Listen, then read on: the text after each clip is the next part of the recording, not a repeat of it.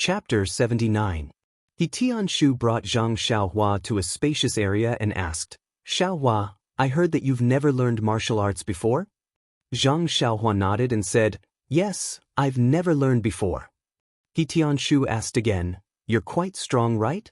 Zhang Xiaohua nodded again and said, "Yes, I didn't feel it before, but since the new year, I feel that my strength has been increasing. I heard that the stone weight I lifted at the Lotus Flower Escort Agency was 500 pounds. He Tianshu said, "That's good, give me a punch with all your strength and give it a try." Zhang Xiaohua thought for a bit and asked, "Use all my strength?" He Tianshu said, "Yes, it's okay, use all your strength, don't be afraid that I'll get hurt." Zhang Xiaohua said, "Okay then, be careful."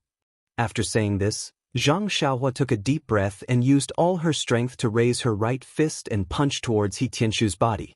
He Tianshu looked at the incoming fist and also raised his right palm, but he only used 20% of his strength, thinking that it was more than enough. When the two people's fists collided, He Tianshu knew that he was wrong and immediately used another 30% of his strength to block Zhang Xiaohua's fist. His body swayed slightly and his right arm became numb from the shock. He thought to himself, "This Xiaohua really does have 500 pounds of strength, she's born with divine strength." Zhang Xiaohua was even more shocked and thought, "Oh my God, Captain, he is too strong. When my fist hit him, his body only swayed a little. The difference between whether or not he knows martial arts is too big. This won't do, I must learn martial arts properly." He Tianshu's right arm was numb and he couldn't raise it. He wanted to use his left hand to rub it and move it, but when he saw Zhang Xiaohua's worshipful expression, he was a bit embarrassed to do so.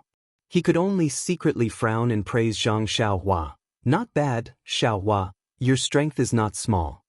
Then he patted Zhang Xiaohua's shoulder and moved his shoulders without a trace, saying, "Now I'll officially start teaching you martial arts." Zhang Xiaohua nodded excitedly. "Thank you, Captain He." He Tianshu smiled, then got into a horse stance and said, "Watch my posture and learn from me. This is called the horse stance." Zhang Xiaohua carefully looked at He Tianshu's posture and imitated him in the horse stance. He Tianshu stood up and pointed out a few of Zhang Xiaohua's mistakes. He then said, "Good, you did a good job. From now on, you will practice the horse stance for 2 hours every morning and night. Today you can do it first. I will come over later to take a look." After saying that, he patted his butt and left. Zhang Xiaohua's head was filled with confusion. She kept shouting in her heart, "Practice martial arts, practice martial arts, I want to practice martial arts, I want to practice martial arts. How can you just let me do this posture and you run away?" As He Tianshu walked through the door, he turned around to look at Zhang Xiaohua in the horse stance. He took a big stride and jumped into the shadow of the wall. He swung his arms with all his strength and sucked in a breath of cold air. He thought to himself, "This brat, where did he get so much strength from? Judging from his strength, it should be more than 500 pounds. Ai, careless, I almost made a fool of myself." The ancients said, "Even a boat can capsize in a ditch. Next time, I have to be more careful." What careful? Next time, I definitely won't give him this chance. I have to think of a way to beat this brat up. I'll let him stand like this for now and reduce his prestige. I'll let him stand until his waist and legs are sore. He stuck out his head with lingering fear and looked at Zhang Xiaohua. Only then did he pull himself together and walk back to his hut. Under the light, looking at the bruise on the lower part of his palm, He Tianshu could not help feeling a little stunned. He took some medicinal wine and slowly rubbed it. At the same time, he thought to himself, "To be honest, when Miso told me about this, I didn't care at all. This Zhang Xiaohua was a simple and honest good boy who had not seen the world and was teased by the manservant in the villa. I also saw it in my heart, so I inevitably sympathized with him. But that was human nature. Moreover, in his view, Zhang Xiaohua was a manservant in the villa and had nothing to do with me.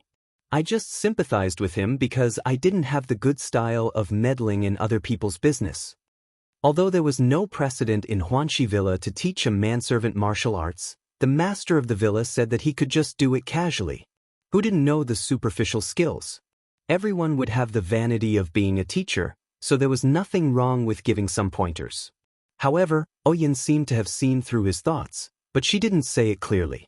She just told him that Zhang Xiaohua had the strength of 250 jin with one arm.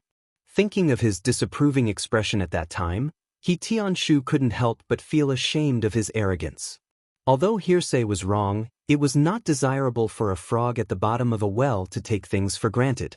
Therefore, after thinking about it, He Tianshu temporarily cancelled the idea of teaching Zhang Xiaohua martial arts directly. Instead, he let him practice the horse stance first and lay a good foundation for learning martial arts. Presumably, this was the real idea of the master of the villa. Otherwise, he could have found a subordinate to teach him directly. Why did he have to do it himself?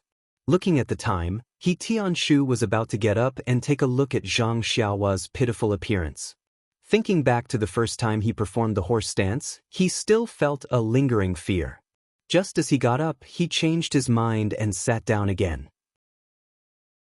He rubbed his already fine palm and laughed. Let Zhang Xiaohua perform the horse stance for a while longer. How dare he embarrass himself? If he didn't vent his anger, how could he be his master? However, he didn't think about who asked him to use all his strength. He was careless and only used 50% of his strength. After the time it took to smoke a cigarette, He Tianshu was a little ashamed. Forget it, he should hurry up.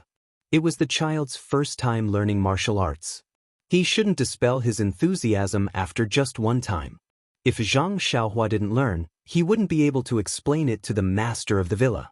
When He Tianshu walked quickly to the place where Zhang Xiaohua was practicing the horse stance, the situation in front of him surprised him. Zhang Xiaohua wasn't like he imagined, lying on the ground like a pile of mud. He also wasn't standing there pitifully, waiting for him, the savior, to save him. Zhang Xiaohua's horse stance was steady, just like when he had just left. He Tianshu couldn't help but feel a burst of joy in his heart. Why was this kid the same as him when he practiced the horse stance for the first time? Even if he was lazy, he didn't do it properly. How could there be a kid who didn't have any aches and pains after practicing for such a long time? No matter what, he had to give him some face and put on a decadent appearance. However, thinking of himself and his master in the past, He Tianshu didn't have the intention to point out Zhang Xiaohua's laziness. When Zhang Xiaohua heard that He Tianshu had returned, she turned around and asked with concern, "Captain He, why did you take so long to come back? Is there something wrong with the dishes tonight? Did you eat something bad?" Then she said to herself, "This Huanxi manor is good in every way, but there are too few toilets. Every day, we have to line up to use the toilets. That day, I should have asked Elder Yu to give some reasonable suggestions to the manor lord to improve our living environment and increase our enthusiasm for work." Then, Zhang Xiaohua seemed to have thought of something and said mysteriously to He Tianshu, "Oh right, Captain He, if you encounter this problem next time, you can go to the fields to solve it. Don't line up there like an idiot. I always do this at home. The sky is so dark, no one will see. Moreover, isn't that good for the crops? Doing this is also a contribution to the manor." Bang!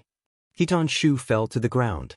Zhang Xiaohua hurriedly asked, Captain He, what happened?" Looking at Zhang Xiaohua's expression, she really wanted to help He Tianshu up. However, without He Tianshu's instructions, she still remained in the horse stance and didn't dare to get up.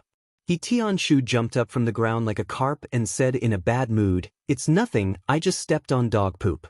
Zhang Xiaohua suddenly understood and said, "Oh, I see. This dog is too much. Why doesn't it know how to poop in the fields? It would save people the trouble of picking it up. Oh right, Captain He, your posture just now was so cool. When can you teach me?" He Tianshu smiled and said, "No problem, this is called a carp jumping up. I'll teach you one day." Zhang Xiaohua was stunned. "I'm talking about the posture when you fell just now. That's called a carp jumping up? This name is really strange." He Tianshu was also stunned. He Tianshu walked in front of Zhang Xiaohua and carefully looked at her from top to bottom, left to right, front to back, and said to her with a smile, "Xiaohua, your memory is not bad. You were lazy for so long just now, but your posture is exactly the same as mine. Not bad, a genius has fallen from the sky. Alright, that's all for today. We'll continue tomorrow morning." After saying that, He didn't wait for Zhang Xiaohua to speak and turned to leave, yawning as he walked. When Zhang Xiaohua heard this, she quickly got up and said with grievance, "Captain He, I wasn't lazy. I really wasn't." He Tianshu thought to himself, "This kid, even his answer is as cool as mine in the past. He's a promising talent." He didn't turn around and asked, "Are your legs sore? Can you still walk now?" After saying that, she quickened her pace and ran back to her room. As she walked, she thought, the feeling of being a teacher is really satisfying. Back then, did Master smile like this in his heart as he went back to his room? Leaving her blushing, she slowly slipped back to her room. When she thought about how she was exposed for being lazy, she was so shy that she didn't dare to raise her head, afraid that Master would see. When she got back to her room, she let out a sigh of relief. Now that I think about it, Master had already found out, but just didn't punish me. It's also because of this that I worked hard and stood out. And looks like I did the right thing today. Tomorrow morning, Zhang Xiaohua will definitely be like me back then, working hard and no longer being lazy. However, He Tianshu didn't hear Zhang Xiaohua's different answer. "My legs are sore?" "My legs aren't sore, Captain He. I'm not tired at all. Of course I can walk." "Hey, Captain He, don't run. Didn't you say you were going to teach me martial arts? Hurry up and teach me boxing. I'm really not tired. I can still do boxing." Unfortunately, He Tianshu didn't hear it. While Zhang Xiaohua was praising what a cool qinggong, he slipped back to his room, leaving Zhang Xiaohua to walk back to his room in confusion. He continued his battle with smelly feet at night. Please add it to your collection, thank you. Chapter 80. The next morning, the sky was gloomy, but Zhang Xiaohua's mood was bright and sunny. Early in the morning, Zhang Xiaohua arrived at the place where she practiced the horse stance last night. She thought happily in her heart that it was time to teach her boxing today. After waiting for a while, He Tianshu came over. Seeing that Zhang Xiaohua was already standing there, he was very happy. He nodded and said, "Zhang Xiaohua, you're really not bad. You woke up early. That's good, let's start today." Zhang Xiaohua asked, "What boxing technique are you going to teach me today?" He Tianshu was stunned. "Boxing technique? Hee, don't be in a hurry. First practice the horse stance well. The horse stance is the foundation of boxing. If you don't practice the horse stance well, your lower body won't be stable. As the saying goes, if you want to practice martial arts, first practice the horse stance, or practice the horse stance for 3 years. Once your lower body is stable, it'll be easy to learn anything." Zhang Xiaohua opened her mouth wide. "What? I have to practice the horse stance for 3 years? What else can I learn? Right, what's the lower body?" He Tianshu smiled and said, 3 years is just a metaphor, but it's also possible that you have to learn the horse stance while practicing boxing. Anyway, if you don't practice the horse stance well, it won't be easy to master boxing. The lower part refers to the area below your waist. Only when your legs are stable can you not be at a disadvantage in a fight. Oh right, didn't you see how you punched me yesterday? Although you used a lot of strength, you didn't notice my legs, right? I used the horse stance at the last minute. Didn't you feel that I was standing very steadily yesterday? That's right. If the lower body is floaty and your punch makes me retreat, you'll have the upper hand. If you continue to fight, you'll be suppressing me. If I want to take the upper hand and beat you, it'll be very difficult. Do you understand?" Zhang Xiaohua nodded as if she didn't fully understand.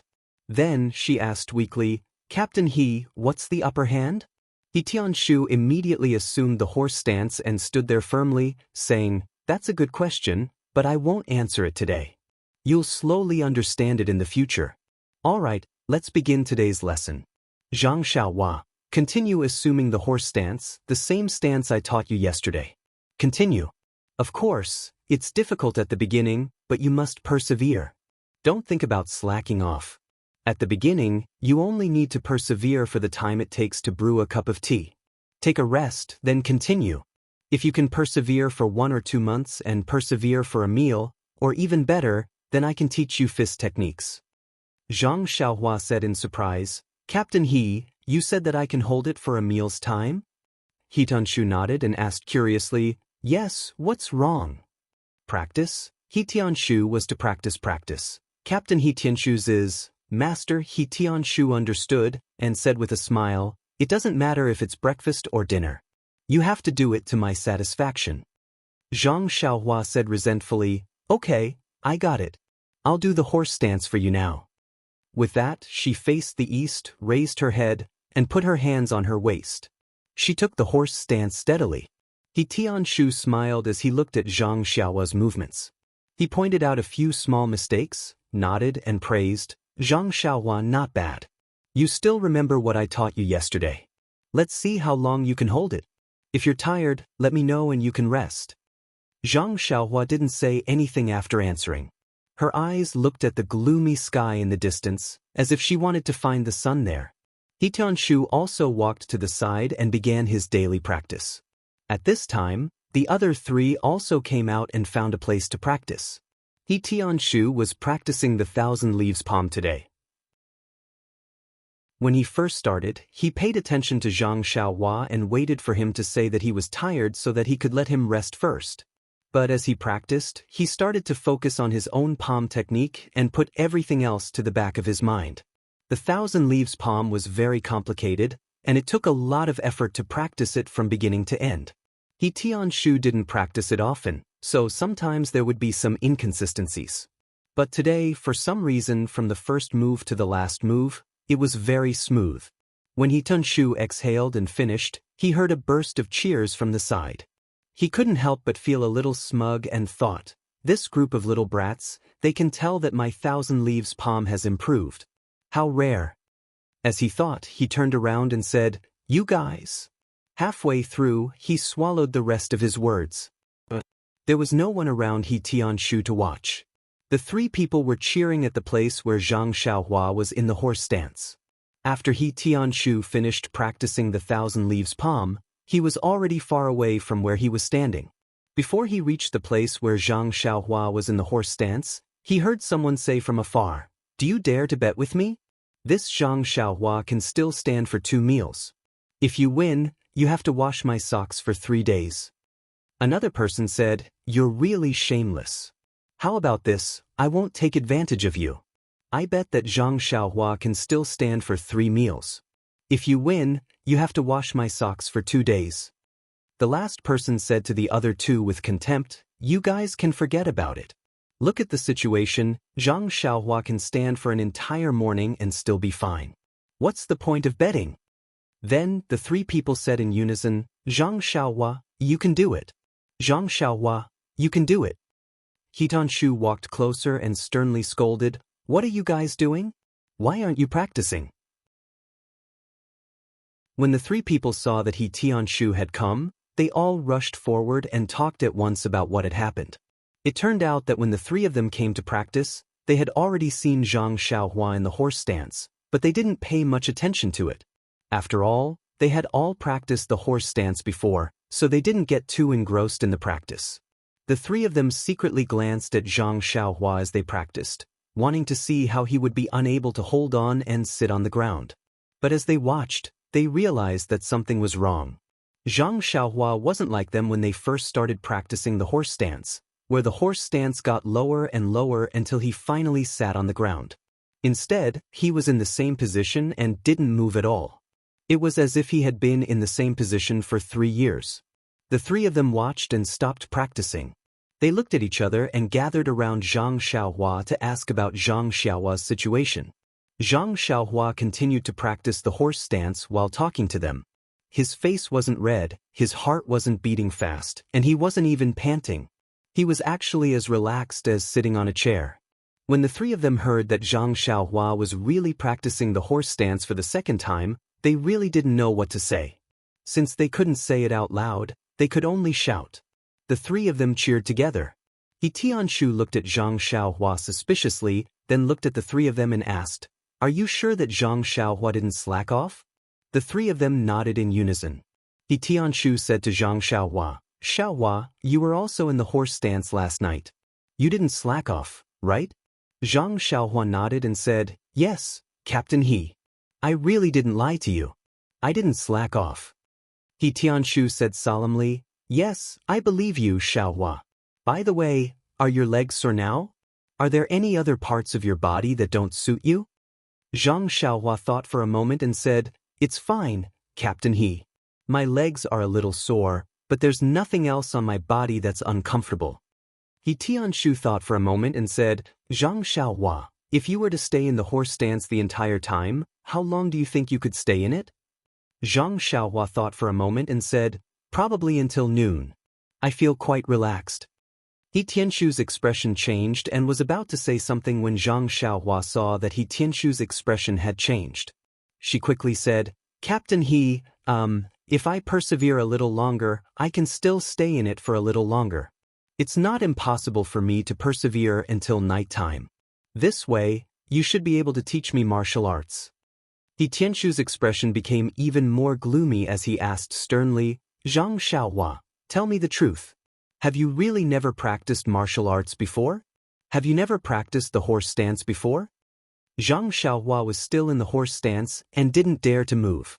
She said anxiously, It's true, Captain He. Before I met you, I really didn't practice martial arts. This is the first time I've heard you talk about the horse stance. He Tianshu thought for a moment and realized that it was true. When he was teaching yesterday, Zhang Xiaohua's movements were very stiff. She really didn't know how to do the horse stance. Moreover, if she had practiced martial arts before, there was no need to lie to him. Having a foundation was better than having no foundation at all. Suddenly, a thought flashed across He Tianshu's mind like lightning. Could this Zhang Xiaohua be a martial arts genius? However, when he looked at Zhang Xiaohua's ordinary face, childish expression, and slightly thin figure, he couldn't associate her with the word genius at all. For the first time, He Tianshu doubted his own point of view. Aren't all geniuses as handsome as me? Just as He Tianshu was thinking, someone beside him said, Captain He, it's time to eat. Otherwise, it'll affect the morning's work. He Tianshu nodded and said, Okay, let's hurry to the dining hall. Work is more important. What's the length of those herbs? Everyone will be affected. After he finished speaking, he led everyone into the small courtyard and rushed to the dining hall. Only Zhang Xiaohua, who was still in the horse stance, was left there crying and shouting, Captain He, I'm hungry too. What should I do? He Tianshu, who had already run to the small courtyard, slapped his head and said, I forgot about Zhang Xiaohua. He quickly turned around and shouted, Xiaohua let you pass. Hurry and eat. If there's anything else, we'll talk about it at night. Zhang Xiaohua responded and stood up. She was as nimble as a rabbit, without the slightest pain in her waist and legs. She followed the four people and rushed to the dining hall. In the dining hall, the people in green clothes and hats had already finished eating. When they saw Zhang Xiaohua rush in, everyone had a look of schadenfreude. When Zhang Xiaohua sat down and didn't pick up her chopsticks, Tian Zhongxi came over and said, Zhang Xiaohua, I know you're young and growing. It's inevitable that you're sleepy, but you also have to know your limits. You can't be too late. I won't pursue this matter this time, but if you're so late next time, I'll deduct your wages. Do you understand? Zhang Xiaohua wanted to explain. Tian Zhongxi immediately said earnestly, Don't say so many reasons. Being lazy is being lazy. Being late is being late. I've heard from Ma Jing. Don't find any excuses. I hope you can correct yourself in the future. If you correct yourself, you'll still be a good servant in Huanxi Manor. Then he patted Zhang Xiaohua's shoulder and walked away. Zhang Xiaohua looked up at Ma Jing. That guy smiled at Zhang Xiaohua, threw down his chopsticks, and slipped out of the dining hall. Zhang Xiaohua was disgusted. She thought, who did I provoke? I'm just a newcomer. I just want to practice martial arts. Why does this Ma Jing want to bully me?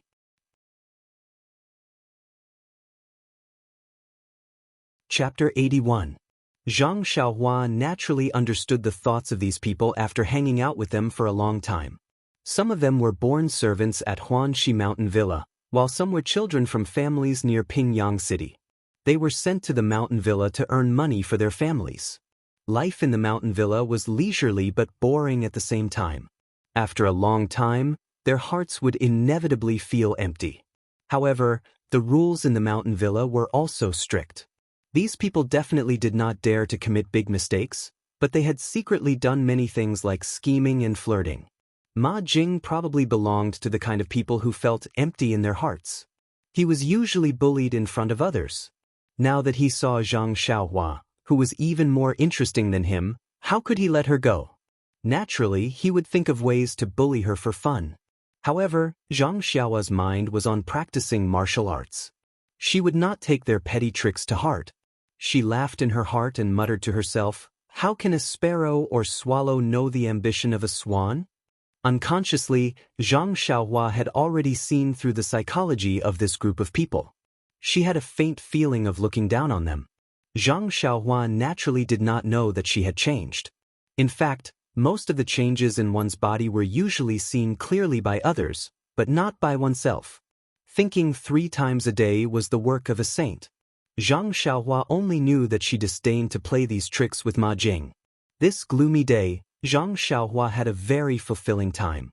She was busy here and there. Her excited mood yesterday had already calmed down. Although it was only a night, the greater the expectation, the greater the disappointment. She did not expect that the martial arts practice that she had been thinking about day and night would start with practicing the horse stance. She had guessed the process but not the beginning. However, this horse stance was too easy. How could it be called practicing martial arts? Since she had already seen the shadow of practicing martial arts, Zhang Xiaohua naturally threw away the burden in her heart and waited wholeheartedly for He Tianshu's arrangement. In contrast to Zhang Xiaohua's leisurely mood, He Tianshu was in a completely different mood. Yesterday, He Tianshu did not take the matter of Zhang Xiaohua practicing martial arts seriously. He thought that it was just a small wave in life that would subside after a while. However, ever since he saw Zhang Xiaohua practicing the horse stance in the morning, He Tianshu's heart was in turmoil.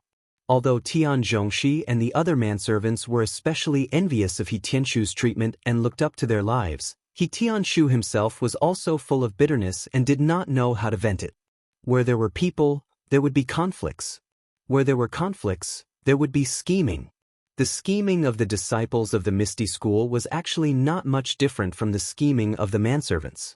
This He Tianshu seemed to be the sacrifice of this struggle. It was simple to say. Needless to say, the top figures of the Misty School aside, there were plenty of low-level disciples like He Tianshu in the sect. These people were also divided into numerous private factions according to their own likes and dislikes, personality rejection, and other reasons. To survive in this kind of faction, the most important thing was naturally martial arts. With first-class martial arts, not only did they not need to rely on others, but they could also stretch out their legs and let others hug them. Without martial arts, they could only rely on their own interpersonal relationships. Jianghu people were not nobler than ordinary people. When it came to interpersonal relationships, they were all the same. As long as there was a relationship, it was valuable in Jianghu, in the sect, and in the mortal world. As for He Tianshu, his martial arts were ordinary, and his personality was also ordinary. There was nothing to be proud of, and in terms of interpersonal relationships, he was even worse. He did not know how to flatter others, nor did he know how to curry favor with others. Therefore, in the sect, he only had a few good friends who drank and drank. Usually, he could drink and brag, but other than that, there was nothing good about him. Look, the medicinal field in the Huanxi Manor needed people to take care of it. Of course it was He Tianshu, who was not loved by his uncle or grandma. It was said to be an important task in the sect that needed elites to personally take care of it. In fact, it was just farming work. It was just a tall hat for him to wear. This medicinal field had been planted for several months, and he had not seen Zhang Qingyue and the others come to take a look. How could it be considered important? The important elites were all going to fight the Luo Shui gang with real weapons. Thinking about the appearance of others waving their swords, and then looking at the exquisite little medicinal shovel in his hand, He Tianshu felt a burst of tightness in his chest. However, Zhang Xiaohua's appearance seemed to give him a glimmer of hope. What did it mean to be a martial arts genius? Not only did it mean that he could create miracles, but it also meant that his status in the sect would rise. It meant that in the future, he would no longer have to work as a farmer in this small medicinal field. It was common sense that a father's status depended on his son. It was the same for a master to follow his disciple. Now that he thought about it, Tianshu somewhat regretted letting Zhang Xiaohua call him Captain He. If she had called him master earlier, then this genius disciple would not have been able to escape from the palm of his hand. However, with Zhang Xiaohua's naive appearance, it was likely that he would not have any other intentions. But thinking about Zhang Xiaohua's martial arts, Tianshu was once again at a loss. Martial arts were naturally divided into internal strength and external strength. As the saying goes, internally, one's breath is cultivated. Externally, one's muscles, bones, and skin are cultivated. No matter what kind of martial arts one practiced, there must be conditions. Let's talk about internal strength first. Naturally, one must have the incantation for internal strength and the method to practice it. Not to mention that Tianshu's own internal strength was mediocre, the cultivation method was also very common in the Misty School. Even so, these cultivation methods could only be practiced by internal disciples of the Misty School. Privately teaching them to Zhang Xiaohua was absolutely out of the question. Otherwise, before Zhang Xiaohua, this genius, could cultivate her internal strength, the elders of the law enforcement hall would recover Zhang Xiaohua's internal strength. He would also be more miserable than the Huanxi mountain villa. At least here, he could still eat first-class meals. At that time, he estimated that he could only eat plain tea and simple meals. In fact, there was another point, and that was that the mental cultivation method of internal strength was generally practiced from a young age. At that time, the meridians of the whole body were not fully formed. Early practice would help to stabilize the meridians and lay a good foundation for future development. At this time, Zhang Xiaohua's meridians had already formed, so it would be difficult for her to practice internal strength. Therefore, for the time being, Tianshu didn't think too much about internal strength. The only thing left was external strength. When external strength was practiced to a certain extent, it could reach the effect of external strength. It wouldn't necessarily be at a disadvantage when fighting with an internal expert. For example, the external expert Xianxia from the Misty School was younger than Tianshu, but his achievements were far beyond Tianshu's. However, there were also conditions to practice external martial arts. When Xianxia was young, he was also tall and big. His muscles were not comparable to ordinary people. This Zhang Xiaohua didn't seem to have that kind of capital. And the most important point was that to practice external martial arts, one must have the assistance of medicinal herbs. Think about it. Don't external martial arts practitioners use external forces to stimulate their bodies to make their bodies strong? After the stimulation, the body not only needed to be nourished with medicinal herbs, but also relied on medicinal herbs to recuperate. This treatment and recuperation could effectively improve one's skills. Otherwise, if you only relied on external forces to stimulate your body, then you could only wait for others to collect your corpse. It was simply impossible to enter Jianghu. Although Xianxia was powerful, he relied on mountains of medicinal herbs. Otherwise, why would there be the saying, the poor study while the rich study martial arts? It also made sense. Thinking of this, Tianshu also had a headache. Huanxi Villa had piles of medicinal herbs, but they were all from the Misty School. They were not Tianshu's own. He didn't have any courage to take them. Besides, if a pile of medicinal herbs could work, he could secretly use them. But this was not a pile of medicinal herbs that could work. He couldn't steal medicinal herbs every day. With so many worries, could Tianshu really calm down? Until after dinner, when Tianshu came to the same place, he still hadn't thought about what to do in the future. However, at this time, he still had time to think about it. He thought that Zhang Xiaohua was not waiting for him there. Tianshu couldn't help but be a little surprised. What's wrong with this kid? Yesterday, he was still full of interest. Why is he slacking off today? No, he's the guarantee of my good life in the future. I must make good use of him. He turned around and was about to find Zhang Xiaohua when he heard the sound of running. He looked up and sure enough, it was Zhang Xiaohua. When Zhang Xiaohua ran in front of him, Tianshu's face became serious and he asked seriously, Zhang Xiaohua, why are you so late today? Is it because you feel that practicing martial arts is easy? Or do you feel that the horse stance is easy? Zhang Xiaohua saw that He Tianshu was angry and quickly explained, Captain He, no, I didn't mean that. It's just that brother she told me to have some other things to do, so I was delayed. When He Tianshu heard this, his brows relaxed. He nodded and said, I know. If you don't have anything to do in the future, come earlier. As the saying goes, an inch of time is an inch of gold. The more time you have to practice martial arts, the more you can improve. Zhang Xiaohua nodded seriously and said, I know, Captain He. He Tianshu continued, then let's start now. Let's get into the horse stance for a while. With that said, He Tianshu took the lead and got into the horse stance. Zhang Xiaohua didn't hesitate. She spread her legs apart and put her hands on her waist. She squatted down and steadily got into the horse stance. Seeing that Zhang Xiaohua had gotten into the horse stance, He Tianshu didn't waste any time. He told Zhang Xiaohua about the things to take note of and the benefits of getting into the horse stance. After he finished, He Tianshu asked, You're clear now, right? Do you feel that your lower body is stable? Zhang Xiaohua nodded in agreement. Then, He Tianshu asked again, Does your waist and legs hurt? Zhang Xiaohua said, It doesn't hurt. It's just like normal. He Tianshu nodded to himself. She was indeed a genius. Then he said, Okay, then you can get up. Zhang Xiaohua stood up naturally as if she wanted to stand up from the chair. He Tianshu looked at her and nodded again. Then He Tianshu asked, You haven't learned any fist techniques before, right? Zhang Xiaohua said, I haven't learned it before, but I've seen people practice Liu Hequan at the Lotus Flower Escort Agency. He Tianshu nodded and asked, You still remember, right? Can you show it to me? Zhang Xiaohua said, No problem. With that said, she got into the starting position of Liu Hequan and was about to start practicing. Please add it to your collection, thank you. I've inadvertently become non-mainstream. That's good too. I don't have to do anything to attract attention.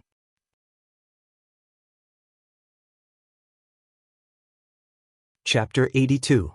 But He Tianshu waited for a long time and did not see Zhang Xiaohua's next stance. He could not help but ask curiously, What's wrong, Zhang Xiaohua? Do you want to continue? Zhang Xiaohua turned her head and said embarrassedly, Captain He, I'm sorry. I forgot. He Tianshu smiled and said, It's okay. This Liuhe fist is a very complicated fist technique. It's normal that you can't remember it. Just pretend that you didn't see it. Today, I'll teach you a simple Luohan fist. Watch me do it once. With that said, he got into a stance and performed the entire set of Luohan fist once. Then he asked Zhang Xiaohua, Do you understand? Zhang Xiaohua shook her head and said, You were too fast. I couldn't see it clearly.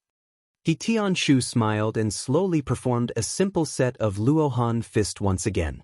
Then he said to Zhang Xiaohua, Did you see it clearly? Zhang Xiaohua nodded and said, I saw it clearly.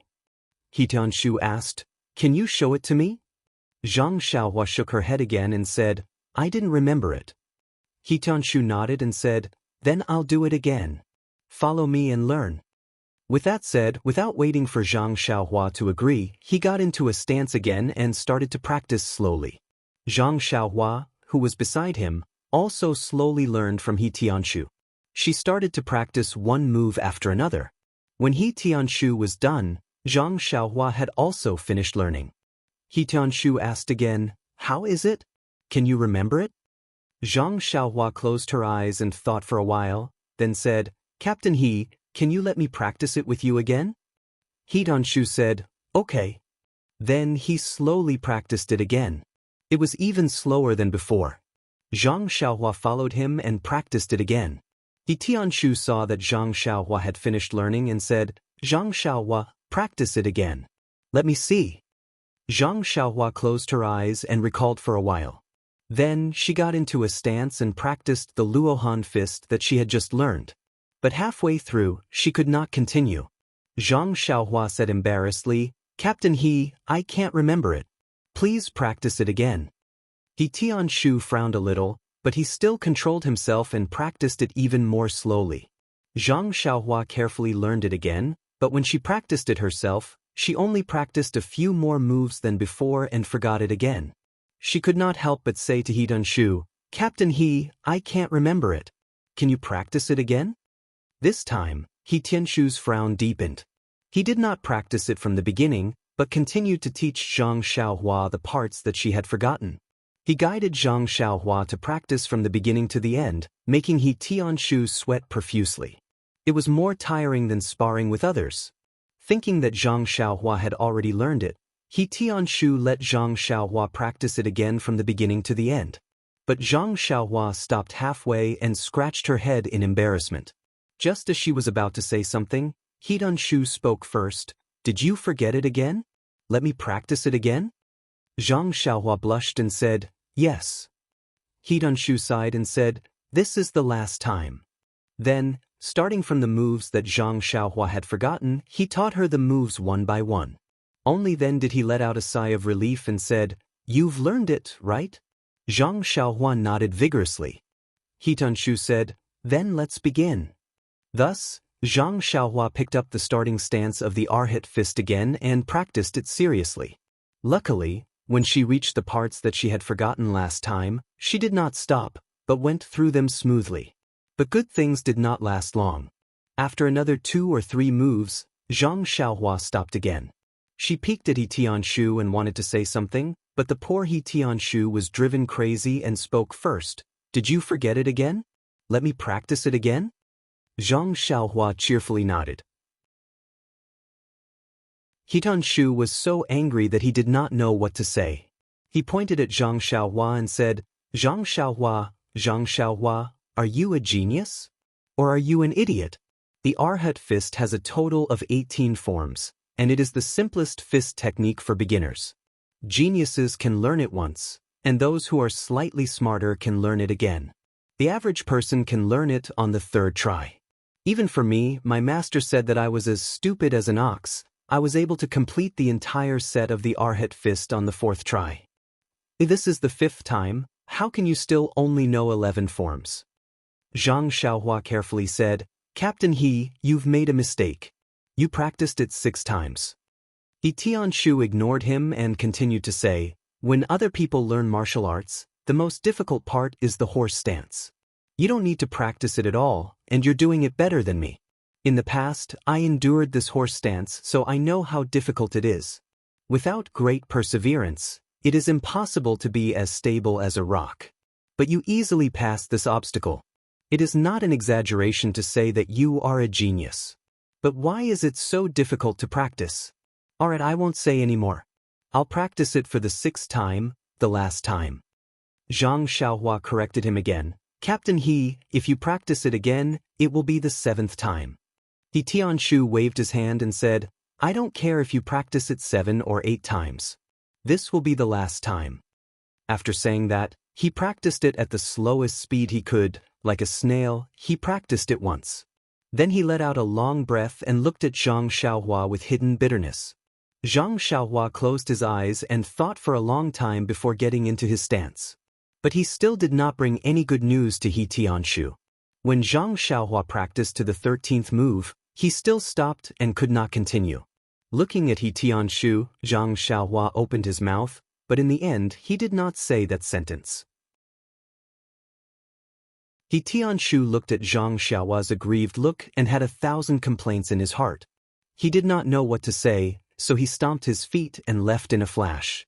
It was still that old saying, the greater the expectation, the greater the disappointment. This He Tianshu had hoped for his own future from Zhang Xiaohua. Seeing Zhang Xiaohua's martial arts aptitude, he really could not help but blame himself for being blind. In the night, He Tianshu waved his hand and did not take Zhang Xiaohua with him. He stood there in a daze, looking at He Tianshu's back as he left. He bit his lips and did not follow him. Instead, he frowned and thought for a long time.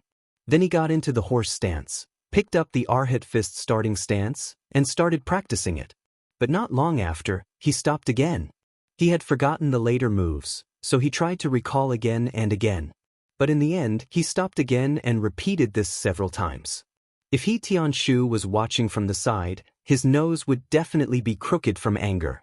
Zhang Xiaohua practiced to the 13th move for the first time, to the 11th move for the second time, and to the 9th move for the third time. In any case, the more he practiced, the more he forgot.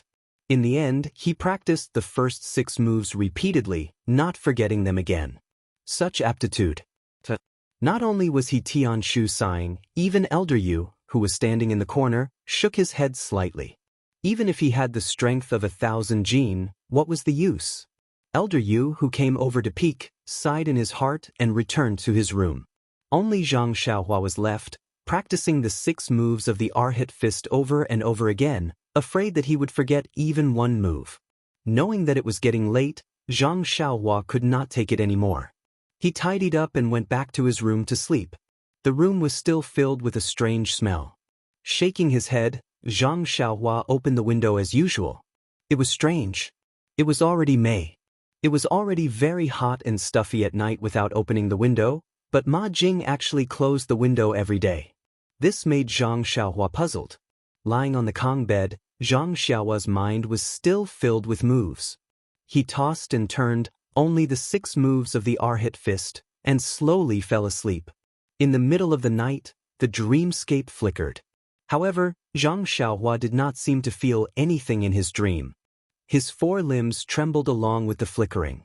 The next morning, Zhang Xiaohua was still the first to go to the training area. He naturally assumed a stance and performed a set of the Arhat fist. No, it was the first 6 moves of the Arhat fist. Zhang Xiaohua was still very satisfied with himself. This time, he did not forget a single move. Not bad. However, when Tianshu came to the training area, in Captain He's eyes, Zhang Xiaohua was not as satisfied as he looked. Captain He's eyes were red. He probably did not sleep well last night. He must have thought about it for a long time. It seemed that not only would people not sleep well when they were excited, but when they were extremely disappointed, it would also cause insomnia.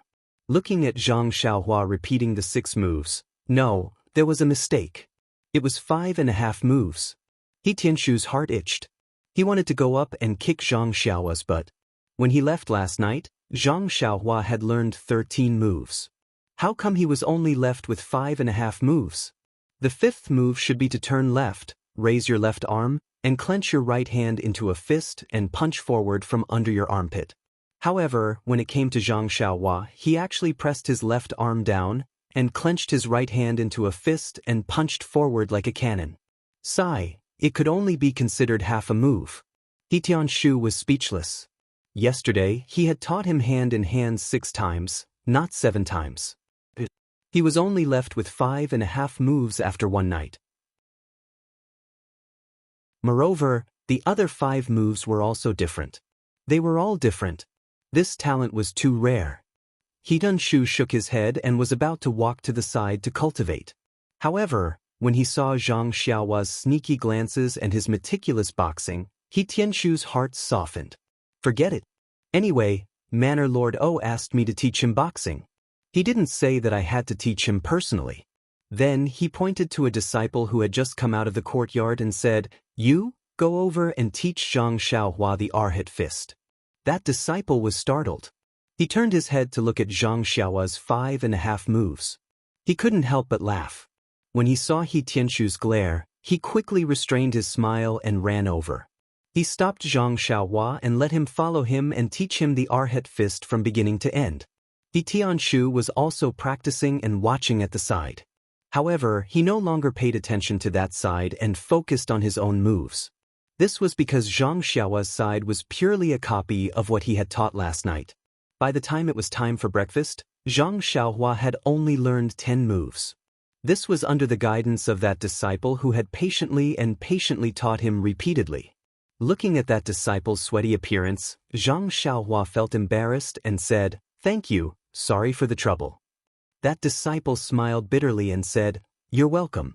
Just treat it as me reliving the old days." However, he secretly complained in his heart, if I were to continue teaching Zhang Xiaohua like this for a few more days, then this Arhat fist would become my best move. In this misty school, there is probably no other disciple who is more familiar with the Arhat fist than me.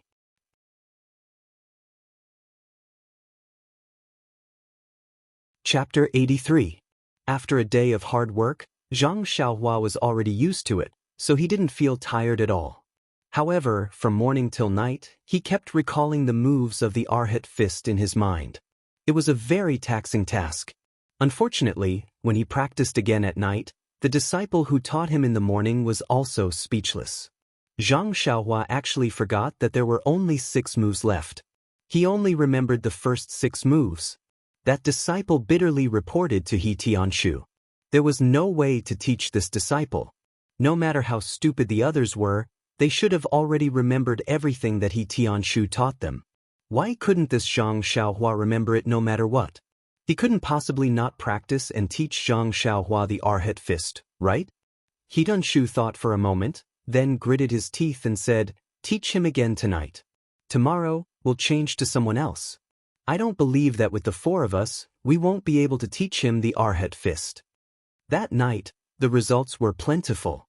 After the disciple taught him 7 to 8 times, Zhang Xiaohua actually completed all 16 moves of the Arhat fist in front of He Tianshu. The misty school crowd watching from the side all had the same thought: hard work pays off. Even an iron rod can be ground into a needle. The ancients didn't lie to me. When everyone happily returned to their rooms to sleep with the satisfaction of being a teacher, Zhang Xiaohua was still practicing the entire set of the Arhat fist over and over again. Unfortunately, after who knew how many times, Zhang Xiaohua started to forget the moves one by one. Poor Zhang Xiaohua didn't know what to do.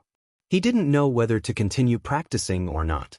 If he didn't practice, he was afraid that he wouldn't remember, but if he practiced, he was afraid that he would forget. He was in a dilemma. In the end, he could only get into a horse stance. It wasn't until late at night that he slowly walked back to his room. The disappointed Zhang Xiaohua didn't know that a pair of eyes had been watching him in the night. It was the one-armed elder Yu who had come to see him last night. The next morning, Zhang Xiaohua's Arhat fist once again dealt a blow to the strong spirits of the misty school crowd.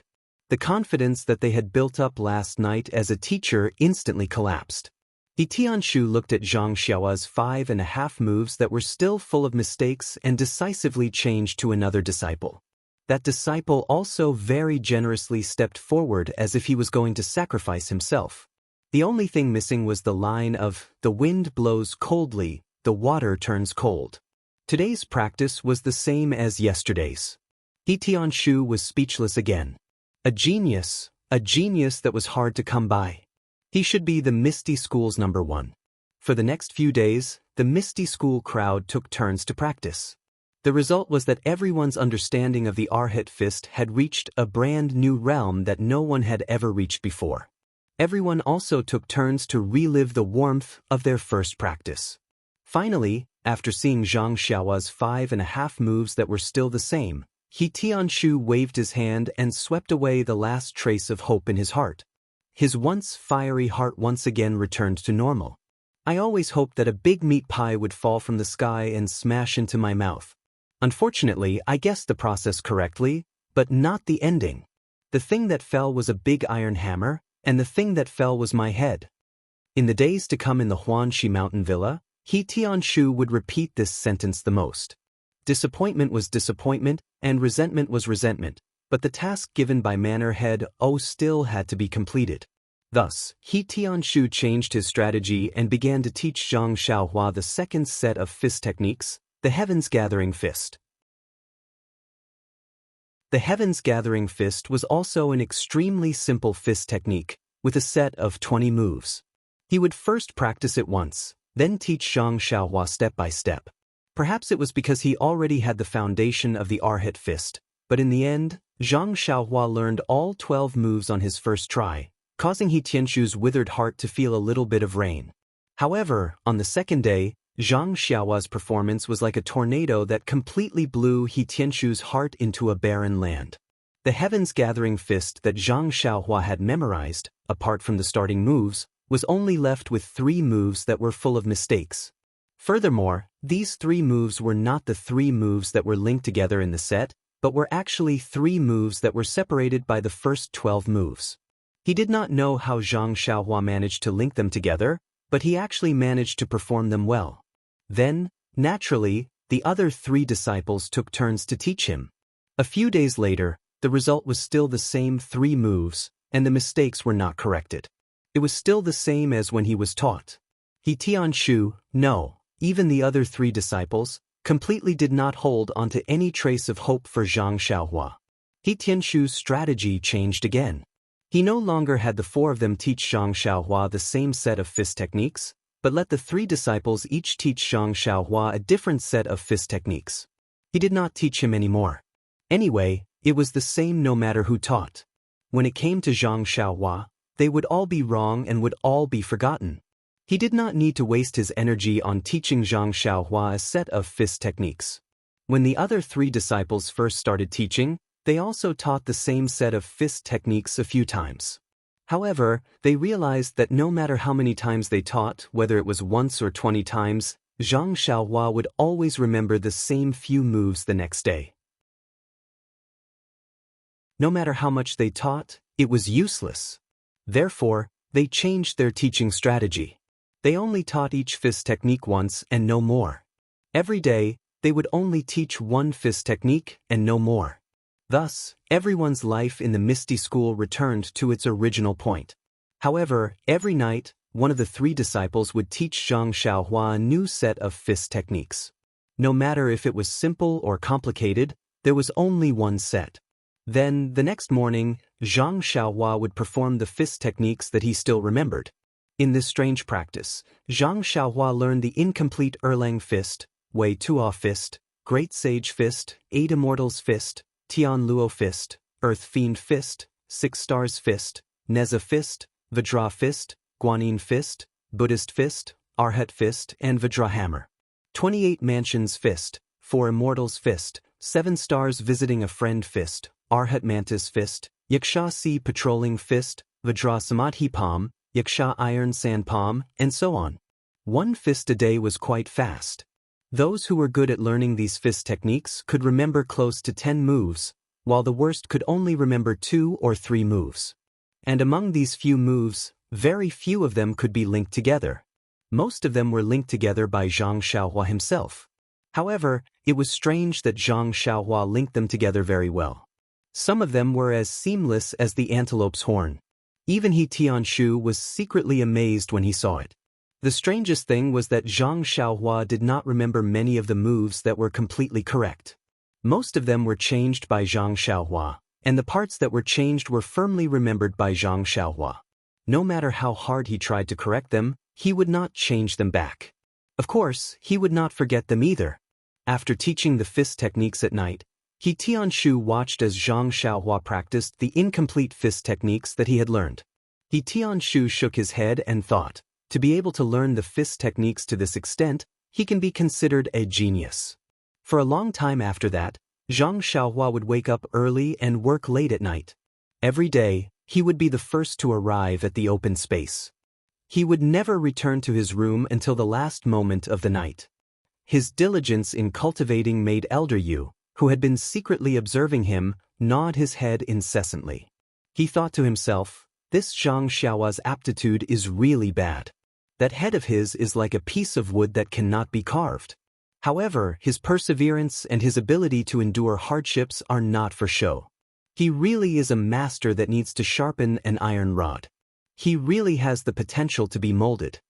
Little did he know that every day when Zhang Xiaohua stepped into the house, he would hold his breath and curse in his heart. When will this Ma Jing start washing his feet? Every morning when he rushed out of the house, he would shout, "Long live Ma Jing." He could finally breathe fresh air. Sigh, the heavens have eyes. Could it be that behind every successful man, there would be someone silently supporting him?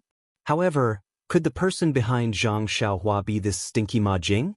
Putting aside the fact that Zhang Xiaohua was practicing the basic fist techniques that other Misty School disciples practiced at the age of 4 or 5 in Huanxi Mountain Villa, the ethereal mountain villa, which was adjacent to Huanxi Mountain Villa, was currently filled with joy.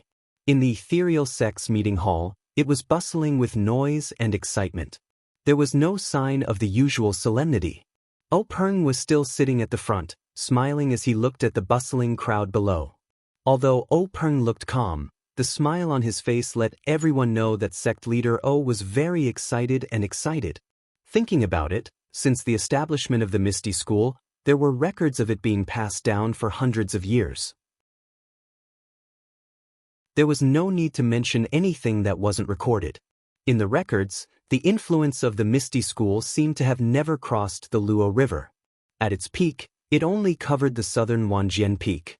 It was only because of the incompetence of the later sect leaders that the Misty School declined, that they retreated to the vicinity of Pingyang City. Recently, O Peng personally commanded the battle against the Luo River Gang. Although naval warfare wasn't the strength of the Misty School, under the arrangement and deployment of O Peng, Shangguan Fenglu, and the others, they were able to miraculously take down the Luo River Gang with only a few casualties. Moreover, O Peng personally captured the Luo River Gang's sect leader, Shui Yupeng. The Luo River Gang was based on the Luo River and had many members. Although their overall influence was weaker than that of the Misty School, it was only slightly weaker. For the Misty School to be able to take down the Luo River Gang in one fell swoop, the role of the elite team couldn't be ignored. As for being able to take down the upper echelons of the Luo River Gang in one fell swoop, it was all due to the martial arts of the Misty Six Tigers. Now, looking back on the battle at the core of the Luo River Gang, O Peng still had lingering fears. He didn't expect Shui Yupeng to be a hidden expert. The few hall leaders and elders in the gang weren't weak either. If not for the fortuitous encounter at the Five Fingers Mountain last year, the Misty School would have been defeated by the Luo River Gang. Perhaps they might even have been left behind in Luo River.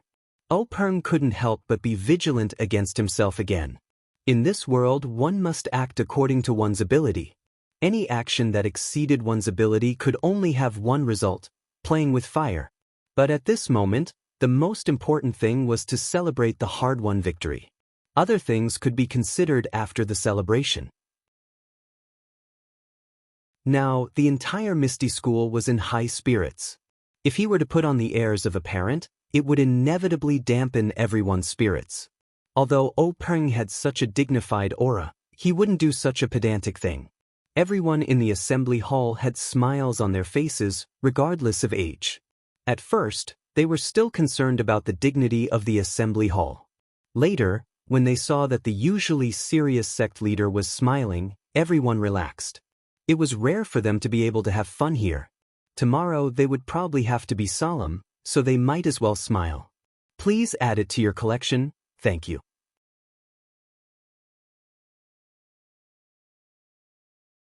Chapter 84. Looking at the liveliness in the meeting hall, O Peng felt extremely satisfied. Wasn't this man's life to hold up a stable world? He seemed to have done it.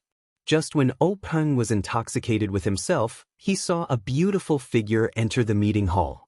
O Peng's eyes lit up and the smile on his face became wider. It was his only sister, O Yen. O Peng's life experience was miserable since he was a child. His parents died early, so he and his sister depended on each other. After being accepted by the master of the Misty School, his sister naturally followed him to the Misty School. However, she did not follow O Peng to become a disciple. Instead, she grew up with O Peng's master's wife in Huanxi Mountain Villa. O Peng's master had no children. When O Peng's master abdicated, the headmaster of the Misty School was determined after careful consideration. Huanxi Mountain Villa was directly handed over to O Yen by O Peng's master's wife. That was to say, even if O Peng was not the headmaster of the Misty School, Huanxi Mountain Villa was still O Yan's. O Yen could not control Huanxi Mountain Villa because she was O Peng's sister. In fact, according to the relationship between Huanxi Mountain Villa and the Misty School, many people thought that it should be managed by O Peng's wife. Unfortunately, many things did not seem reasonable.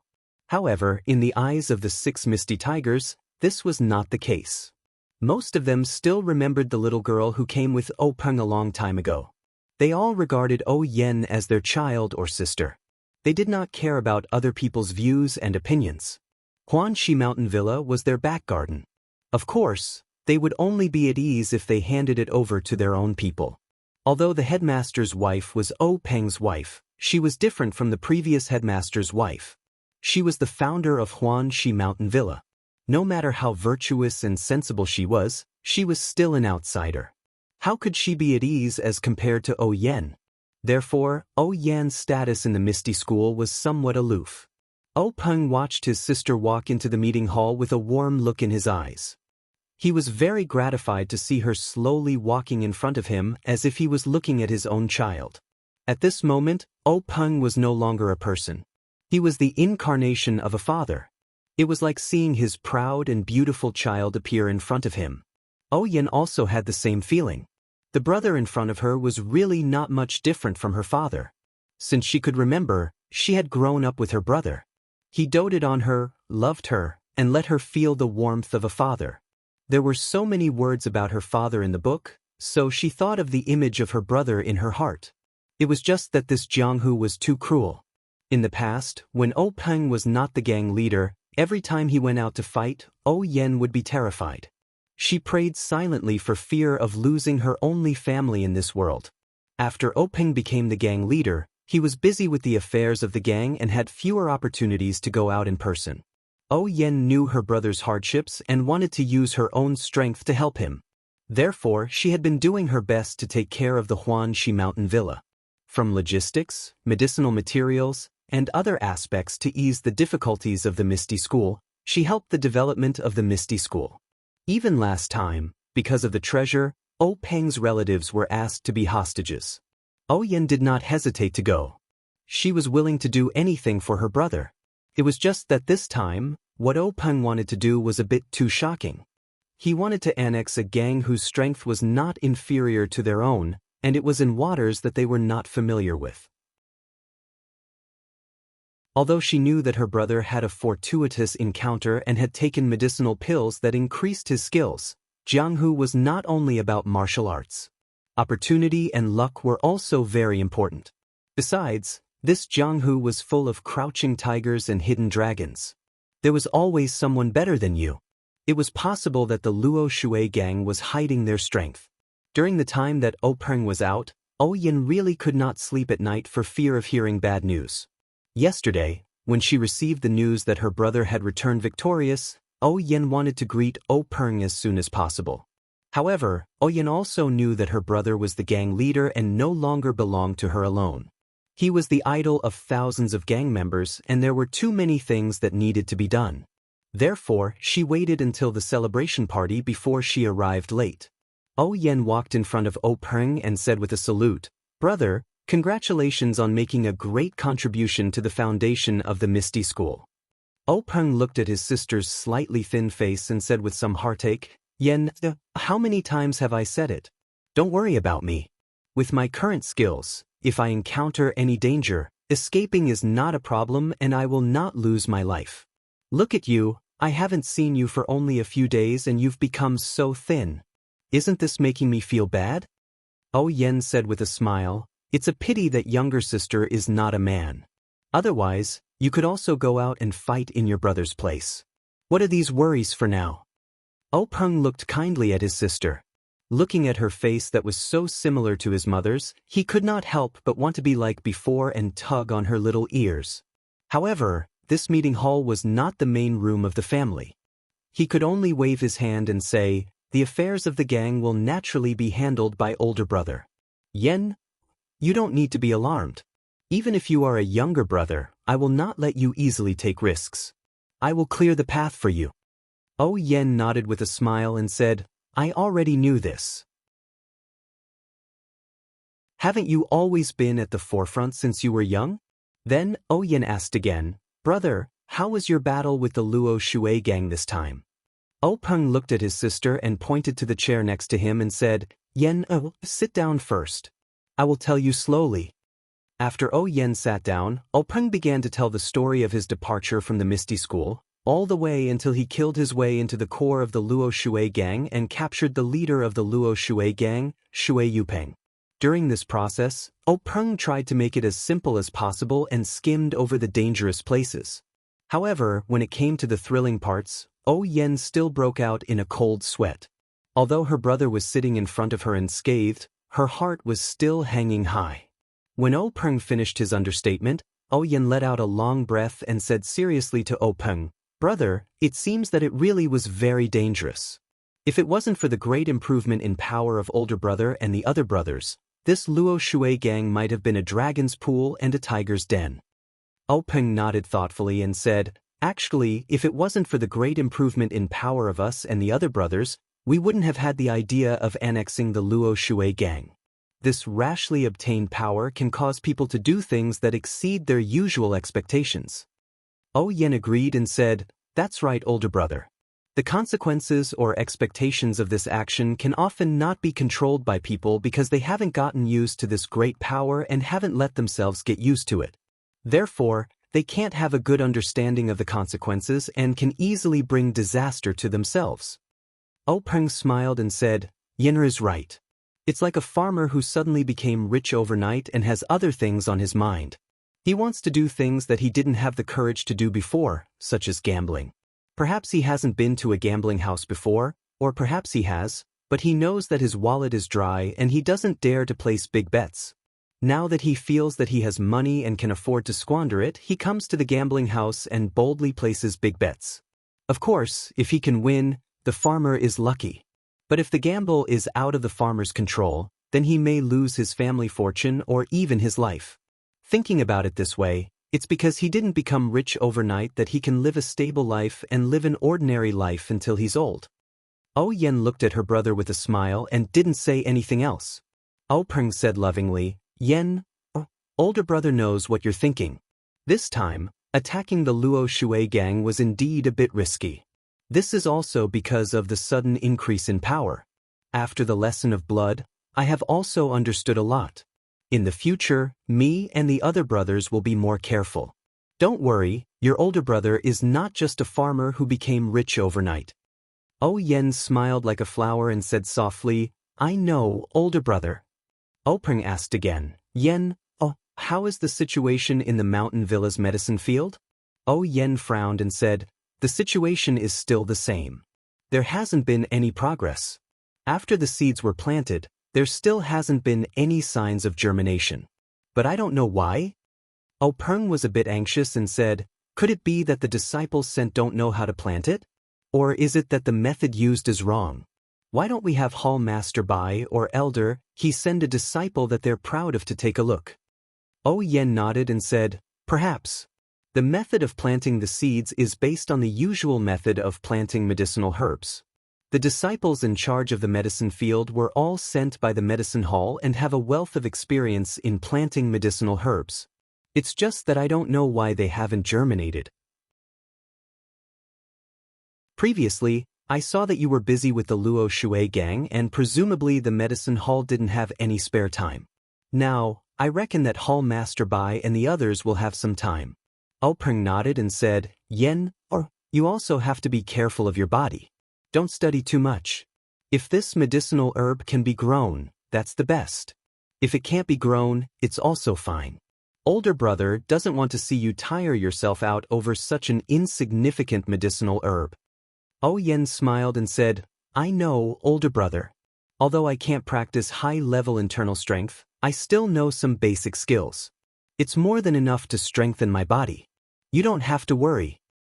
Peng also smiled and said, that's right. If you can learn the high-level internal strength of the Misty School, coupled with your mind that likes to study, I will give you the position of the gang leader. I still remember Master's regretful expression when he found out that you couldn't cultivate. It's probably because he felt that it was a pity that you couldn't properly take over the Misty School. Yen rebuked, older brother, look at what you're saying. I'm not interested in the position of the gang leader. Every day, there are so many chores that it's as annoying as the hairs on an ox. It's better to stay in the Huanxi Mountain Manor. There's nothing troublesome all year round. There's plenty of time to look at the moon and admire the flowers. Occasionally, you can also practice your martial arts. Isn't that wonderful? Peng also said enviously, that's right. Looking at how much Master and Mistress love you, it's obvious that they gave you the Huanxi Mountain Manor. I also want to live a life like yours. It's a pity. Yen smiled and said, it's a pity that people in Jianghu have no choice. It's not that bad. Everyone has their own life. Look at older brother, you're like the moon surrounded by stars. You control the power of the gang and work hard for the livelihood of thousands of gang members. Isn't that a life that many people envy?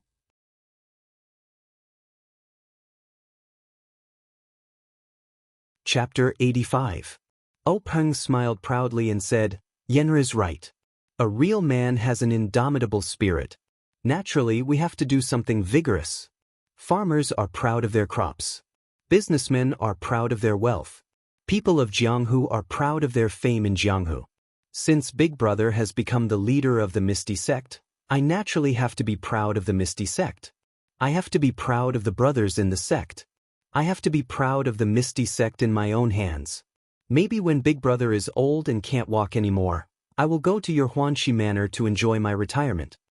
Yen nodded happily and said, the Huanxi Manor will always be reserved for brother, sister-in-law, and future nephews and nieces. And grandnephews and grandnephews. At this point, Peng suddenly asked, Yen, you don't seem to be young anymore. Do you want brother to give you advice on your marriage? Yen blushed and said, Brother, you should worry about the affairs of the sect first. If there is a suitable one, I will definitely tell brother. I won't talk to you anymore. I'm going to talk to Sister Qin. Then, she stood up and walked to a row of hall masters to talk to a middle-aged woman.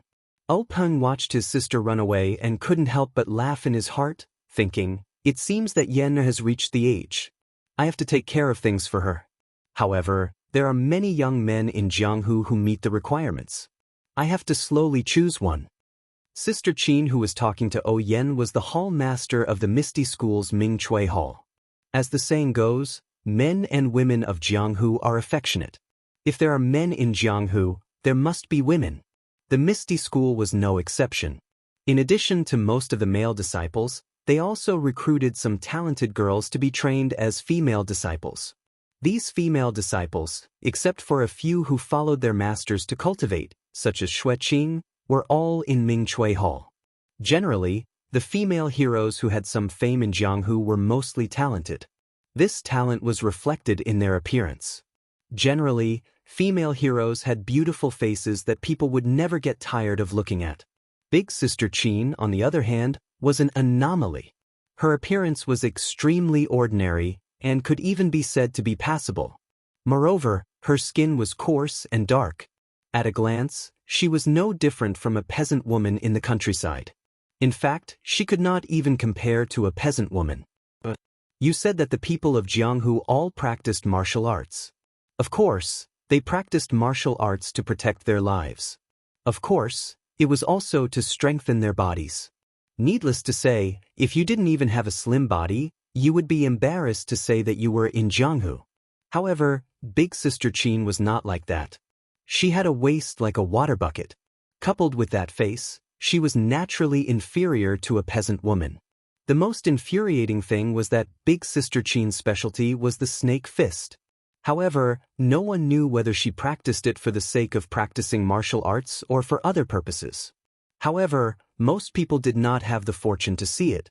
Those who were able to see Big Sister Qin's snake fist were either beaten to death by her on the spot or fainted from anger. When they returned home, they vomited and died. However, Big Sister Qin also had a good point, and that was that she had a good voice. When she spoke, it was as clear and melodious as an oriole. No one would get tired of hearing it 100 times. When she sang, it caused a sensation in Jianghu. No one knew how many Jianghu elites followed her voice. After listening to her singing, they used their peerless Qin Gong to escape. When I close my eyes, I want to commit a crime. When I close my eyes, I want to retreat. When I open my eyes, I want to defend myself. This was written by a famous scholar in Jianghu for Big Sister Qin. However, Big Sister Qin also contributed to Jianghu. For a long time, the number of rapists in Jianghu had greatly decreased.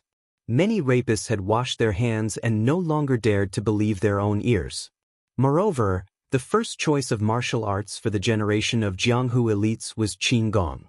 Big Sister Qin's contribution to the promotion of Qin Gong in Jianghu could not go unnoticed. As a result, there were a few sects in Jianghu that specialized in Qin Gong that wanted to find Big Sister Qin and give her a banner. However, before these sects could make a move, an accident happened. Big Sister Qin's destined son appeared. That day, just as Big Sister Qin was singing in the bath, our big brother Qin followed the sound and came over. He was intoxicated by the sounds of nature. When the singing stopped, he realized the awkwardness of the situation. Big brother Qin listened, then he listened. If he saw, then he saw. If he saw, then he should quickly run away. However, Big brother Qin had despised Qigong ever since he was young. He thought that it was an inferior martial art. Usually, he would not show any disadvantage in Qigong. However, at this critical moment, he could see the difference. The other people who had been hiding and eavesdropping also walked away. In the blink of an eye, they had disappeared. Poor Big brother Qin was easily caught up by Big Sister Qin after she put on her clothes. From then on, he fell into Big Sister Qin's evil clutches and was forced to get married. For a long time after he got married, Big brother Qin would pull people's hands whenever he saw them and say, "I'm really stupid, really." Then, he lifted his waist that he almost could not straighten up and said, "I only know that practicing Qigong is for escaping. It's not what a real man should do. I also know that rapists have good Qigong because they have ulterior motives. That's why I disdain to practice Qigong. However, I did not know that Qigong is also used to save lives." If you can't practice Qigong well, how can you survive in Jianghu? I really regret it. If God gives me another chance, I will definitely tell Master that I was wrong. If God can add a few more words to this mistake, I will definitely say that I will never dare to eavesdrop on other people's singing again. He then picked up the deer blood and tiger bone soup that he always carried with him and drank it all in one gulp. Then he cried bitterly. After Big Sister Qin got married, she no longer stepped into Jianghu. She and Big brother Qin were inseparable. This caused those sects who wanted to give her a banner to fail. It was also an accident that Big Sister Qin joined the Misty School. Big Sister Qin and her husband met an enemy in the wilderness. Both of them were seriously injured. At the moment of life and death, they were saved by the 6 Misty Tigers who were passing by. They were brought to the Misty Mountain Villa for rescue. Unfortunately, Big brother Qin's injuries were too serious. He passed away after a few days in the Misty Mountain Villa. Big Sister Qin was lucky enough to escape death. So, she joined the Misty School and took charge of the Mingzui Hall. The Mingzui Hall was named after the words, 2 orioles singing in the green willows, a group of egrets flying in the blue sky. When Big Sister Qin went to the Misty School, there were naturally many followers of her singing in the sect. These people also sympathized with Big brother Qin's experience. There were also many people who had been held by Big brother Qin. However, Big brother Qin and Big Sister Qin's final battle of life and death shocked them. Even now, it was still remembered by many people. They only remembered that day when Big brother Qin was dying. Big Sister Qin held his hand and said, "Big brother, that day you were forced to marry me. I know that I have wronged you. You have suffered by being with me. I have let you down." Big brother Qin shook his head weakly. He used the last of his strength to hold Big Sister Qin's hand and said, "No, you are wrong. Meeting you is my greatest happiness. The ancients said that after the lights go out, all women are the same. Actually, they are all wrong. After the lights go out, you are the best in the world. With a wife like this, what more can a husband ask for? Can you sing one last song for me?" Big Sister Qin dragged her extremely weak body and opened her cracked and bloody lips to sing, "A plum blossom stands proudly in the snow." Under Big Sister Qin's lingering singing, Big brother Qin closed his eyes. Big Sister Qin's face was covered in tears. However, to everyone's surprise, after the song ended, Big brother Qin forced his eyes open and said, "Also, the deer blood tiger penis soup you made is also very good." Big Sister Qin understood and forced a smile and said, "Nice to meet you. Nice to meet you too." Then, Big brother Qin let go of her hand and went straight to the west. Big Sister Qin also fainted in pain. She only woke up one day and one night later. Then, she dragged her injured body and held Big brother Qin's funeral. She also cut off her will to never marry again and never sing again. When this matter spread to the martial arts world, everyone sighed and said, "Endless love, a plum blossom is the best." Because of this, Big Sister Qin won the respect of everyone in the Misty School. Yen was naturally no exception. She liked this female hall master Mingzi very much and would chat with her whenever she had nothing to do. Moreover, Big Sister Qin's voice was so pleasant to the ears. However, Yen didn't talk much with Big Sister Qin today before she saw Zhang Qingyue walk to Peng and whisper a few words. Peng nodded and stood up. He called Big Brother Hu and Big Brother Li of the 6 Misty Tigers, and the 3 of them left the meeting hall. After the 3 of them came out, they walked along the corridor to the back of the meeting hall. They passed through a row of spacious rooms and entered a door. The door was also a spacious courtyard. Opposite the courtyard was a lobby. There was a plaque in front of the lobby that said, Law Enforcement Hall. It was the Misty School's Law Enforcement Hall. At this time, a powerful and solemn-looking old man was standing in front of the lobby. It was the Law Enforcement Hall Master Lu Yuzhou. Lu Yuzhou saw Peng and the others coming and went forward to salute. Greetings, gang leader. Peng quickly returned the salute and said, Old Hall Master Lu, there's no need to be so polite. Has Shui Yupeng been escorted to the hall? Hall Master Lu cautiously said, Yes, gang leader. This time the escort was very careful, so it was a bit slow. Some of Shui Yupeng's family also accompanied her. They followed gang leader's instructions and took good care of her. There were no casualties. Peng nodded in satisfaction and said, Thank you for your hard work, Old Hall Master Lu. I can only rest assured if I leave this matter to you. Hall Master Lu smiled and said, Gang leader's words are too serious. This is what this old man should do. Peng smiled and said, Old Hall Master Lu, there's no need to be so polite. You've been the law enforcement hall master for longer than I have been the gang leader. This cautiousness is all thanks to the Misty School. Alright, let's go in and see what this gang leader of the Luo Shui gang can do.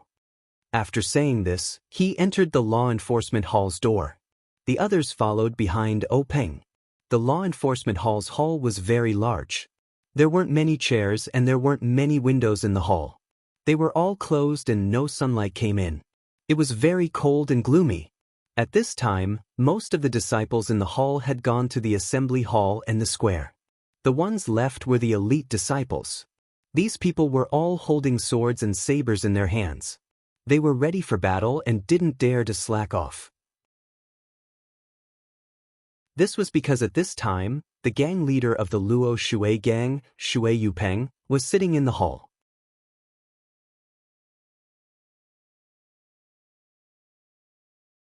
Chapter 86. In the law enforcement hall, a white-robed man stood beside a pillar with his hands behind his back. He was staring at the decorative patterns on the pillar. His white robes were slightly wrinkled and stained with blood.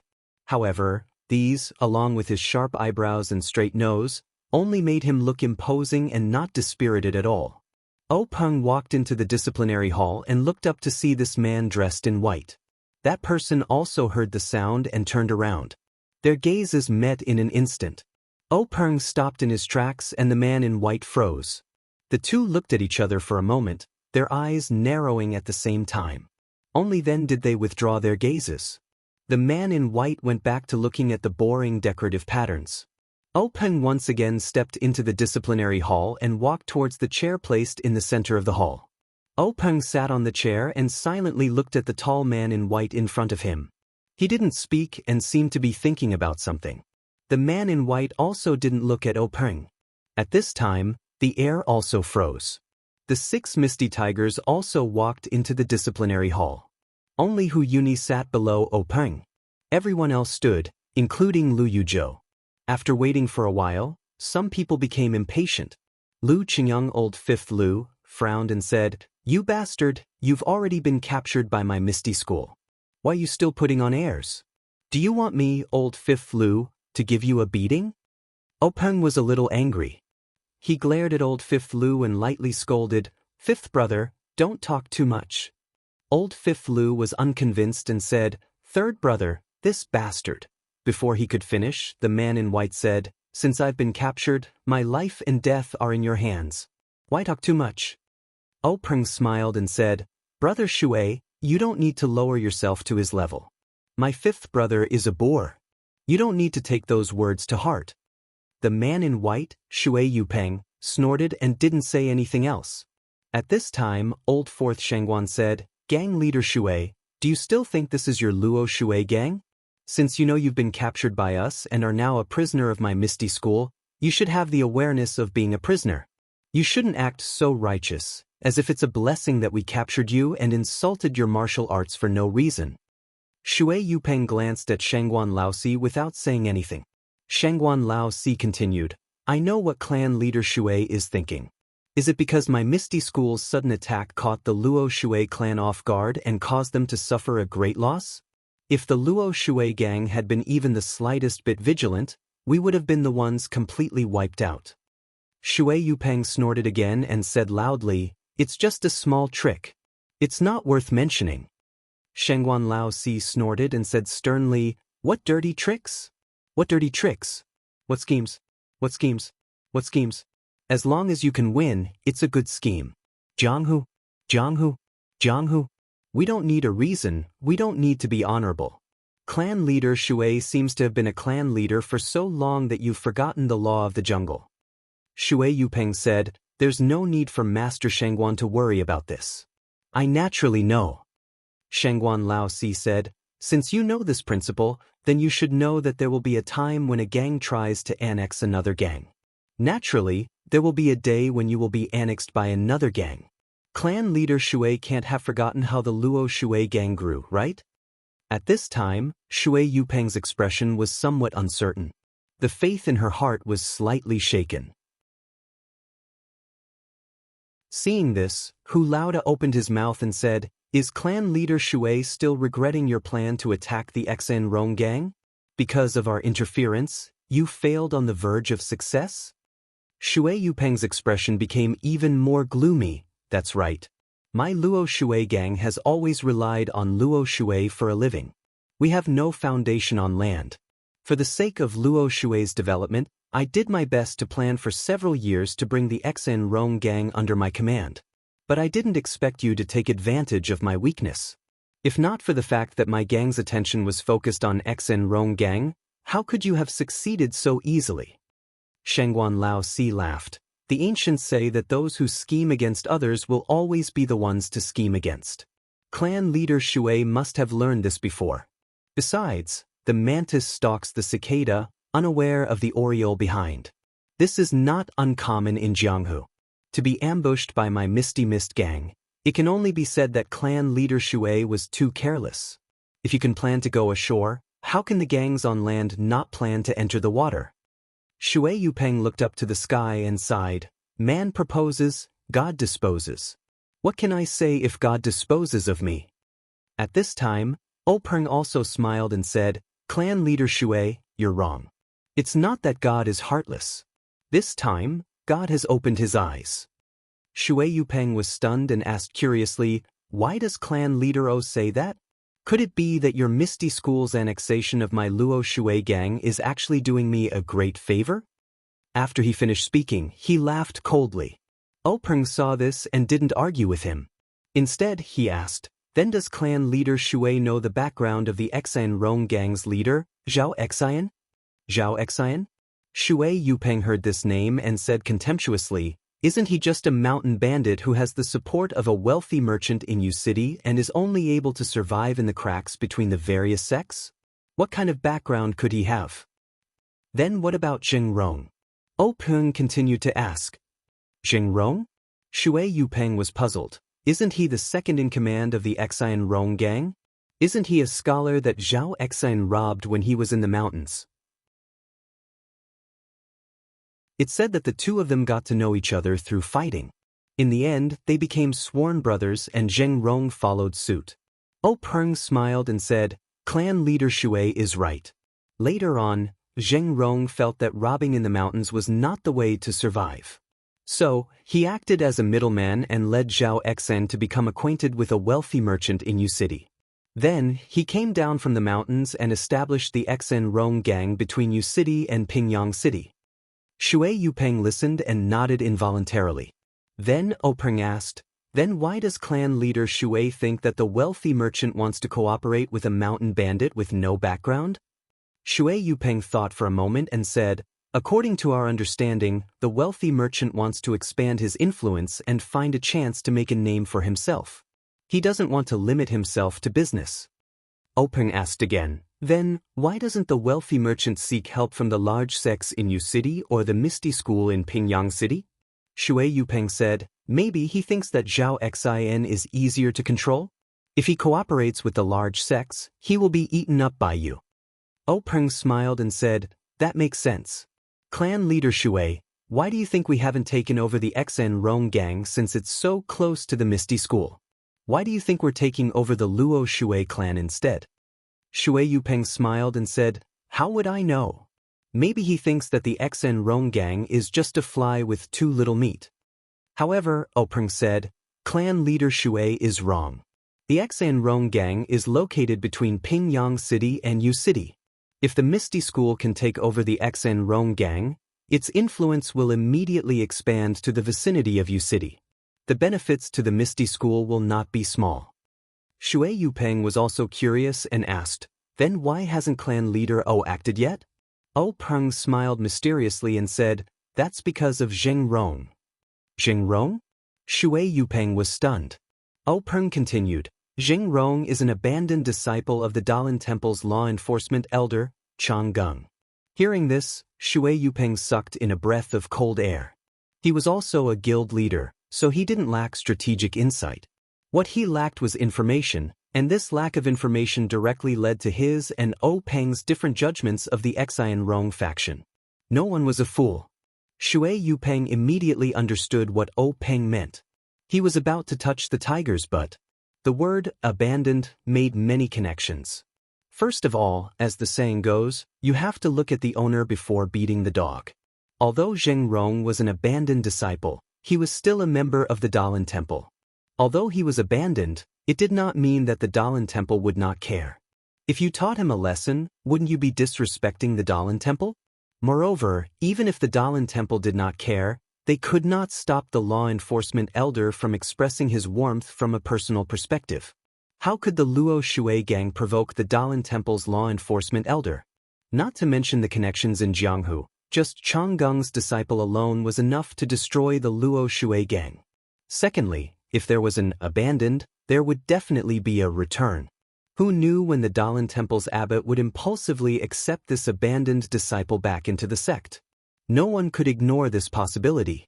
Moreover, this abandoned disciple of the Daoist Temple had not been announced to Jianghu. Even Openg only knew about this through extremely secretive channels. If one day the Daoist Temple announced that this abandoned disciple was just a slip of the pen and ink and could not be counted, then wouldn't anyone who acted against the Xen Rong gang become an enemy of the Daoist Temple? Alas, the Daoist Temple used the word abandoned very cleverly. When Shui Yupeng thought of this, he was somewhat disheartened and his expression could not help but become bleak. However, he still sneered and said, even if my Luo Shui gang could not take down the Xen Rong gang and was eaten up by them, or fell into the hands of the Daoist Temple, it would only be the end of the gang. What's the difference between this and today's situation? Grand Faction Leader O, this is just the pot calling the kettle black. Since you are the victor, you naturally have the right to laugh. Openg smiled and did not refute him. Instead, he looked at Li Jian. Li Jian nodded and walked out. He came to Shui Yupeng and without saying anything, he pulled out the sword at his waist and waved it. Shui Yupeng thought that his time was up and closed his eyes like a hero, ready to sacrifice himself. However, after waiting for a long time, he did not feel any pain. Then, he opened his eyes and looked at Openg. Openg looked at him with a smile. Just like before, he did not say a word. Shui Yupeng looked at Li Jian in confusion. However, he was immediately stunned by the scene in front of him. This is the sword ray?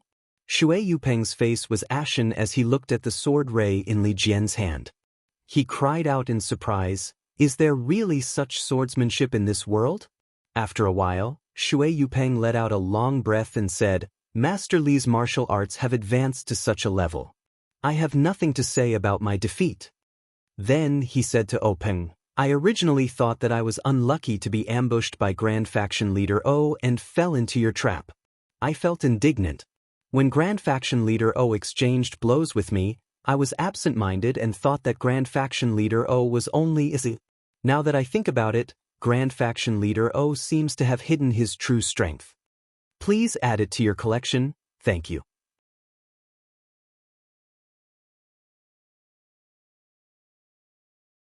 Chapter 87. Openg said, Sect Leader Shui must be joking. Swords have no eyes, who would hold back in a life-and-death battle? This one will naturally give it his all. My second brother's martial arts are naturally higher than mine. This one has always been busy with the sect's affairs and has fallen behind in terms of martial arts. The path of martial arts is like rowing a boat against the current. If you don't advance, you'll fall behind. I'm sure Brother Shui understands this. Finished speaking, he waved his hand at Li Jian. Li Jian understood and withdrew his sword, returning to his original position. Shui Yupeng snorted and didn't reply, thinking, only a ghost would believe that. However, at this time, Shui Yupeng's face was no longer as arrogant as before. Thinking about it, although the Misty School took advantage of the Luo Shui gang by catching them off guard and wiping them out in one fell swoop, they did have the strength to do so. Just by looking at Li Jian's martial arts, the Luo Shui gang was invincible. If they were to fight face to face, the Luo Shui gang wouldn't be able to escape the fate of being wiped out. At this time, Shui Yupeng was out of luck. Openg looked at Shui Yupeng's face and said with a smile, Sect Leader Shui, this one has a gift for you. I hope you'll accept it. Finished speaking, he nodded at Shangguan Fenglu, who immediately hurried out of the Hall of Justice. Shui Yupeng looked at Openg strangely, a trace of uneasiness in his heart. Sure enough, not long after, Shangguan Fenglu slowly walked into the Hall of Justice. Behind him was a woman in plain green clothes, holding a 3-year-old child in her arms. The woman's face was pale and her expression was somewhat agitated. The little boy's eyes were darting around as he held a tonghalu in his hand, eating it with relish. The two followed Shangguan Fenglu into the Hall of Justice. Shui Yupeng saw the two familiar figures and immediately couldn't help but tremble. He looked back at Openg with an angry expression and said sternly, Openg. Without waiting for Shui Yupeng to finish, Openg laughed and cut him off, asking, Sect Leader Shui, what did I do? Shui Yupeng lowered his voice, saying, Jianghu people have their own rules. My martial arts are not as good as yours. I can give my life to you. My wife and child don't know martial arts. Why did you take them? In the end, there was a hint of pleading in his voice. Openg was still all smiles as he waved his hand and said, Brother Shui, you're exaggerating. I'm not as bad as you think. While the two were talking, the woman and the child had already entered the law enforcement hall. The boy stared curiously at the group of strangers around him. When he saw a familiar face, he cheered and no longer focused on the candied hawthorn in his hand. He struggled to get out of the woman's arms. The woman hugged him and didn't dare to let go. She looked at Shui Yupeng pitifully. The child's face was also red and his small body was twisting hard. He was about to cry. His hand that was not holding anything also reached out to Shui Yupeng. In an instant, Shui Yupeng's mind was emptied of all thoughts. What Jianghu? What bloodshed? What imperial dynasty? What Jianghu? What Jianghu? What bloodshed? What imperial dynasty? What Jianghu? What Jianghu? What bloodshed? What imperial dynasty? What Jianghu? What Jianghu? What Jianghu? At this moment, Shui Yupeng no longer had his arrogance. He bent his back that had always been straight and reached out with his hands behind his back. He made a gesture of hugging the child. When the woman saw this, she let go of her hands and carefully put the boy on the ground. As soon as the boy's feet touched the ground, he immediately whistled and rushed over with a giggle. Shui Yupeng waited for the boy to come closer. He grabbed the child's armpits and raised him high above his head. His two hands alternated in front and back, causing the child's body to sway left and right, making the child giggle. He seemed to like this game that he often played. When the child was done laughing, Shui Yupeng held the child in his arms. He raised his head, squinted his eyes, and lovingly stroked his little head. He was enjoying this rare family happiness that he thought he would never have again. The boy seemed to be uncomfortable because his father hugged him harder than before. He struggled with all his strength and poked his little face out of Shui Yupeng's arms. He pushed the candied hawthorn in his hand to Shui Yupeng's mouth and said in a childish voice, "Daddy, this is for you. It's so sweet." Shui Yupeng gently said, "Good boy, Anan. Daddy won't eat it. You can eat it yourself." The boy was unhappy. He twisted his body and said coquettishly, "Daddy, you must eat it. Tian Tian has always wanted to give Daddy some. If Daddy doesn't eat it, Tian Tian will finish it all. When that time comes, Tian Tian will be unhappy." Usually, Shui Yupeng would not eat the candied hawthorn. He would definitely think of a way to make the child eat it himself. At this moment, he suddenly felt his eyes moisten. He looked at the child's eager eyes and opened his mouth. The boy saw that his father had finally agreed and was very happy. He put the candied hawthorn into his father's mouth. When he saw Shui Yupeng take a bite, he smiled sweetly.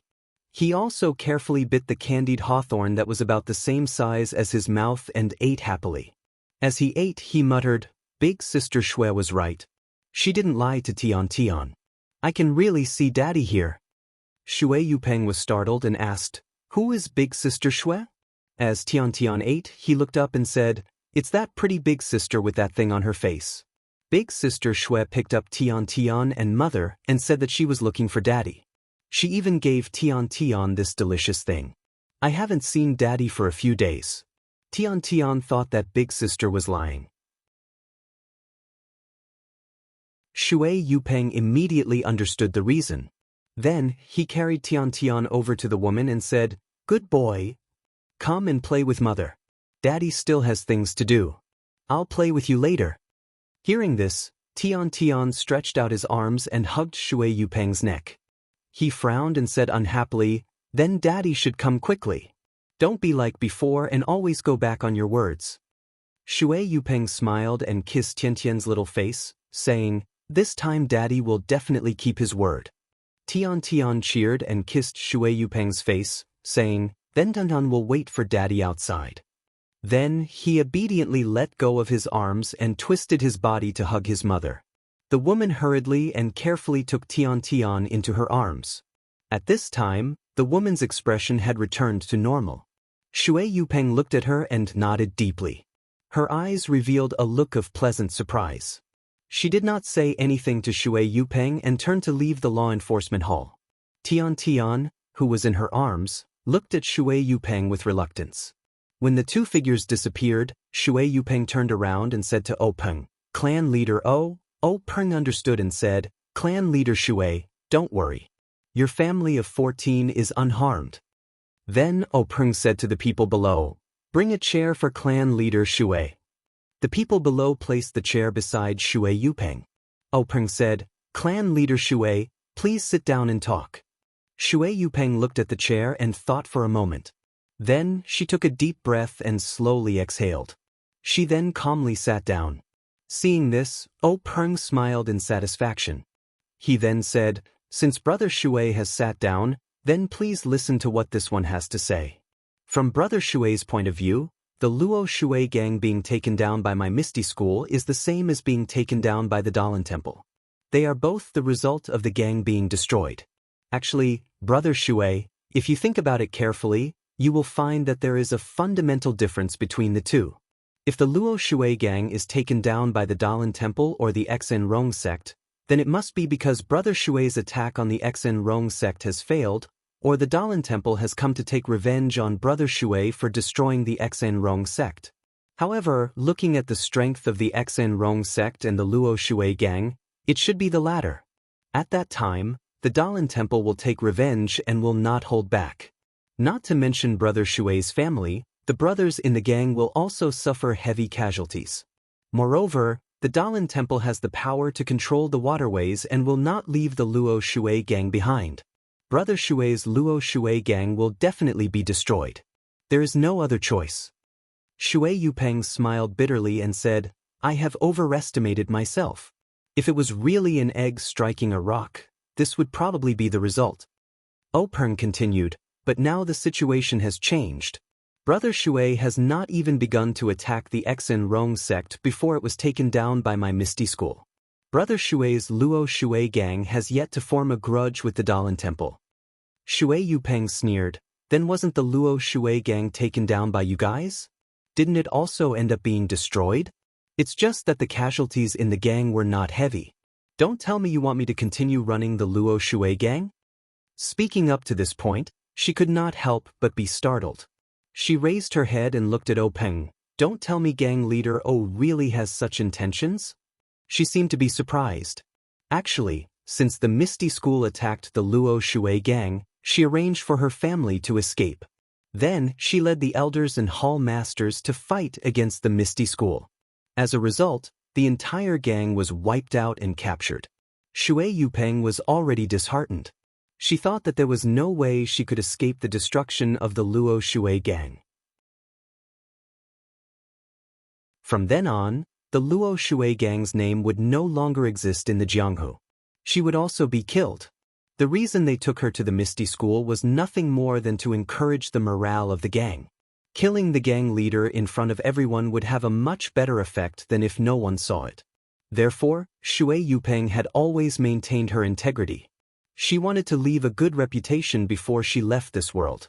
Actually, it was not that Shui Yupeng did not consider the possibility of the Misty School sparing her life and relying on herself to develop the Luo Shui gang for the Misty School. However, thinking about it, although the Misty School did not have any influence on the Luo Shui gang, the Luo Shui gang had so many elders and hall masters. Any one of them might not have the prestige she had in the gang, but there was never a shortage of capable people who could manage the affairs of the gang. With the help of the Misty School's martial strength, even without her, Shui Yupeng, the Luo Shui gang could still develop. Leaving her behind would definitely be a hidden danger to the Luo Shui gang. Therefore, Shui Yupeng had always thought that the Misty School would not spare her. However, until now, O Peng had first compared the strength of the two factions, then brought out the background of the Xinrong faction, and even brought out the martial strength of the Misty School. Finally, he had her family appear. Could it be that Shui Yupeng's heart was stirred up again? She really could not believe that O Peng had such great courage and was willing to spare her so that she could regain control of the Luo Shui gang.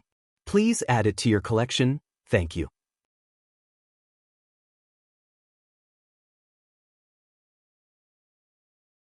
Chapter 88. When O Peng heard Shui Yupeng's words, he smiled proudly and said, "Why not?" With such a big step in front of him, how could Shui Yupeng not take it? He immediately knelt down and said, "Shui Yupeng greets Chief O." O Peng waited for him to kneel down before he stood up and helped Shui Yupeng up. He said loudly, "Brother Shui is too polite. Since you've entered the Misty School, you're my brother. Please rise." When the rest of the people saw this, they all laughed and went up to congratulate him. Thus, Shui Yupeng once again greeted everyone one by one. After everyone returned the greeting, O Peng asked the gang members to bring a few chairs over for everyone to sit down. O Peng smiled and said to Shui Yupeng, "Brother Shui, are you curious as to why I let you take over Luo Shui and not let someone else replace you?" Shui Yupeng cupped his hands and said, "Since Chief has made such an arrangement, there must be a reason for it. This subordinate will definitely listen to Chief's arrangements. However, this subordinate is indeed curious. From the elders to the hall masters, there are many people who can replace this subordinate. For Chief to use this subordinate is out of this subordinate's expectations. This subordinate is all ears. Please help me clear up my doubts." When O Peng heard Shui Yupeng call him subordinate, he smiled and said, "Brother Shui, you don't have to call me subordinate. My Misty School doesn't have that many rules and I don't see Brother Shui as a subordinate. If you're willing, Brother Shui can call me brother." Shui Yupeng readily accepted and said with a smile, "Since Chief has said so, how can this brother not obey?" O Peng continued, "Although the battle between the Luo Shui gang and Misty School was intense, the disciples of Misty School were all elites and knew how to hold back. Although the Luo Shui gang was taken down, they didn't suffer heavy casualties. It could even be said that they didn't hurt their bones, but their morale was broken. What the Misty School needs to do now is to regain the morale of Luo Shui so that they can deal with the prying eyes of the other gangs. If it was someone else, not only would they have to reshuffle the cards, they would also have to face the doubts of the other gangs. Although Misty School can support them with force, there will still be internal friction and hidden dangers. This is something the Misty School cannot accept. Moreover, as Brother Shui knows, the Misty School doesn't have any brothers who are proficient in water matters. The Luo Shui gang will still have to be managed by the people of Luo Shui gang, the most suitable candidate for this position. Otherwise, I wouldn't have spent so much effort to invite Brother Shui to join my Misty School. Shui Yupeng still didn't believe him and said, "Don't tell me Chief can rest assured that brother will go to Luo Shui?" Haha, Peng laughed and said, "Brother Shui, don't use people you don't trust. I can't help but feel at ease letting Brother Shui go to Luo Shui. However, I must let Brother Shui have some concerns. Brother Shui doesn't need to bring your family to Luo Shui. You can settle down in my Misty Mountain Villa. Luo Shui isn't that far and Brother Shui can return to the sect often. Moreover, I see that nephew Tian has a unique physique and is a martial arts talent. After this year, I'll let Qingyu or Ahai take him in and let him practice my Misty Mountain Villa's techniques. In the future, he will definitely be a pillar of the martial arts world who possesses the strengths of two sections." Shui Yupeng's expression changed slightly and quickly returned to normal. He cupped his fists and said, "Thank you, Chief, for the arrangement." Peng saw this and said with a smile, "Brother Shui doesn't seem to understand what I mean. However, it's no wonder. Since I'm letting Brother Shui join my Misty School, I'll naturally give Brother Shui some benefits. Otherwise, how could Brother Shui be so willing?" Looking at Shui Yupeng's puzzled expression, Peng laughed heartily and said, "Brother Shui, in Jianghu, there are many sections. Gangs also spring up like bamboo shoots after a spring rain. New gangs are formed and old gangs are destroyed. A new generation replaces the old in Jianghu. For example, since the Luo Shui gang was established by the previous chief, it has only been 2 generations, close to 30 years. Shui Yupeng nodded and said, "Yes. However, in the past 30 years, gangs like the Luo Shui gang are as numerous as carps crossing the river. There are countless of them." Peng continued, "In Jianghu, sects rise one after another, each leading the way for hundreds of years. However, there are still some sects that remain standing. They are like the rocks in the river. No matter how the situation in Jianghu changes, they are the eternal protagonists. I'm sure Brother Shui knows about these sections." Shui Yupeng smiled and said, "Of course. Think about the Daoist Temple and the cult of incense. These super sects have been in Jianghu for hundreds of years. How can I not know?" Peng nodded and continued, "These super large sects have their own fixed mountain ranges, occupying a radius of dozens of miles for their disciples to live and practice martial arts. The most important thing is that these super large sects have their own martial arts heritage, and their disciples practice the martial arts of their own sections. These martial arts are mostly of the highest quality in Jianghu, so they can practice twice as fast with half the effort compared to ordinary martial arts. Moreover, these sects have their own methods of selecting disciples, so they can ensure that they can pick out suitable disciples from the masses of ordinary people, ensuring the prosperity of their sections." Shui Yupeng smiled bitterly and said, "Faction leader is right. For example, I've only heard of the Daoist Temple's Buddha's Palm and Grasping Flower Heart Sutra. I've never seen them before. The Luohan Fist and Erlang Fist that are popular in Jianghu are probably low-level martial arts that the Daoist Temple disdains to practice. The Daoist Temple's Nigong Heart Sutra is rarely taught to outsiders. The Luo Shui faction doesn't even have their own Nigong Heart Sutra. I've only managed to obtain a Nigong Heart Sutra that was left behind by others. Otherwise, I don't know where in Jianghu I'd be holding swords and using blood to exchange for life." Peng said, "Yes, Brother Shui's Sai is the voice of many people in Jianghu. It's easy to enter Jianghu, but difficult to practice martial arts. Without good luck and the heritage of a sect, it's extremely difficult to practice profound martial arts." Shui Yupeng was still puzzled. These were secrets that were not easily known to the lower levels of Jianghu, but to the faction leaders and leaders of various sects, it was extremely common knowledge. What did Peng mean by saying it today? He could not help but frown, but he still said, yes, back then, when I was in my teens, I ran away from home and wanted to make a living in Jianghu. But I was fooled and joined a small faction. After fighting and killing for several years, I finally understood the situation in Jianghu. Only then did I know that the Daoist temple and the incense cult were the holy places to practice martial arts. When I found a chance to go there and learn martial arts, I was told that I was already past the age to practice martial arts. Although I did learn some martial arts in those years of life and death battles, they were nothing but trash in the eyes of others. They were not worth mentioning at all. Now that I think about it, I was too impulsive and my thoughts were extremely naive. I thought that I could practice profound martial arts in Jianghu, really. At this point, Shui Yupeng shook his head, looking as if he could not bear to look back on the past. Peng also agreed. Brother Shui is right. In Jianghu, it's always been the master who chooses the disciple. There's no such thing as the disciple looking for the master.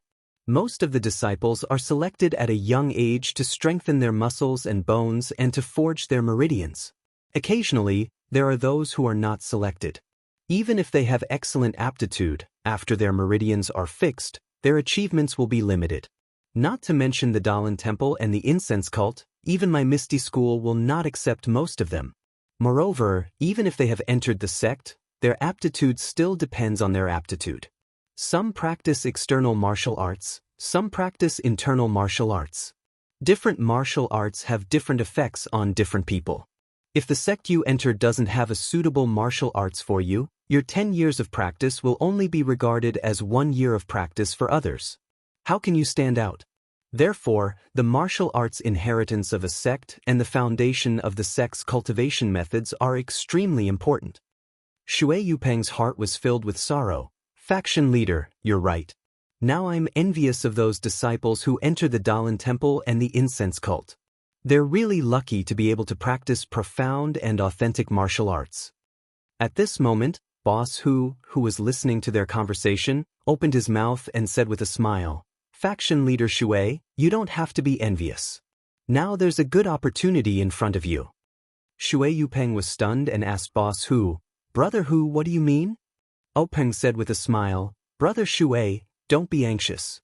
When we talked about martial arts heritage, Brother Shui naturally thought of the famous sects that have been standing for hundreds of years. In fact, there are some sects that have martial arts heritage. Although they aren't super sects, they have survived the changes in Jianghu. Those that have been passed down for hundreds of years were just unlucky and couldn't become super sections. To be able to practice in such a sect is not much worse than the Daoist temple. When Shui Yupeng heard this, his face froze and immediately became ecstatic. He stood up from his chair and said, Faction leader, could it be that this Misty school has been passed down for hundreds of years? After he finished speaking, he looked at Peng's face in disbelief. Peng smiled and nodded proudly. Shui Yupeng let out a long sigh and said, Compared to the Misty school, Luo Shui faction is just a newborn baby. To be able to enter the Misty school which has been passed down for hundreds of years is my fortune. Luo Shui's fortune. It's a pity that my meridians have already formed and I can't change to the Misty school's methods. What a pity. Peng comforted him, Brother Shui, there's no need to sigh. Didn't I just assume the responsibility of letting nephew Tian enter the Misty school? Isn't it a happy thing to let your children and grandchildren realize your ambitions? Shui Yupeng was grateful and bowed again. Thank you, faction leader, for the arrangement. This time, he was sincerely bowing down. Peng quickly stood up and helped Shui Yupeng up. Since we're brothers, there's no need to be so polite. After that, Peng patted Shui Yupeng's shoulder. An extremely profound internal force swarmed into Shui Yupeng's shoulder from the acupoint on her shoulder. In an instant, it flowed through Shui Yupeng's meridians and unlocked all the acupoints that had been sealed earlier. It was only now that Peng was truly at ease with Shui Yupeng. Shui Yupeng felt the depth of Peng's internal energy and couldn't help but be shocked. In Jianghu, there were specific methods for unsealing meridians. If the method of unsealing the meridians was wrong, it would cause great harm to the human body. Openg actually didn't use any specific methods. Of course, he knew how to seal the meridians, but more importantly, he had confidence in his own internal energy.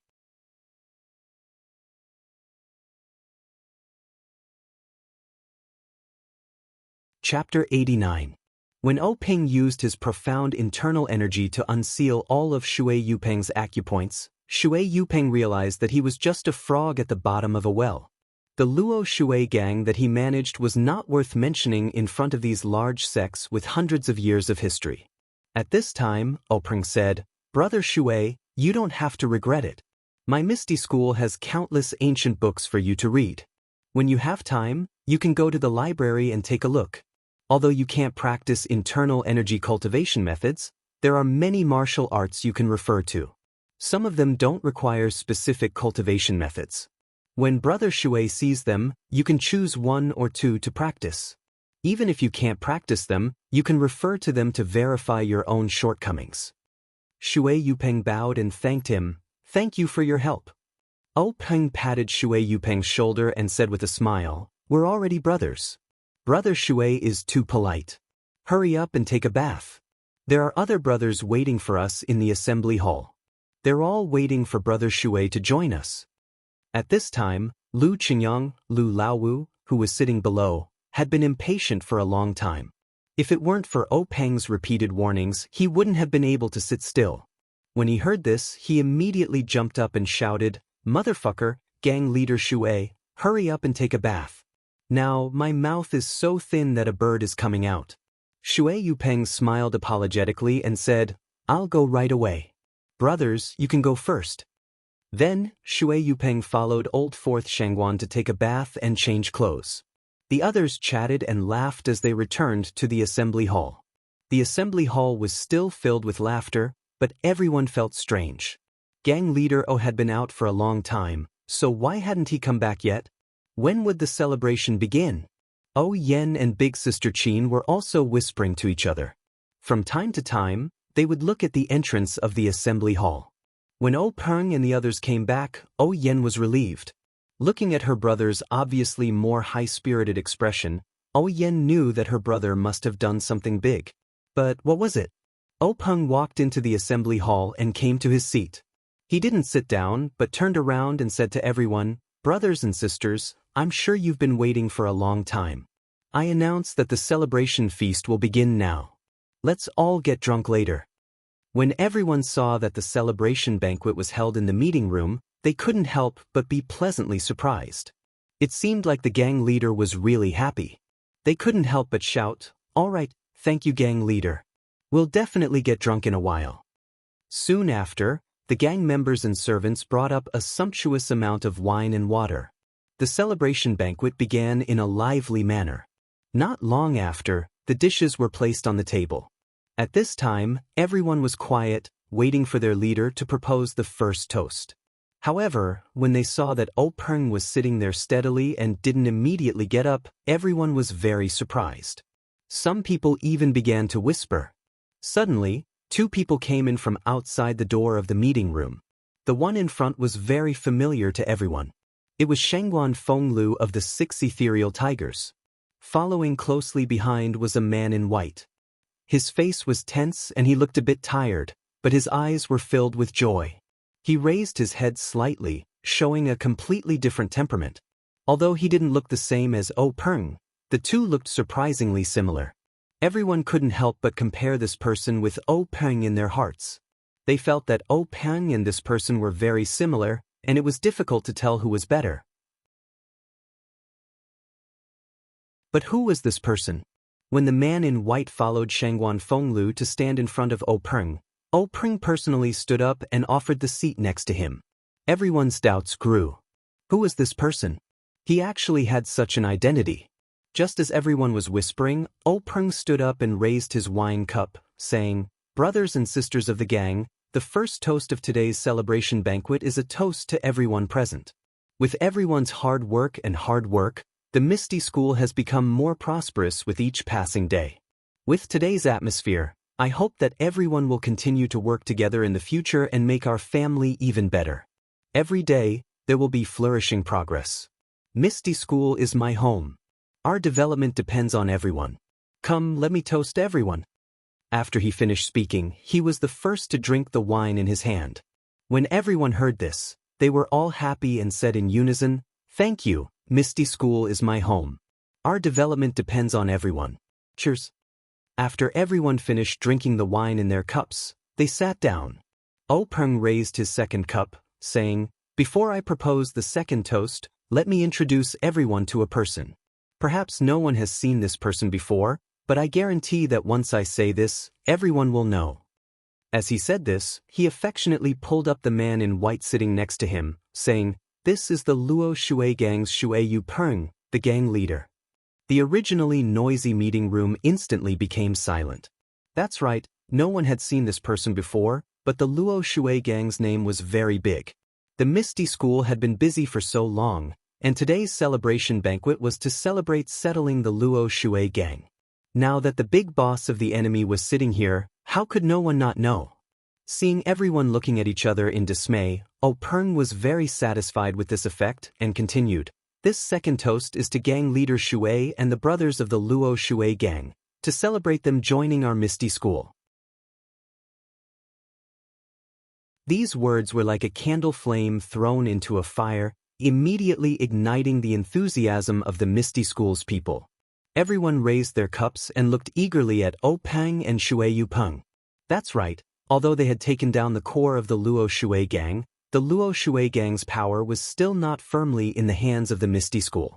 If Shui Yu Peng did not represent the Luo Shui Gang in joining the Misty School, then there would definitely be some fierce battles. Moreover, it would be on water, which the Misty School was not good at. Needless to say, there would definitely be casualties. Now that the Luo Shui Gang had joined the Misty School, naturally the two factions would become one. In the future, these fierce battles would not need to be fought, and there would be no bloodshed.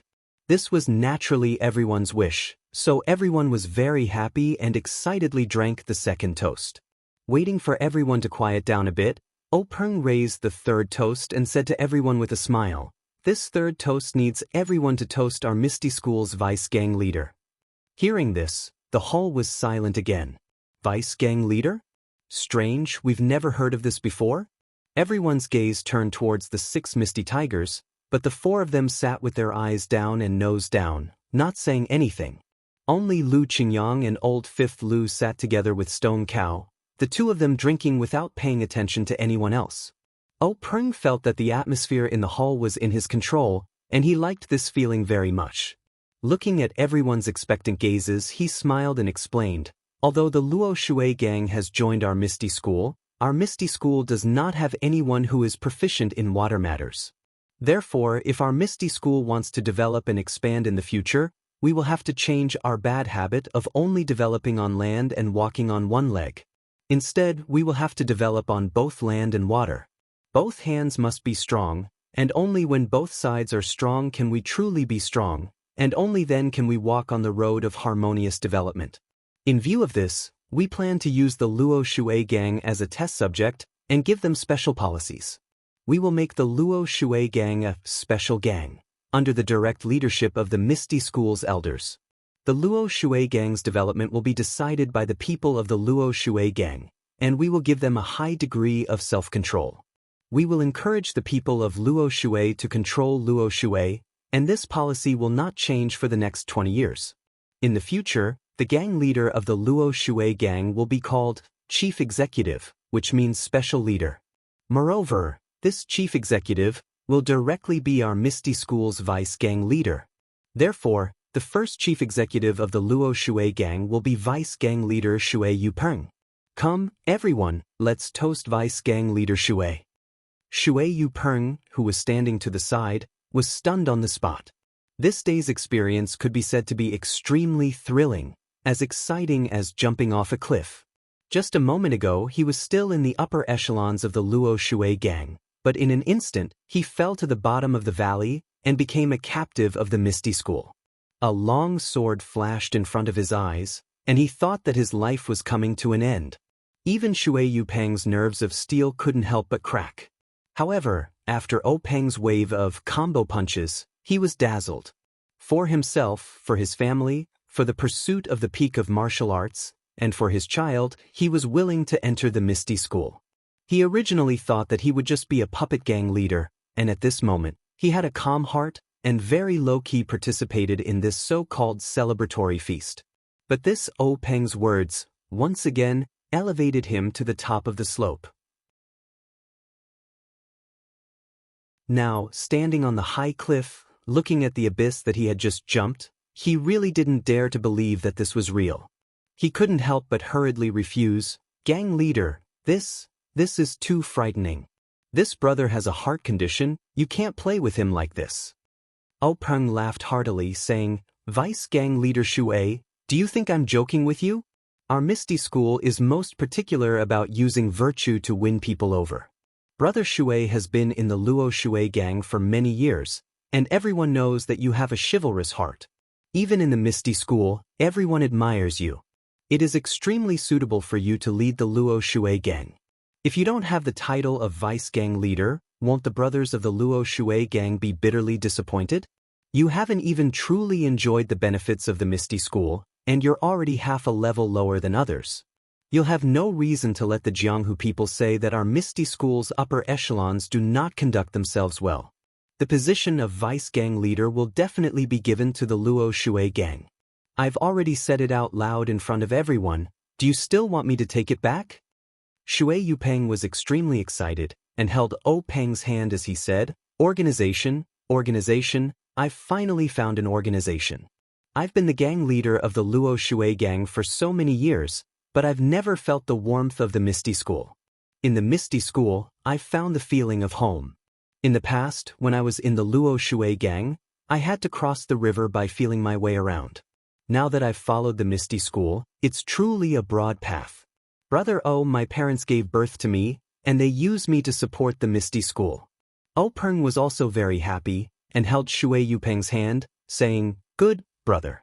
With your words, it's enough. I believe that with the two of us working together, we'll definitely be able to catch up with the great Lin Chao legend, and do something that will allow us to conquer the heavens.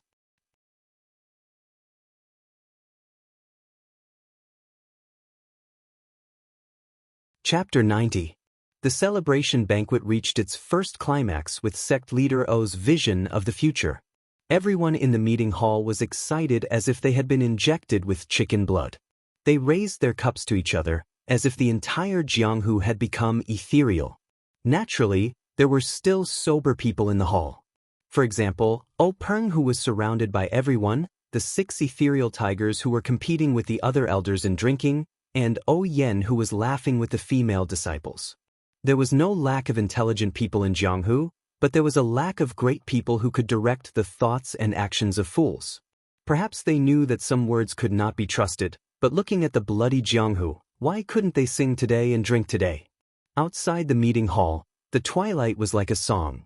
A few days after the celebration banquet, Shui Yupeng rushed to Luo Shui to regain control of the Luo Shui gang. Under Shui Yupeng's repeated requests, Peng reluctantly sent Shangguan Fenglu and a group of elites to accompany her and assist her in handling the affairs of the Luo Shui gang. The merger between the Misty School and the Luo Shui gang was indeed an inconspicuous small wave in the Jianghu where sects were fighting each other. It did not attract much attention, but in some places, there were different reactions. Wanjian Peak, Meeting Hall. Wan Qingjiu listened to the report with a gloomy face. He slapped the armrest of his chair and said, If the Misty School continues to develop, how will my Wanjian Peak deal with it? Everyone, do you have any good suggestions? If not, go to the grassroots and find a few representatives to come up with a proposal for us to discuss.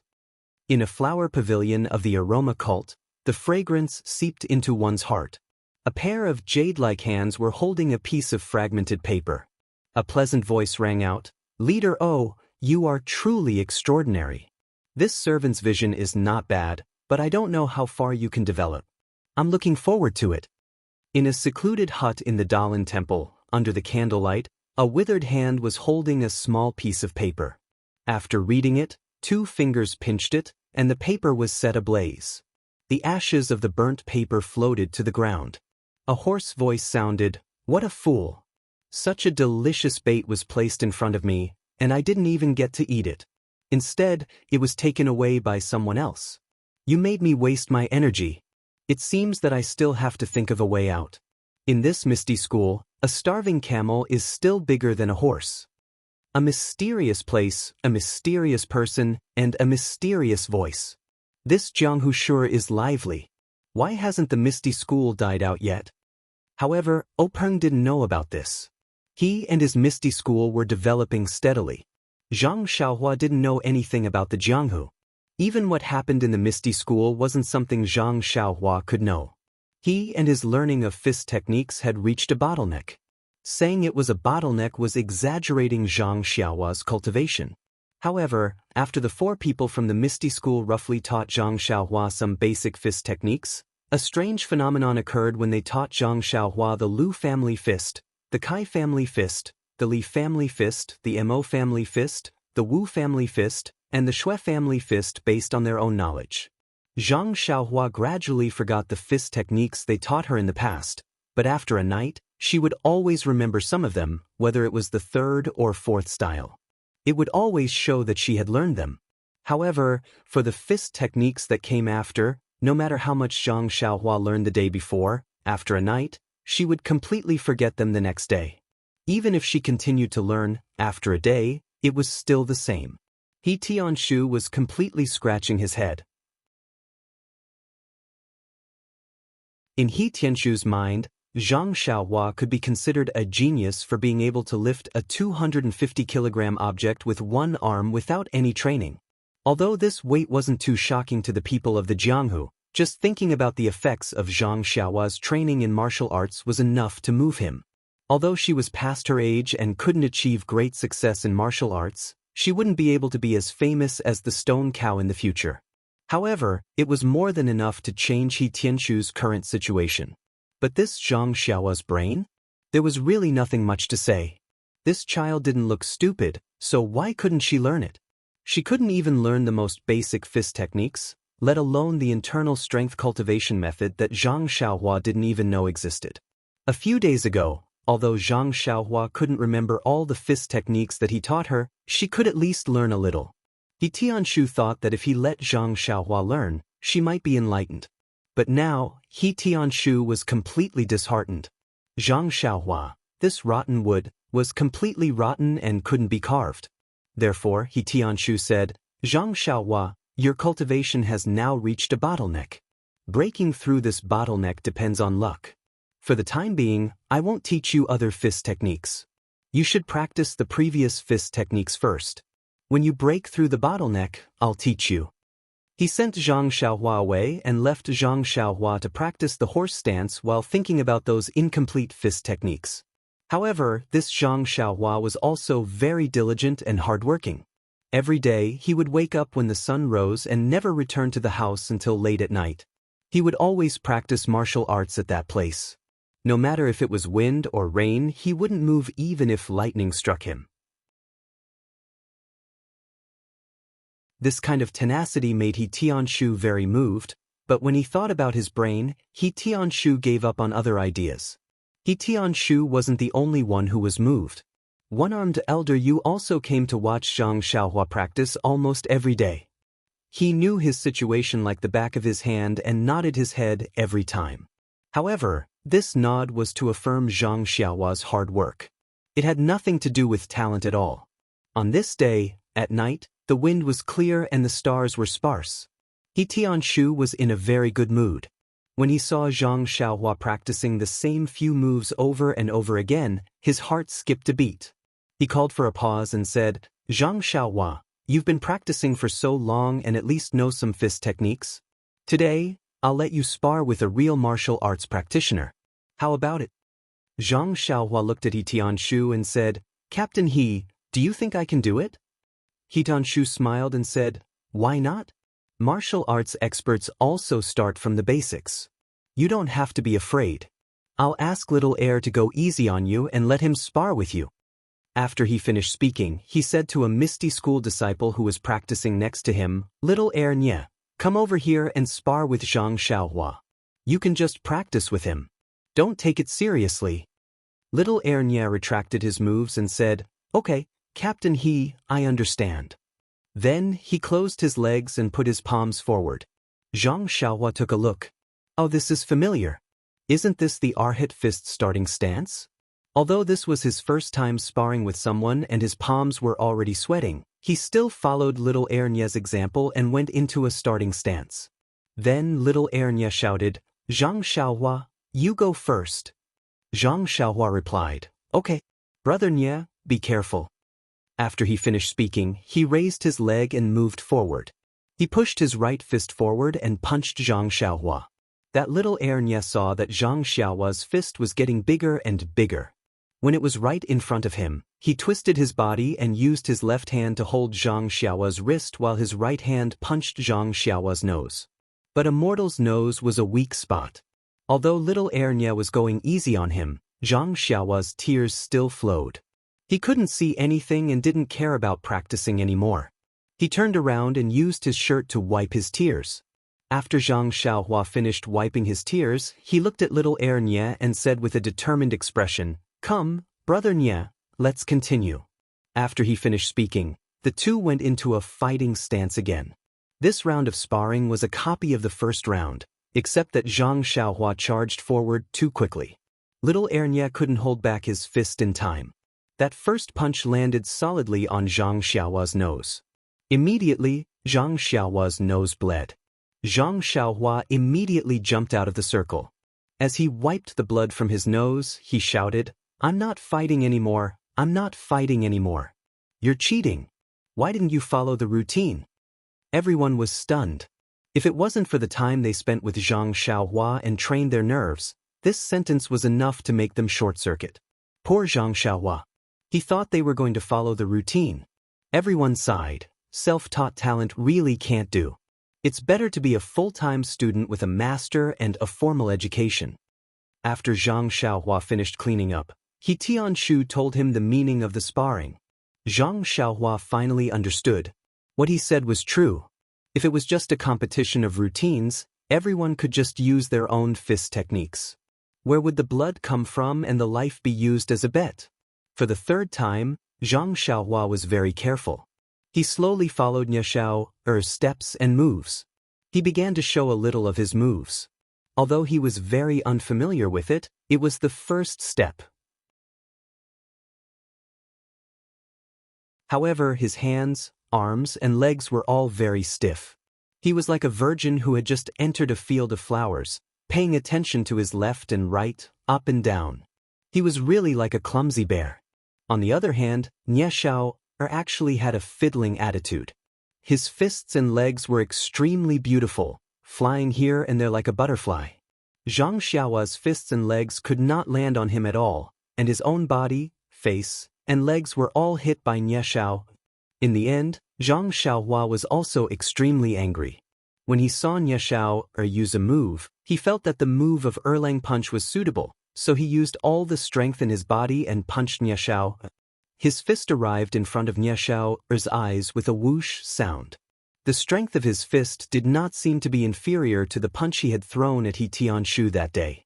In Zhang Xiaohua's mind, he should at least send Xiao flying. After all, this was a fist with the strength of 250 jin. However, the reality was far beyond Zhang Xiaohua's expectations. When Xiao saw the fist coming, he didn't panic. His fist turned into a palm. One hand wrapped around a bowl with golden silk and caught Zhang Xiaohua's fist. His other hand reached forward and grabbed Zhang Xiaohua's collar. Then he spun around and used the four tails to lift 1,000 jin technique. He pulled Zhang Xiaohua's body along the direction of his fist. In an instant, Zhang Xiaohua's small body flew off the ground like an arrow. Fortunately, there was a medicinal field in front. The soil was soft and the medicinal plants were also ordinary. When Tianshu saw this, he didn't stop him. In fact, Tianshu's loss of confidence in Zhang Xiaohua was also because of this. She had the strength, but she didn't know how to use it. It was like a 3-year-old child who could play with 1,000 jin meteor hammer. Although it was amazing, if he wasn't careful, the result would be his head being smashed. At that time, he would lose his life. And although Zhang Xiaohua had the strength of 1,000 jin, the path of fist techniques was like rotten wood. She couldn't use her strength. This Nie Xiao was just a low-level disciple of the Misty School. A simple 4 taels to lift 1,000 jin technique was enough to take Zhang Xiaohua's life, let alone others. Not long after, as expected, a dusty Zhang Xiaohua safely returned. Only her clothes were covered in dust and her hair was covered in mud. At this time, Zhang Xiaohua didn't have the regret and dejection that he Tianshu thought. Instead, she was unusually happy. She walked in front of Nie Xiao and hurriedly asked what fist technique it was. Why didn't she teach it to him a few days ago? Nie Xiao looked at her innocently and pitifully pointed at He Tianshu and said, "Brother, I'll have to let Captain He tell you." Zhang Xiaohua quickly walked over and begged He Tianshu to teach her this fist technique. He Tianshu didn't know whether to laugh or cry and said, "Zhang Xiaohua, I'm very supportive of your desire to learn martial arts. But everything has to be done step by step. If you don't have a good foundation, you won't succeed in learning any high-level martial arts. The martial arts that Xiao is using isn't a fist technique. It's just an application of fist techniques. You haven't even learned the basics of fist techniques. How can I teach you? Moreover, this 4 taels to lift 1,000 jin technique doesn't just require posture. It also requires the application of strength. This is a technique unique to the Misty School. You're not a disciple of the Misty School now, so I don't dare to teach you. Even if you want to learn, I'll have to ask the manor head and wait for the relevant leader's approval before I can consider it." After that, He Tianshu smiled apologetically and said, "I'll reveal one more thing.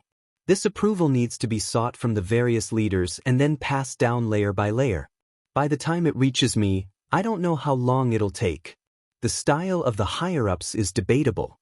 You'd better practice your fist techniques steadily and pass your bottleneck before you can make any plans." Zhang Xiaohua was rejected by He Tianshu and was slightly sad. But he also knew that he had only gained the manor head's favor. It was already good enough that he was fated to learn the fist techniques. And seeing that He Tianshu didn't hide anything from him, he knew that he had learned quite a lot. However, his fist techniques were indeed too weak. Before he learned everything and received He Tianshu's approval, he didn't have the right to complain. Zhang Xiaohua's first martial arts competition thus ended. To Nie Xiao, it was just a game. But Zhang Xiaohua saw a whole new world. At least he knew that the competition didn't follow the rules. Then, it seemed that he suddenly had a flash of inspiration. Even if he didn't learn the full set of moves, he could still compete? Then, why did team leader He keep asking him to learn the full set of fist techniques before talking about the next step? This question stayed in Zhang Xiaohua's mind for a long time and he didn't have an answer. However, this didn't affect his enthusiasm to practice martial arts.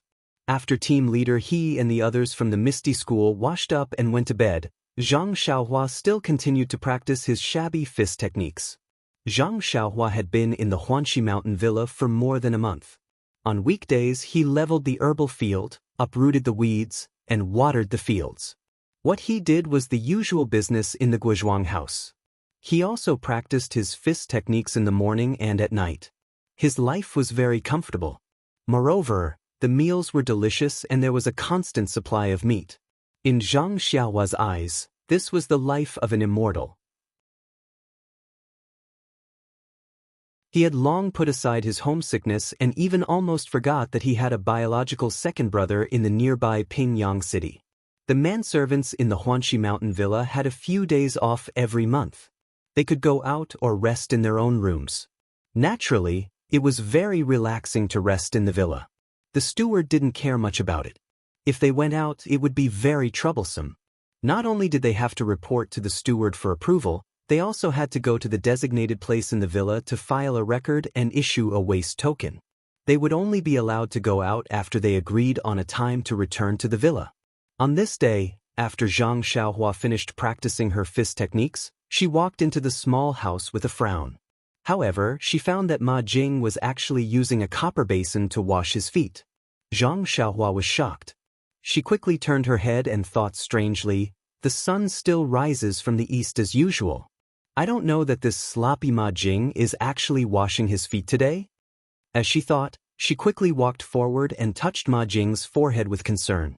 Then, she touched her own forehead and said in puzzlement, "Brother Ma, you don't have a fever." Ma Jing said angrily, "Of course I'm not sick. Why would I have a fever? It's such a good day. I can go out and breathe in the fresh air. Why would I be sick?" Zhang Xiaohua didn't understand and asked, "Brother Ma, what do you mean? The air in this villa is very fresh every day. It's just that it's different from our house." Ma Jing pursed his lips and said, "You country bumpkin. What do you know? No matter how fresh the air in the villa is, it's not as fragrant as the pollen in Zuixiang house." Zhang Xiaohua suddenly understood. Although she had never been to those places, she couldn't help but hear Ma Jing talk about the wonders of those places every day. Naturally, she knew what kind of place it was. Zhang Xiaohua's heart skipped a beat and said, "Brother Ma, I've always heard you mention Zuixiang house. It seems like you're going there today?" Ma Jing looked around carefully and said softly, "You're young but you know a lot. You're very smart. Your brother Ma is going there to take care of their business. But you want to go too?" Zhang Xiaohua said carefully, "Brother Ma, you're mistaken. I just want to ask. I've been in the villa for a month and haven't left the villa. I heard that we can go out every month. I want to follow Brother Ma to Pingyang City. I won't be going to Zuixiang house, but it's good to walk around." Ma Jing tilted his head and thought for a while.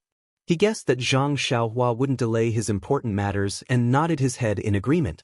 Zhang Xiaohua was overjoyed and thanked him. Then, she quickly tidied up and sat by the Kong bed to wait for Ma Jing. She thought that Ma Jing would be done tidying up very quickly.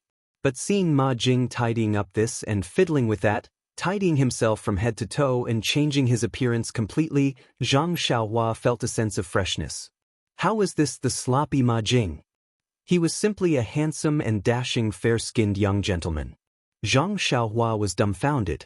He looked outside and saw that the sun was already high up in the sky. It was already late. This Ma Jing took longer to dress up than the ladies on the sedan. He couldn't help but urge him, "Brother Ma, can you hurry up? It's already late." Who knew that Ma Jing was still calm and unhurried? He looked at himself in the mirror again and said, "I'm not busy. I'm not busy. The ladies at Zuixiang house are probably still dreaming. Why should I go so early?" Zhang Xiaohua was so angry that his nose was crooked and he almost fainted on the Kong bed. Fortunately, he had been hanging out with Ma Jing for a long time and was knowledgeable. He immediately took the horse stance and didn't fall.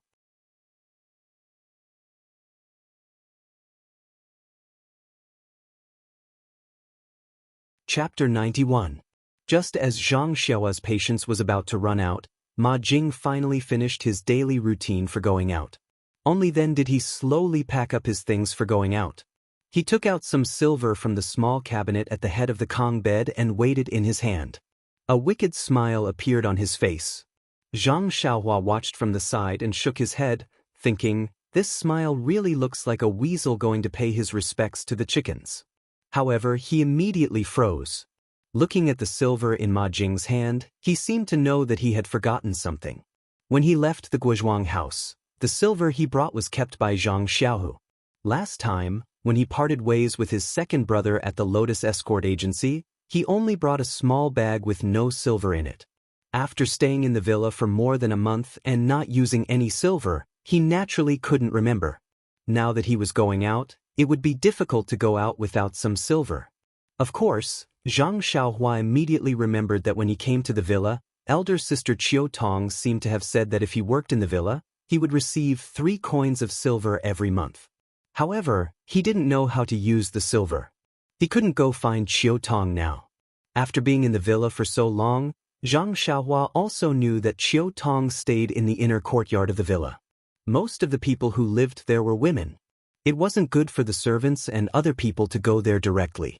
Moreover, Qiu Tong's status in the villa wasn't low. If he went to find her for such a small matter, it would seem like he was too calculative. Why didn't he ask Ma Jing in front of him? Thinking of this, Zhang Xiaohua went up to Ma Jing and asked with a smile, "Brother Ma, I want to ask you something." Ma Jing glanced at him and said, "Say it, brother. There's nothing in the villa that I don't know." Then, he felt that Zhang Xiaohua was looking at the silver in his hand. His expression changed and he immediately put the silver into his clothes. He smacked his lips and said, "Other than this, I want to borrow silver." Zhang Xiaohua said, "That brother Ma, it's really about the silver." Ma Jing firmly waved his hand and said, "This, I really don't have it." Zhang Xiaohua smiled and said, "This, you can have it." Ma Jing was displeased and said, "Brother, if Big Brother says no, then no. Big Brother is a man of his word." Seeing that Ma Jing was unhappy, Zhang Xiaohua stopped teasing him and said, "Brother Ma, I'm not asking to borrow money from you. I just want to ask you about this month's salary." Ma Jing rolled his eyes and looked at Zhang Xiaohua's expression. After confirming that he didn't want to borrow money from him, he let out a big sigh of relief and said, "Good, kid.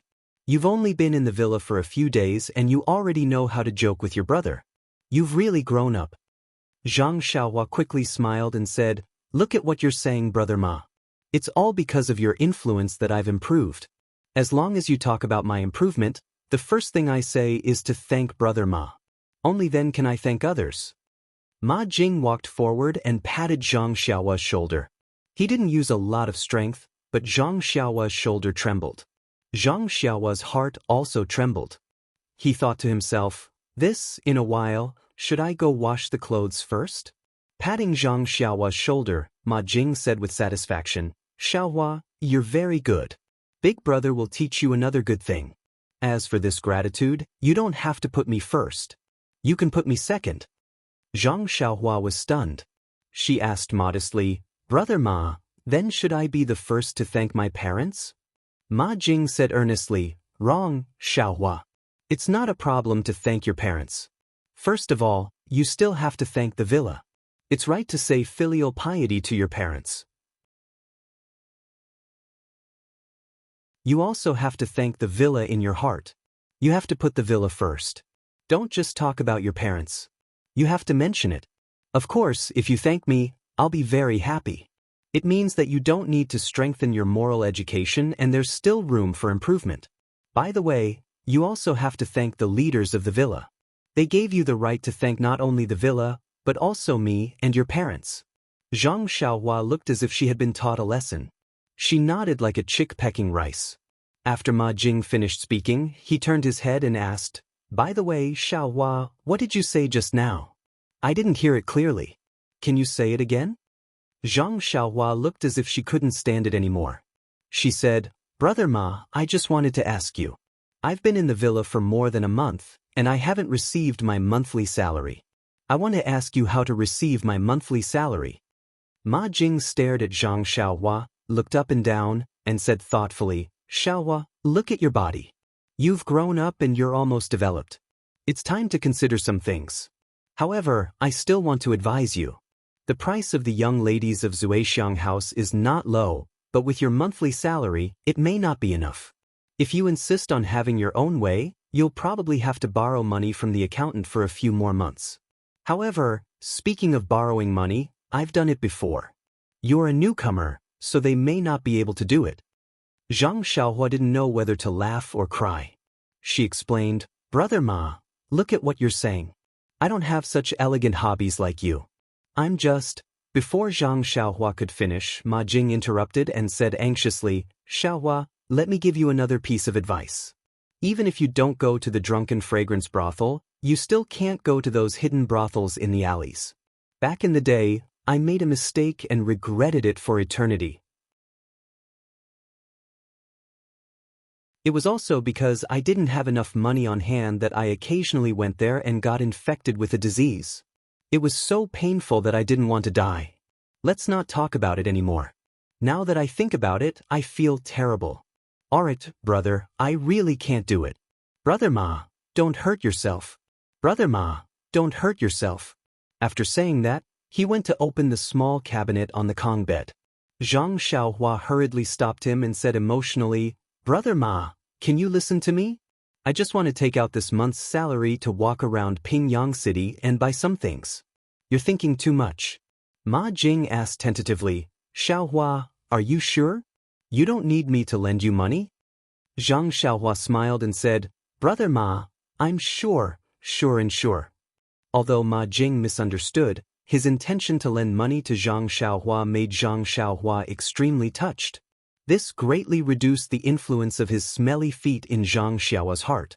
After that, Ma Jing explained to Zhang Xiaohua, the monthly salary for this villa is not given out every month. It is stored in the villa's account room. If you need it, you can go to the account room to withdraw it. If you don't need it, it will be kept in the account room until the day you leave the villa. Of course, you can also go to the account room to withdraw it every month and store it in the cabinet like me. Zhang Xiaohua thought for a while and decided to withdraw the first month's allowance first. He would buy whatever he liked in Pingyang City and give the rest to his second brother, Zhang Xiaohu. He might not be able to use the money in the mountain villa, but his second brother might be able to use it. If his second brother did not need it, he would keep it first. However, he did not know if he could think of a way to bring it back to his family. At the thought of this, Zhang Xiaohua asked Ma Jing again, "Brother Ma, do you know how I can bring the money back to my family in Lu Town?" Ma Jing smiled and said, "This is easy. If someone you know returns to Lu Town, you can ask him to bring the letter you wrote and the money back. If you don't have one, you can go to the carriage company and ask them to do it for you. However, the carriage company will charge a fee for such a thing. As for how much they charge, it depends on how far Lu Town is from here. They all have a price. You can go there and ask. However, I heard that the fee is not standard and is quite expensive. Why don't the government properly rectify it? Isn't this unreasonable fee disturbing the social order?" "Oh right." After Ma Jing finished speaking, she added, "Are you really not planning to save money to go to Zuixiang restaurant? I am very familiar with that place and can introduce you to a few good friends." By the time Zhang Xiaohua stood still with the steak, Ma Jing had already packed up and walked out of the small house. Zhang Xiaohua shook her head that was dizzy from Ma Jing's words and hurriedly chased after him. Following that, Zhang Xiaohua followed Ma Jing to the accountant's office to collect the money. The accountant's office was in another place in the villa and it took a long time to walk there. The accountant was an old scholar. When he saw Ma Jing coming, he frowned and said, "Flatterer, why are you here again? Didn't you collect this month's salary long ago? Don't tell me you are here to buy on credit again?" Flatterer? When Zhang Xiaohua heard this, she wanted to laugh. This name really suited Ma Jing. The pronunciation of Ma Jing's name was also very similar. Thinking about Ma Jing's usual behavior, he really did have the potential to be a flatterer.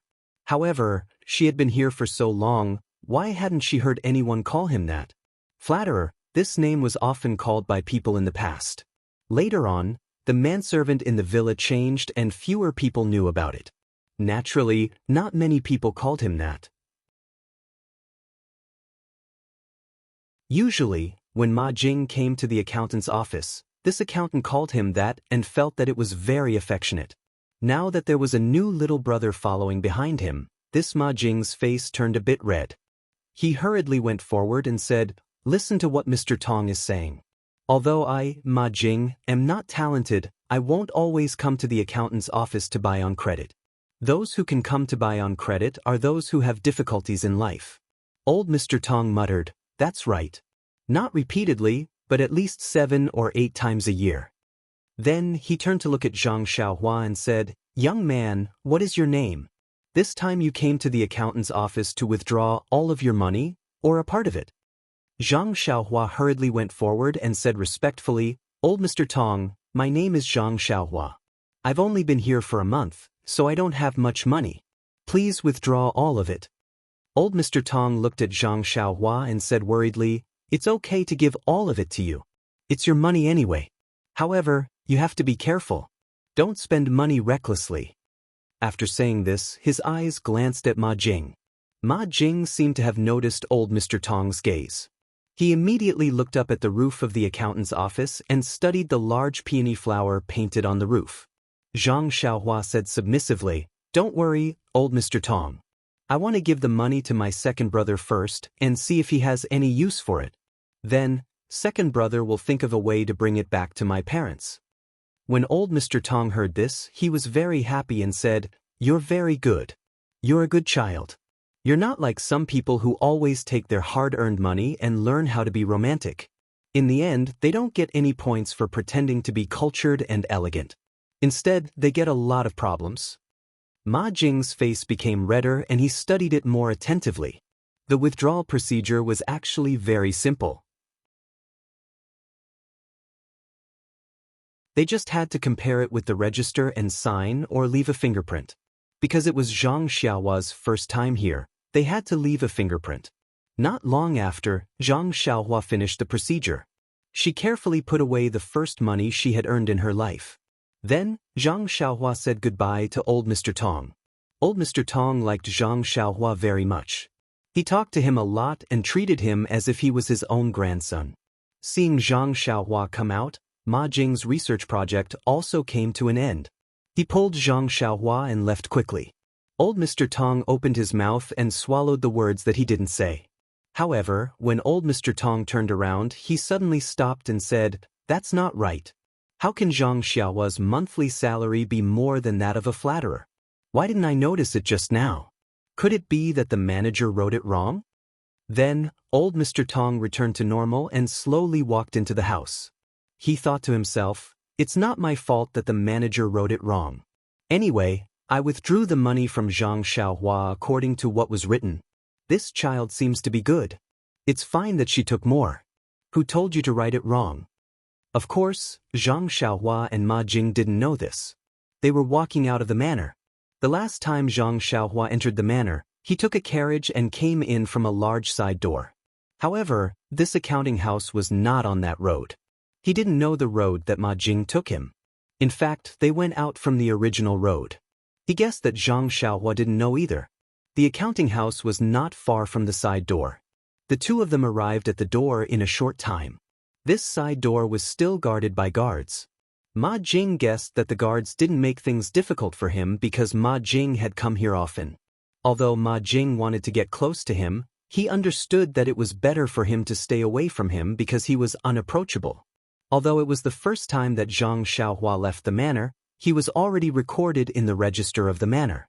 Therefore, there was another set of procedures and it was quickly completed. The two of them each received a waste token. There was a subtle difference between the two waste tokens. However, Ma Jing didn't notice it and neither did Zhang Xiaohua. The two of them put the waste tokens in their clothes and hid them properly before leaving through the side door. As soon as they went out, Zhang Xiaohua was stunned and asked, "Brother Ma, that's not right. I remember that I didn't enter this door last time." Ma Jing said with a smile, "There are 5 side doors and 1 main door in our Huanqi manor. Who knows which door you entered last time? By the way, brother, you must keep this waste token well. When you enter the manor later, you have to take it back. If you lose it, it will be very troublesome. You must be careful." Zhang Xiaohua nodded and said, "Of course I know. However, brother Ma, when will you come back at night? I have to enter the manor with you. Otherwise, I'm afraid that I won't be able to find you on such a long way." Ma Jing curled his lips and said, "Look at how careful you are. Once we enter the manor, it's our world. You're still afraid of losing it. I don't know when I'll come back at night. If you want, you can wait at the gatehouse." Zhang Xiaohua said with a bitter face, "Well, brother Ma, remember to come back early." At this moment, Zhang Xiaohua once again selectively forgot about Ma Jing's smelly feet and the way she avoided Ma Jing from afar every day. She was like a little wife waiting for her man to come home with a hidden bitterness. It was already June. At noon, the sun was scorching hot. Zhang Xiaohua looked up at the scorching sun and secretly complained about Ma Jing. It would be better to leave early. If they were to rush on the road at this time, they would be burned to death by the heat. After crossing the straight main road, Zhang Xiaohua thought that Ma Jing would walk to the shady place by the side of the road. Unexpectedly, Ma Jing did not walk on the main road. Instead, he walked to the side of a small alley and turned down. Zhang Xiaohua was puzzled. She chased after him and said, "Brother Ma, you're going the wrong way. You should be walking on the main road." Looking at Ma Jing's surprised look when he turned back, Zhang Xiaohua thought that she had made a mistake. She hurriedly said, "Brother Ma can't be hungry again. Looking at the sky, it's only right to eat something." When Ma Jing heard this, he laughed out loud and said mockingly, "Brother, don't tell me you're going to walk to Pingyang City? Zhang Xiaohua frowned and said, of course we're going to walk to Pingyang City. We don't have our own horse carriages and the farmstead didn't make any for us. Ma Jing smiled and said, brother, don't tell me you're going to walk from Lu Town to Pingyang City? Zhang Xiaohua said, no, we're going to take a horse carriage. Oh, don't tell me there's a horse carriage from our farmstead to Pingyang City? Ma Jing did not answer. He waved his hand and gestured for Zhang Xiaohua to follow him. Indeed, Zhang Xiaohua's guess was right. There was a huge courtyard at the end of the alley. There was a huge banner hanging on the courtyard that fluttered in the wind. It said, when a carriage reaches a mountain, there will be a road. Where there is a road, there will be a speeding carriage. There was also a small flag below that said, speeding. It turned out that this was the horse carriage company that brought Zhang Xiaohua to Pingyang City. Zhang Xiaohua knew that she was ignorant and inexperienced. She did not say anything else and looked at Ma Jing. Not long after, a small horse carriage that could only fit 2 to 3 people drove out of the courtyard and stopped at the entrance, waiting for people to board. Looking at Zhang Xiaohua's dazed expression, Ma Jing pulled Zhang Xiaohua up the horse carriage. He did not forget to say, brother, since this is your first time going out with me, you don't have to pay for the carriage fees. The next time we go out together, you can go out and take the carriage. Zhang Xiaohua was full of joy as he sat on the horse. He was too lazy to say anything to Ma Jing. He hadn't seen his second brother for such a long time, and he didn't know how he was doing at the Lotus Flower Escort Agency. On the day of his second brother's test, that person had said that his second brother was a good seedling for practicing martial arts. He reckoned that he must have learned a lot of fist techniques by now. Thinking about his own nondescript punches and kicks, Zhang Xiaohua was looking forward to seeing his second brother practice martial arts as soon as possible. However, this horse carriage was very comfortable. It was unbearably hot outside. Thinking about how tired she and second brother were when they walked from here to Pingyang City, she did not expect to be able to take a horse carriage after so long. She did not know if Lu Town had such a horse carriage. If it did, it would be very fast to go from Guizhuang House to Lu Town. She did not need to look for someone else's donkey cart. It would be great if there was such a horse carriage from Guizhuang House to 8 Mile Valley. She did not need to wake up early and arrive at noon. Thinking of 8 Mile Valley, she wondered how eldest brother and sister-in-law were doing. Was eldest brother's health better? Also, how was her parents' health? How was the farmland at home? What was she planting in the plot of land that she owned? All of these made Zhang Xiaohua very concerned. Unknowingly, she fell into deep thought. Seeing Zhang Xiaohua like this, Ma Jing thought that it was noon and that Xiaohua was resting. He did not say anything to her. If he knew that a simple ride in a horse carriage would make Zhang Xiaohua think so much, he would definitely laugh until his teeth fell out.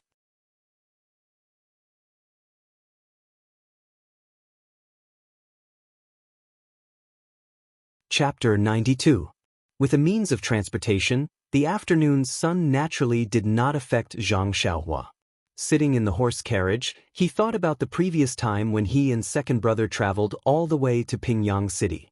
Zhang Xiaohua thought to himself, no wonder everyone is willing to live in a big city. The feeling is really different. The quality of life is really high. In the countryside, even if one wants to enjoy such a life, there is no way to do so. I wonder how much would it cost to take a carriage? It's better not to ask. Otherwise, Ma Jing will nag again. The sound of horse hooves could be heard. After about 10 minutes, the tall city gates of Pingyang City were in sight. Seeing Pingyang City again, Zhang Xiaohua was no longer as surprised as before. It was as if he had already taken it for granted and ignored it. People's habits were indeed scary. This was only the third time he saw it, but he had already lost his novelty. If he were to see it every day, he would definitely ignore it no matter how precious it was. When the horse carriage entered the city, Zhang Xiaohua thought that it would head in the direction of the carriage company. Unexpectedly, it turned in another direction. Although Zhang Xiaohua did not remember the way, he still knew the general direction. He asked Ma Jing in confusion, "Brother Ma, the carriage company doesn't seem to be in this direction. Did I remember wrongly?" Ma Jing had long been tortured by Zhang Xiaohua's strange question.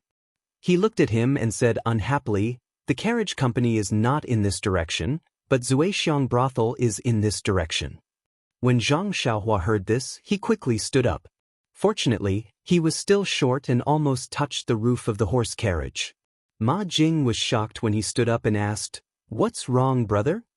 Zhang Xiaohua said with a red face, "Brother Ma, I really don't want to go to Zuixiang brothel. Let me alight." Ma Jing looked at Zhang Xiaohua's embarrassment and laughed out loud. He said to the front of the horse carriage, "Coachman, please stop for a while and let my brother alight." The horse carriage stopped. Zhang Xiaohua quickly jumped down from the horse carriage, afraid that the horse carriage would continue moving and bring him to Zuixiang brothel. Ma Jing leaned half of his body out of the horse carriage and asked, "Brother, do you know the address of the carriage company? You can go to the carriage shop and look for a carriage. Don't forget, you still have to walk back. Also, where are you going? I can get a carriage to send you back later." Zhang Xiaohua smiled and said, "I know, Brother Ma. You don't need a carriage. Just remember to go back early tonight." After saying that, he waved his hand and ran away. "Come back earlier? It's not easy for me to come out. It would be strange if I returned early," Ma Jing said to himself as a lewd smile appeared on his face. Zhang Xiaohua ran along the road for a while. When she felt that she was far away from the carriage, she stopped and asked a shop assistant for directions to the Ming Lianhua escort agency. Although it was already noon, the wide roads of Pingyang City were still crowded with people. Zhang Xiaohua squeezed through the crowd with great effort. As he squeezed through the crowd, he was also paying attention to whether anyone was thinking about the money in his arms. Although he did not have a money pouch on his waist, he was still worried even if he had it in his arms. It was really funny to think that he would encounter a thief on his first shopping trip with second brother. Just as he was thinking about it, he suddenly saw a familiar figure in front of him. Zhang Xiaohua could not help but be stunned. Speak of the devil and he would appear. He did not know anyone in Pingyang City. If this figure was not Zhang Xiaohu, then it must be the thief that he almost caught the last time. Looking at the thief walking in front of him, Zhang Xiaohua felt that it was funny. Thinking that he must be looking at other people now, Zhang Xiaohua could not help but quicken his steps. Sure enough, in front of the thief was a scholar, holding a folding fan. As he fanned himself, he looked around. Whenever there was a novelty stall on the side of the road, he would stop and look at the old books on sale. Sometimes he would buy some brushes, ink, paper, and inkstone. The money pouch on his waist swayed from time to time, causing the thief to shake his head from side to side. Seeing that the thief had been following the scholar for some time and did not have a good chance to catch him, at this moment, there were fewer people in front and it was a fork in the road. The thief quickened his steps and was about to get close to the unsuspecting scholar. Zhang Xiaohua, who was behind him, could not stand it and naturally wanted to stop him.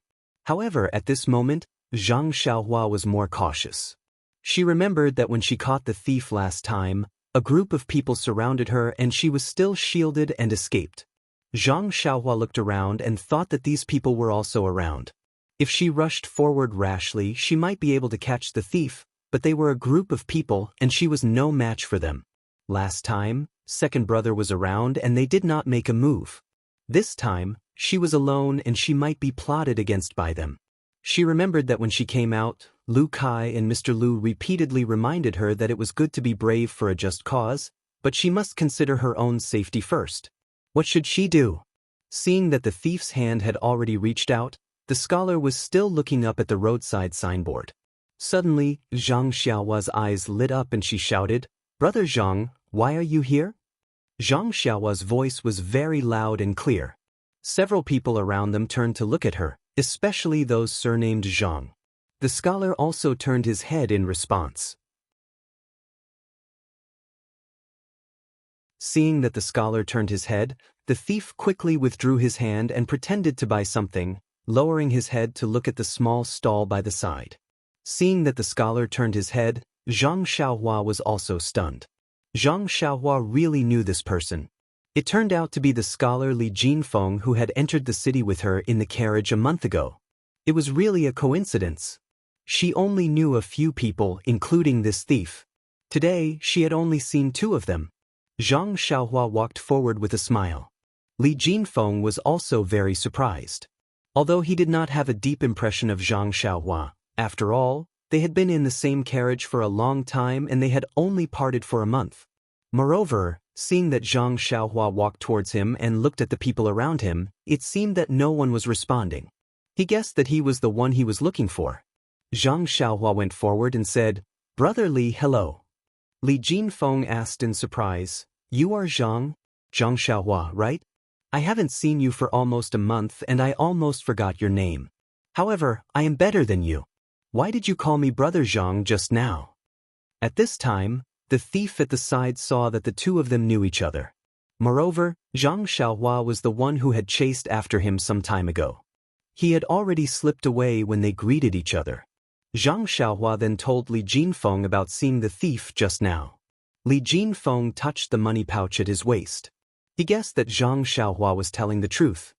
He could not help but say happily, "It's really thanks to you. If it weren't for you, my living expenses for this month would be gone. I have to thank you properly." Zhang Xiaohua naturally declined and said, "Big Brother Li, you're too polite. After all, we're familiar with each other. Even if we're strangers, we'll still help if we can. If I have to thank you for such a small matter, then it'll be a waste of our friendship." Li Jinfeng saw that Zhang Xiaohua's words were very reasonable and could not help but look at him in a new light. He felt that the young man in front of him was no longer the same as when he first met him. He was less immature and more mature. Li Jinfeng could not help but like him from the bottom of his heart, as if he was his own younger brother. Therefore, he affectionately patted him on the shoulder and said, "Well, since you said so, I won't be polite with you. We are all drifters. If there is anything I can help with in the future, feel free to look for me." Then he told him his address and other things. Zhang Xiaohua memorized it carefully. Li Jinfeng looked at Zhang Xiaohua's green clothes and small hat and felt very strange. He asked, "Where are you going now? Why are you dressed like this? Did you become a servant of some rich family? And your brother?" Zhang Xiaohua roughly told Li Jinfeng about her recent situation, but did not mention anything about Huanxi Manor and Misty School. Although Li Jinfeng was in Pingyang City, he was after all a student and did not know about the matters of the Jianghu. Therefore, he did not know about Huanxi Manor and thought that it was the manor of an ordinary rich family. However, when he heard that Zhang Xiaohua and Zhang Xiaohu had been waiting for them in front of the carriage for a long time, he could not help but blush and feel ashamed. That day, he was dragged out to stay with Shangguan Yun. First they ate, then drank. When he woke up, it was already late in the morning. The promise he had made to the Zhang brothers had long been forgotten.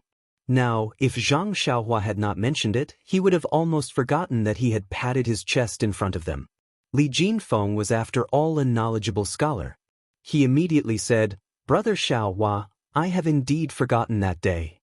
I have made you wait for so long. I am very sorry. I apologize to you now." After saying that, he bowed to the ground. Zhang Xiaohua hurriedly pulled him and said, "Brother Li, you don't have to be like this. Anyway, that Lotus escort agency is very easy to find. We just have to ask around and find it."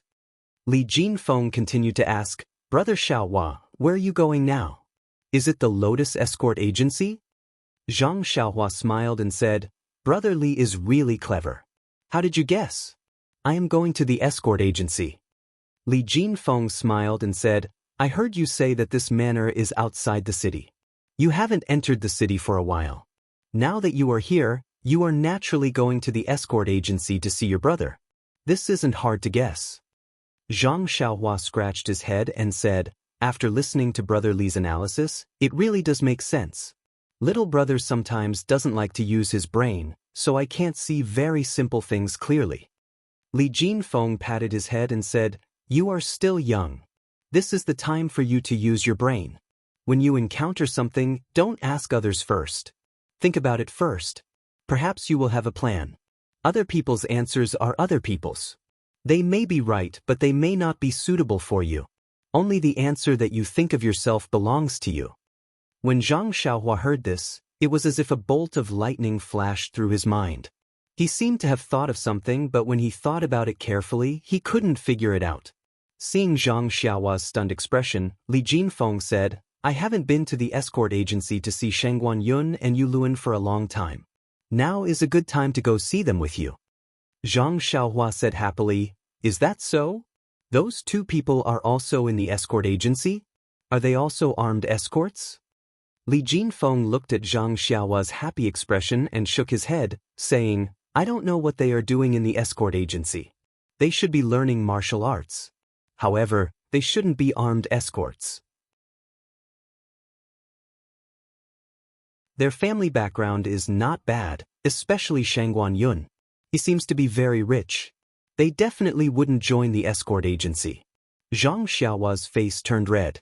Just now, Li Jinfeng had told him to use his brain more, but he had forgotten in a flash. He even rashly said that they were armed escorts. He reckoned that they weren't even bodyguards. They should be learning martial arts from Fourth Master One and the others. Sigh, he had to use his brain more in the future. He couldn't speak blindly. Silence was golden. Then, Zhang Xiaohua said, Brother Li, I know. There is a martial arts center in the Lotus Flower Escort Agency. You need to spend money to learn. I reckon that Big Brother Shengguan and Big Brother you are practicing martial arts there. Li Jinfeng smiled and said, That should be the case. What they don't lack the least is money. Come, let's go see them. I also have to apologize to your brother. Oh right, what's your brother's name? Zhang Xiaohua stuck out his tongue and said, My second brother's name is Zhang Xiaohu. Then, the two chatted as they walked towards the escort agency. The escort agency was near the city gates. Zhang Xiaohua had fled with Ma Jing's carriage not long after entering the city gates. If he hadn't met Li Jinfeng, he would have arrived at the escort agency long ago. Even though Li Jinfeng was a scholar and walked much slower than Zhang Xiaohua, the two still arrived at the entrance of the escort agency very quickly. There were many people coming and going in front of the escort agency today. It looked very lively and business was probably good. The stone lions on both sides were still mighty, but in Zhang Xiaohua's eyes, he didn't pay much attention to them. He only felt that they were ordinary. Li Jinfeng walked up the steps and raised his hand to salute the guards standing in front of the door. Everyone, I'm going to the escort agency to look for Shengguan Yun who is practicing martial arts here. Please make it easy for me. The leader of the guards smiled and said, Oh, you're looking for young Master Shengguan. I wonder if this young master knows how to get inside? There are many things going on today and I'm afraid I don't have time to bring you there. Li Jinfeng quickly said that there was no need. I've been to your escort agency more than once. I know where young Master Shengguan is. I'll go there myself. After saying that, the guard made an inviting gesture and said, Then please, young master. Li Jinfeng nodded and turned around to greet Zhang Xiaohua. He then led him through the door of the escort agency. Zhang Xiaohua was dressed as a manservant, so the guards only thought that he was following Li Jinfeng. Naturally, they didn't stop him to ask questions and let him pass after a glance. There were some people walking around in the square in front of the door. It seemed that they were all here on business and didn't practice martial arts. Zhang Xiaohua dismissed the idea of asking questions and followed Li Jinfeng. He wanted to wait until he saw Zhang Xiaohu before asking for more information. Although Zhang Xiaohua didn't specialize in martial arts like them, they were all living under the same roof. Perhaps he would be familiar with him. The last time Zhang Xiaohua came, she only saw a row of small houses on the right side of the square. Looking at them now, she saw that they were all closed. They were probably resting. Li Jinfeng didn't stop in front of these small houses. He walked along the corridor in front of the house and walked into a spacious courtyard. There was a row of houses in front of him. It was also quiet. Many large trees were planted in the courtyard, making it very shady. After passing through the courtyard, there was a screen wall. There were two doors on the left and right. Li Jinfeng didn't hesitate and turned left. After entering through the door, there was another long corridor. At the end of the corridor was a row of exquisite houses. Li Jinfeng brought Zhang Xiaohua to the doors of several fine houses. After carefully identifying them, he walked to the one in the middle and quietly knocked on the door.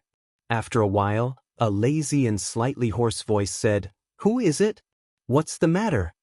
When Zhang Xiaohua heard this voice, her heart skipped a beat. Wasn't this Yu Luan's voice? She actually remembered that he didn't seem to have spoken much to her. Sure enough, Li Jinfeng said, "Brother Yu, it's Li Jinfeng. I'm here to see my two brothers." Before he finished speaking, another voice sounded, "Oh, it's Brother Jinfeng. Come in quickly. You haven't been here for many days. Are you busy with your homework?" This voice had a slight arrogance. It was Shangguan Yun.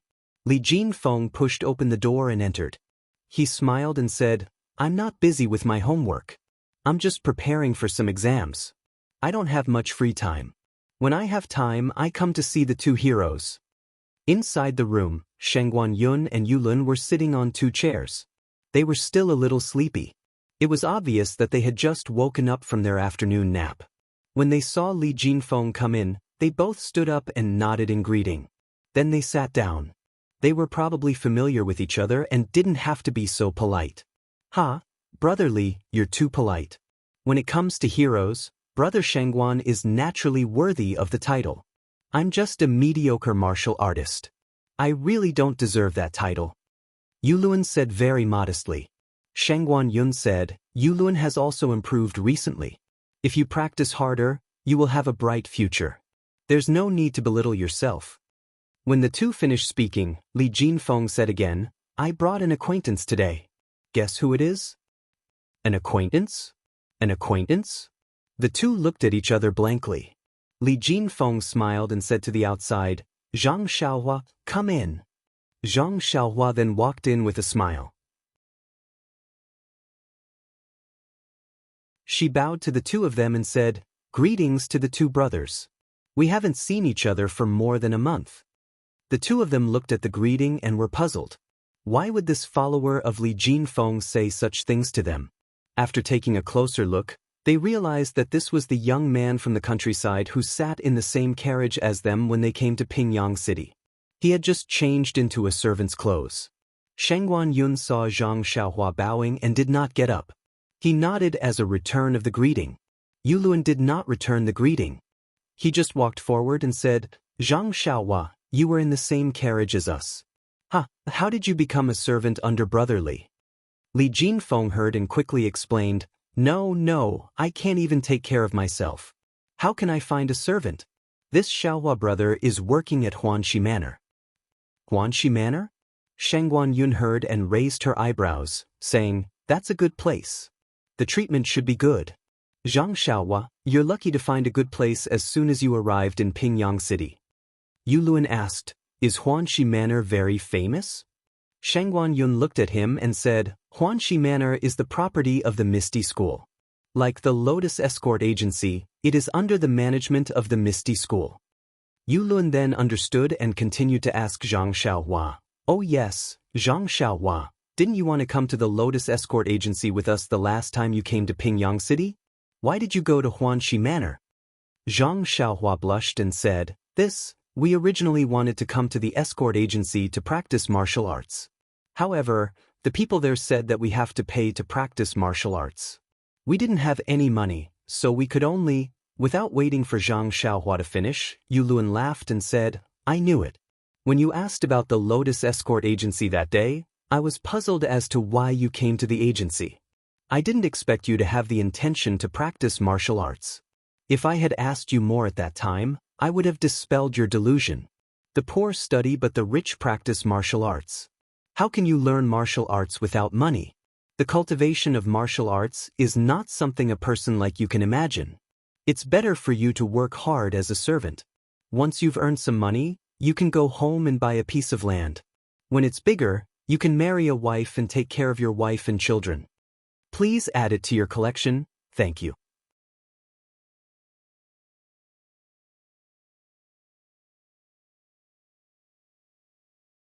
Chapter 93. Yu Luan's words were very rude, but they were also unreasonable. When Li Jinfeng heard it, he looked at Zhang Xiaohua's red face and felt quite distressed. Although he was a child from the countryside and was somewhat inexperienced, he had just helped him drive away the thief. Moreover, along the way, his words and actions were full of generosity, which left a very good impression on Li Jinfeng. Therefore, he continued to say, "Brother Yu, what you said is wrong. Brother Xiaohua wholeheartedly pursuing martial arts is a good thing. A warm-hearted person like him who can practice martial arts will certainly help a lot of people." Yulun saw that Li Jinfeng was helping Zhang Xiaohua, but did not stop. He continued to say, "Brother Shangguan, you are a scholar, so you don't know how difficult it is to practice martial arts. On the road of martial arts, without money and aptitude, you will never succeed. It is better not to learn martial arts. If there is any trouble, if you try to help yourself, you will lose your life in vain. Don't you think so, Brother Shangguan?" Shangguan Yun did not say much, nor did he look at Zhang Xiaohua. He just nodded. At this time, Li Jinfeng felt strange. He did not care about Zhang Xiaohua's matter and asked Shangguan Yun with interest, "Brother Shangguan, what is the reason for this? This little brother is very curious. Can you explain it to this little brother?" Shangguan Yun frowned and said, "Brother Li, to put it simply, as long as you have a few copper coins, you can buy books and you can study. At worst, you can spend a small amount of money to find a teacher to teach you how to read and write. Teachers can be said to be everywhere, right? But practicing martial arts is different.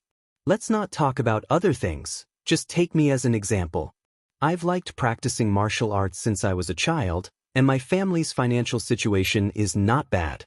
My father hired a martial master from a young age to teach me martial arts, and even spent a large amount of money to buy precious medicinal herbs for me to bathe in and treat my injuries. Martial masters are already few in number, and those with great ability are even fewer. I don't know how many times I've changed masters, but I finally found one with real ability, and only then was I able to learn some things. That's not it, that master is old and wants to retire to his hometown. My father doesn't want me to continue practicing martial arts, saying that it's fine as long as I have a strong physique to protect myself. That's why I secretly ran out and went to the Lotus Escort Agency to learn martial arts.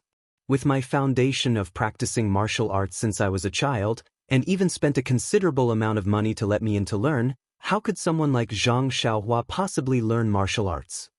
Finished speaking, Shangguan Yun shook his head and smiled gently.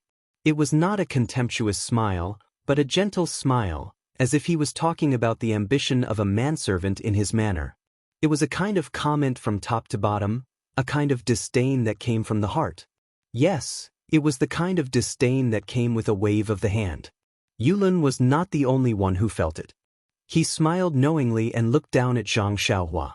Li Jinfeng also felt it, but he knew that Shangguan Yun came from a rich family, and this Zhang Xiaohua's identity was equivalent to his family's servant. It was already good enough that he said so much. If it were other rich playboys, they would have already spoken ill of him. His actions showed that he did not have any ill intentions towards Zhang Xiaohua. It was just a habit. However, he immediately thought of himself and realized the gap between himself and Shangguan Yun. He was originally a poor scholar who came to Pingyang City to study. He met Shangguan Yun by chance and felt that he was a good person and wanted to befriend him. Now, looking at Shangguan Yun's attitude, was his intention of befriending him? Naturally, Zhang Xiaohua was embarrassed when she heard this. However, it was not the first time that she was criticized. Moreover, she thought that she had already taken the first step on the road of martial arts. As long as she persevered, she would be able to achieve something. Instantly, she felt relieved and the whole world became bigger. She said with a smile, "Young Master Shangguan is right. Every word is from the bottom of my heart. However, there are many ways to practice martial arts, and it is not necessarily the same way." Shangguan Yun, who originally did not care about Zhang Xiaohua, saw that she was not ashamed or embarrassed by his words, and even said such words. It was as if Zhang Xiaohua had suddenly grown up. He could not help but look at the servant standing at the side of the room, who was neither arrogant nor humble, and said, "Oh, there are other ways? Then tell me." Zhang Xiaohua smiled and said, "Isn't my second brother, Zhang Xiaohu, a bodyguard in the Lotus Escort Agency? Isn't he practicing martial arts? Yu Luan and Li Jinfeng, who had just heard Zhang Xiaohua speak very well, were also listening attentively. When they heard the words, bodyguard, Yu Luan could not help but laugh and said, bodyguard, ha, bodyguard, a little bodyguard dares to compare himself with us, the martial arts students of the martial arts hall. This really makes me laugh until my belly hurts. Shangguan Yun also wanted to laugh, but he suddenly frowned and said, Zhang Xiaohu, why does it sound so familiar? When Yu Luan heard this, he stopped laughing and said, a bodyguard named Zhang Xiaohu, what's there to be familiar with? Haha, Zhang Xiaohu, it's quite familiar. I think I've heard someone mention it before. Suddenly, Shangguan Yun slapped the chair and said, I remember, a while ago I heard from the martial arts hall's fourth master when that this Zhang Xiaohu is a martial arts genius and a newly recruited bodyguard. He even said that he wanted him to come to our martial arts hall to practice martial arts. At this time, a loud and clear voice came from outside the door. What genius, he's just a bumpkin. After practicing martial arts for a few days, he dares to call himself a genius. If there's a chance, teach him a lesson and let him know what a true genius is. These words were very arrogant. Zhang Xiaohua turned her head to look at the door, looking forward to seeing what this person looked like. Li Jinfeng also had the same feeling. To be able to say such words, a person must have something to rely on. Most of the scholars were handsome and elegant, but what about those who practiced martial arts? Were they big and thick, with hair growing out of their temples? Li Jinfeng was very much looking forward to it. When Yu Luan heard this, he immediately rushed to the door with a smile on his face. Shangguan Yun frowned and immediately stood up. However, he did not take a step forward. The door was not closed. When Yu Luan rushed to the door, the person had already stepped in. A handsome man walked into the abode, holding the same folding fan as Li Jinfeng. He did not open it, but played with it from time to time. This person was also dressed in white and was very well dressed. There were many small things on his body, but Zhang Xiaohua could not tell what they were. She just felt that they were very long-winded. How could someone dressed like this work in the fields? That person was quite handsome, but his two eyebrows were too high, making people feel that he was a bit flamboyant. However, with that face of his, it could be said that he was in the prime of his life, full of vigor and vitality. It was also very appropriate. Zhang Xiaohua could not help but turn to look at Li Jinfeng, thinking, is this also a martial arts practitioner? Why does he look more like a scholar than Brother Li? Yu Luan quickly bowed and said, Young Master Yu is here. What a rare guest.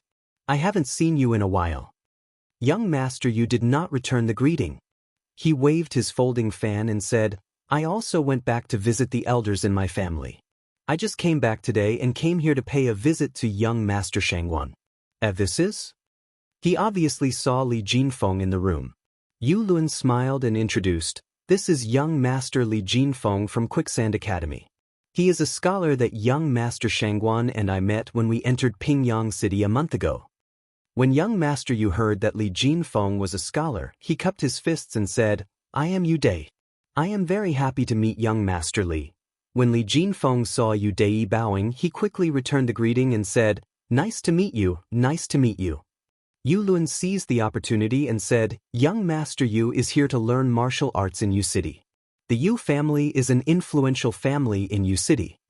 Yu Dai put his index finger to his lips and said, Should keep a low profile, keep a low profile. Then he directly ignored Zhang Xiaohua and walked to Shangguan Yun. He bowed and said, Brother Shangguan, I haven't seen you for a few days. You still look energetic. Shangguan Yun also smiled and returned the greeting. Brother Yu looks better than before. We can't compare to you. Brother Yu, please take a seat. Yu Dai did not stand on ceremony and sat on the chair that Yu Luan had just sat on. Shangguan Yun also sat down. Shangguan Yun and Yu Luan's abode was divided into two rooms. The inner room was naturally for them to rest. The outer room was used for receiving guests. There were only 2 chairs and a square table. When Li Jinfeng came in, he only cared about talking and did not find a chair to sit on. Now, Shangguan Yun and Yu Dai sat on the only 2 chairs. The other 3 people in the room did not have chairs. Yu Luan patted his head and quickly walked into the inner room. He took 2 chairs and placed them at the bottom. He sat on one and gestured for Li Jinfeng to sit down as well.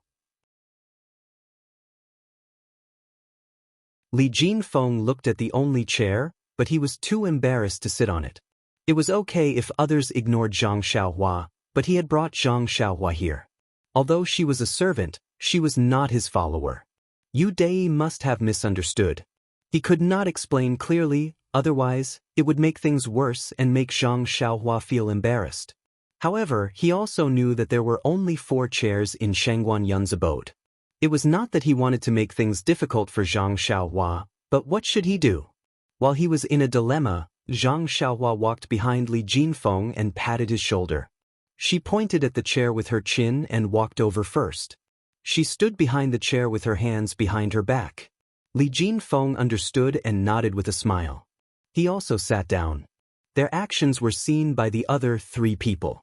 Shangguan Yun knew that there were only 4 chairs in the room. It was normal that there was no seat for Zhang Xiaohua, so he did not care. However, Yu Dai was a little confused. What did this servant's actions mean? However, since it was someone else's business, he did not ask. Instead, he coughed and asked, "Just now, at the door, I heard people talking about the famous armed escort. What was his name again? Can you tell me more about it? I remember that when I left, I had not heard of this name. How did it become so popular in the martial arts center in just a few days?" Yu Luan glanced at Zhang Xiaohua and said, "Young Master Yu, his name is Zhang Xiaohu. Zhang Xiaohu came to Pingyang City with us and even took the same horse carriage that day. However, we didn't arrive at the escort agency on the same day. Like young Master Yu, we entered the martial arts dojo. That Zhang Xiaohu first signed up for the martial arts dojo, but because he didn't have enough money, he signed up as an armed escort. It was said that during the test, 6th young Master Li was watching. I heard from the armed escorts and the people from the martial arts dojo outside that day that Zhang Xiaohu didn't practice martial arts for even a day. However, when someone demonstrated a set of Liuha boxing in front of him, Zhang Xiaohu actually had a photographic memory and could repeat it completely. 6th young Master Li was very surprised and praised him endlessly, calling him a genius. Upon hearing this, Yu Dai shook his head and said with a look of disdain, "Although the Liuha boxing is very complicated and it is indeed difficult to demonstrate it in one go, when I first started learning martial arts when I was young, which fist technique didn't pass in one go. I remember that I have a distant cousin who also learned the Liuha boxing for the first time. Although he did not learn it in one go, he was able to learn most of it. With Zhang Xiaohu's talent, it is considered rare. If he were to say that he is a genius, it would be too sensationalist." When Zhang Xiaohua heard this, she was unhappy. Although Yu Luan was exaggerating, he was still her brother. Of course, she was willing to hear others praise him. Now that Yu Dai had rebutted her, she knew that what he said made sense. However, she still felt that he was a little jealous, so she did not think much of it. Shangguan Yun continued Yu Luan's words and said, "Brother Yu, what you said makes sense. I did not participate in the incident that day. However, when I heard it, I also felt that it was strange. This incident was just normal. It was just a bodyguard. There is nothing special about him. However, there is something that Brother Yu does not know." Yu Dai was stunned and said, "Please enlighten me, Brother Shangguan." Shangguan Yun continued, "When Zhang Xiaohu joined the escort agency as a bodyguard, I had not yet come to the martial arts hall. However, Brother Yu was in the martial arts hall at that time. Why didn't you hear this news? Moreover, before Brother Yu returned to Yu City, didn't you also stay in the escort agency with Zhang Xiaohu? Why didn't you hear this news?" Yu Dai said disapprovingly, "He was just a lowly bodyguard. How would I know? We don't practice martial arts together. Don't tell me you want me to go to the place where the servants practice to take a look?" Shangguan Yun also laughed and said, "Brother Yu's words make sense. Actually, Zhang Xiaohu did not become famous during Brother Yu's time in the escort agency. It was recently." At this time, Shangguan Yun also glanced at Zhang Xiaohua and said, "According to some of the brothers in the martial arts hall, ever since Zhang Xiaohu became a bodyguard, other than the usual training, he only practiced fist techniques. However, he was also strange. No matter how Sixth Master Li advised him, he only practiced the Liuhe fist. Sixth Master Li saw that he was already very good at it and was prepared to teach him other fist techniques. However, he refused to learn. He said that he was not proficient in the Liuhe fist and that he would improve every time he practiced it. He even told Sixth Master Li that he would only learn other martial arts when he felt that he could no longer improve. At first, Sixth Master Li thought that Zhang Xiaohu was joking. However, after waiting for more than 10 days, Zhang Xiaohu was still practicing the Liuhe fist. He could not help but get angry and gave Zhang Xiaohu a final warning. He would give him a few more days to think about it. Otherwise, he would not let him practice other martial arts. However, after waiting for more than 10 days, Zhang Xiaohu still did not beg for mercy. He only minded his own business and practiced the Liuhe fist. Sixth Master Li originally wanted to ignore him. However, he thought that Zhang Xiaohu was a good seedling. Although he started practicing martial arts late, he could be a backup for the escort agency in the future. Thus, he pulled a bodyguard to look for Zhang Xiaohu. He told Zhang Xiaohu that if he beat this bodyguard, Sixth Master Li would not say anything and Zhang Xiaohu could practice however he wanted. However, if Zhang Xiaohu lost, he would have to listen to him. "Brother Yu, what do you think the result will be?" Yu Dai slapped his forehead and said, "Brother Shangguan, aren't you bullying my intelligence? If even Zhang Xiaohu lost, what are we still talking about here?" Shangguan Yun laughed and said, that's right. I reckon that day, Sixth Master Li did not even think that Zhang Xiaohu would win. Anyone who thinks about it, although the bodyguards of the Lotus Escort Agency are not veterans, they are still skilled martial artists. Which one of them hasn't practiced for a few years? 5 to 6 years is the minimum. Most of them have practiced for around 10 years. This Zhang Xiaohu has only been practicing martial arts for a month. How could he be their opponent? Yu Luan saw that Zhang Xiaohu was a bit tired and hurriedly said, "I don't know too much about the situation that day. I only heard it from others." At the beginning, Zhang Xiaohu was indeed not the bodyguard's opponent. However, he kept using the Liuhe fist to fight. Later on, the more he fought, the more proficient he became. He was actually tied with the bodyguard. That bodyguard tried a few different fist techniques but to no avail. He became impatient and in the end he was punched in the chest by Zhang Xiaohu and had no choice but to admit defeat. This Zhang Xiaohu is really interesting. Could it be that he really is a genius? Yu Dai also became interested and said, "However, for someone who has only practiced fist techniques for a month to be able to win against someone who has practiced fist techniques for many years, it's too inconceivable. What is the reason for this?" At this time, a voice sounded and said, "There is no other reason. It's just practice." Everyone looked over and saw that it was Zhang Xiaohua who answered in high spirits. When Zhang Xiaohua heard that his second brother, Zhang Xiaohu, had only practiced the Liuhe fist technique ever since he entered the escort agency, he felt his heart skip a beat. It was as if a string in his heart had been plucked. It was just like when he met Li Jinfeng in the morning. Li Jinfeng's words made his heart skip a beat. Other people's things were other people's things. They might not necessarily be suitable for him. Only those that were suitable for him were his.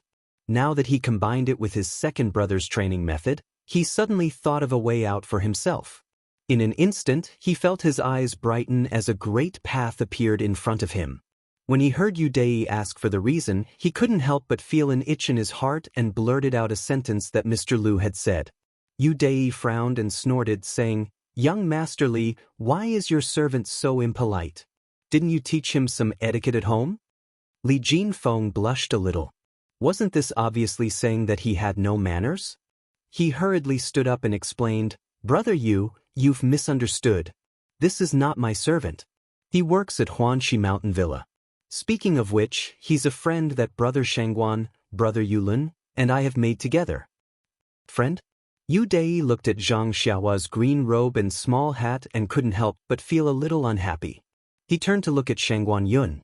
Shangguan Yun also frowned and secretly blamed Li Jinfeng for not knowing how to speak. It was naturally embarrassing to be friends with a servant. Moreover, he had never treated Zhang Xiaohua as a friend. Yu Luan saw this and hurriedly said, "Young Master Yu, we also came to Pingyang City in the same carriage. That's how we got to know each other." Yu Dai then nodded arrogantly and retracted his gaze. However, as if he suddenly thought of something, he asked, "How many people were in the same carriage as you? Then didn't he also come with Zhang Xiaohu?" Yu Luan smiled and said, "There were 5 people in the same carriage as us. He's one of them. Moreover, he's the younger brother of Zhang Xiaohu that we were talking about just now. His name is Zhang Xiaohua. Please collect it, thank you."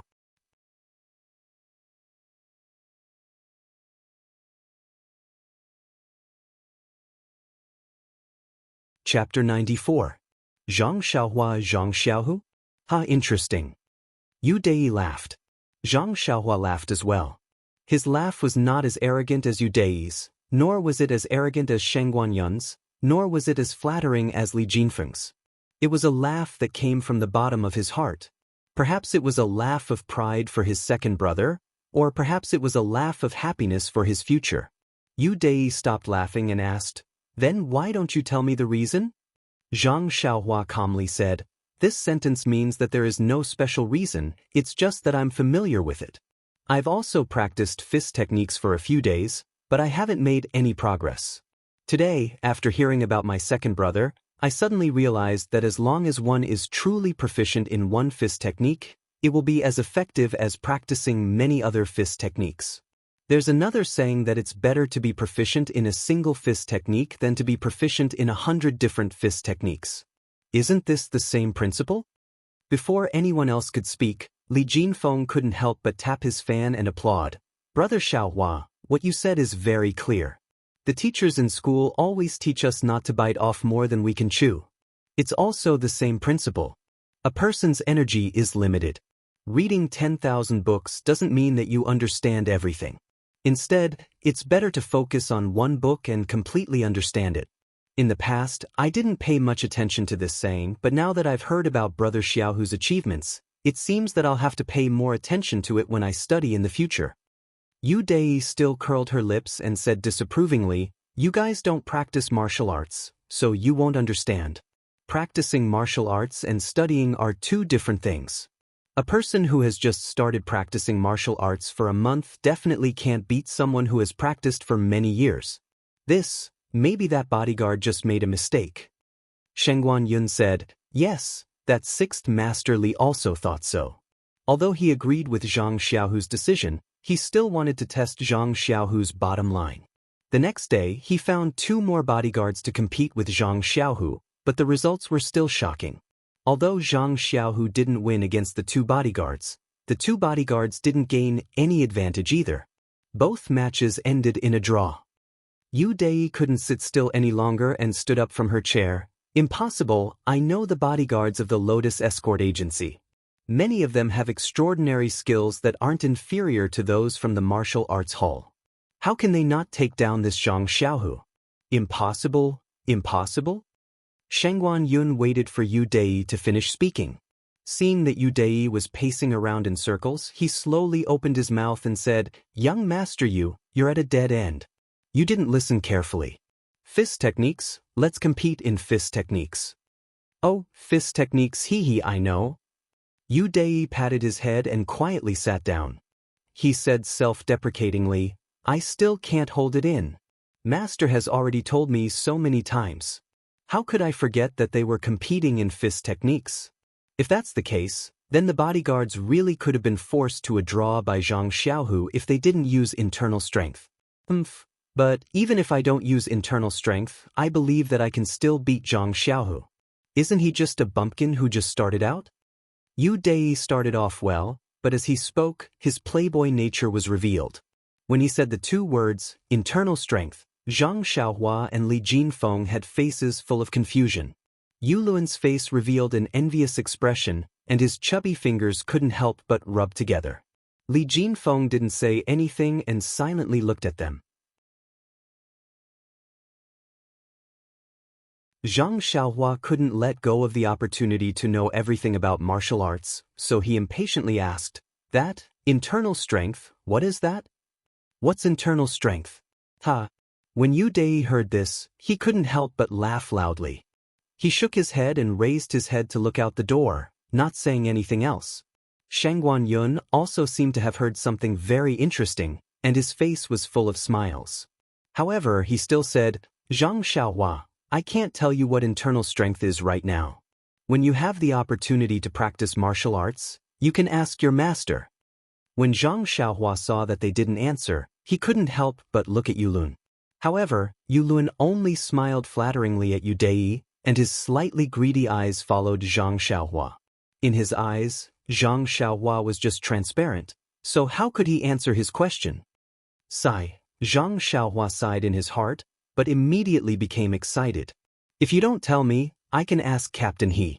After all, he's a regular disciple of the Misty School, so he'll definitely know something like this.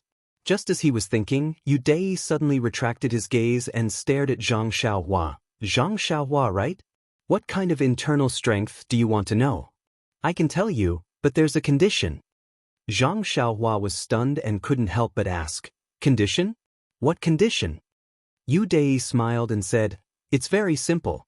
Let your second brother Zhang Xiaohu compete with me in fist techniques, and I'll agree to tell you.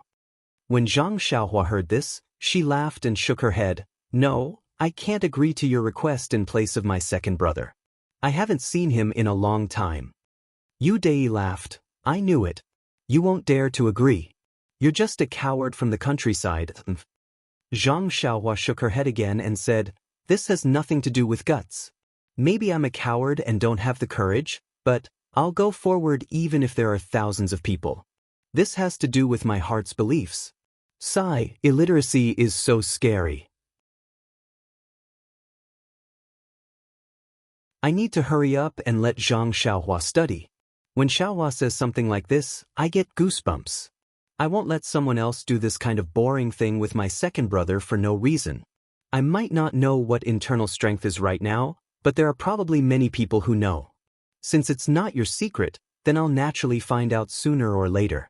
Young Master Yu, what do you say? Yu Dai originally looked at Zhang Xiaohua with ridicule, but when he finished speaking, the contempt on his face froze. With a pa sound, he closed his fan and said, Zhang Xiaohua? You really are an interesting person. At such a young age, you actually have this kind of thinking.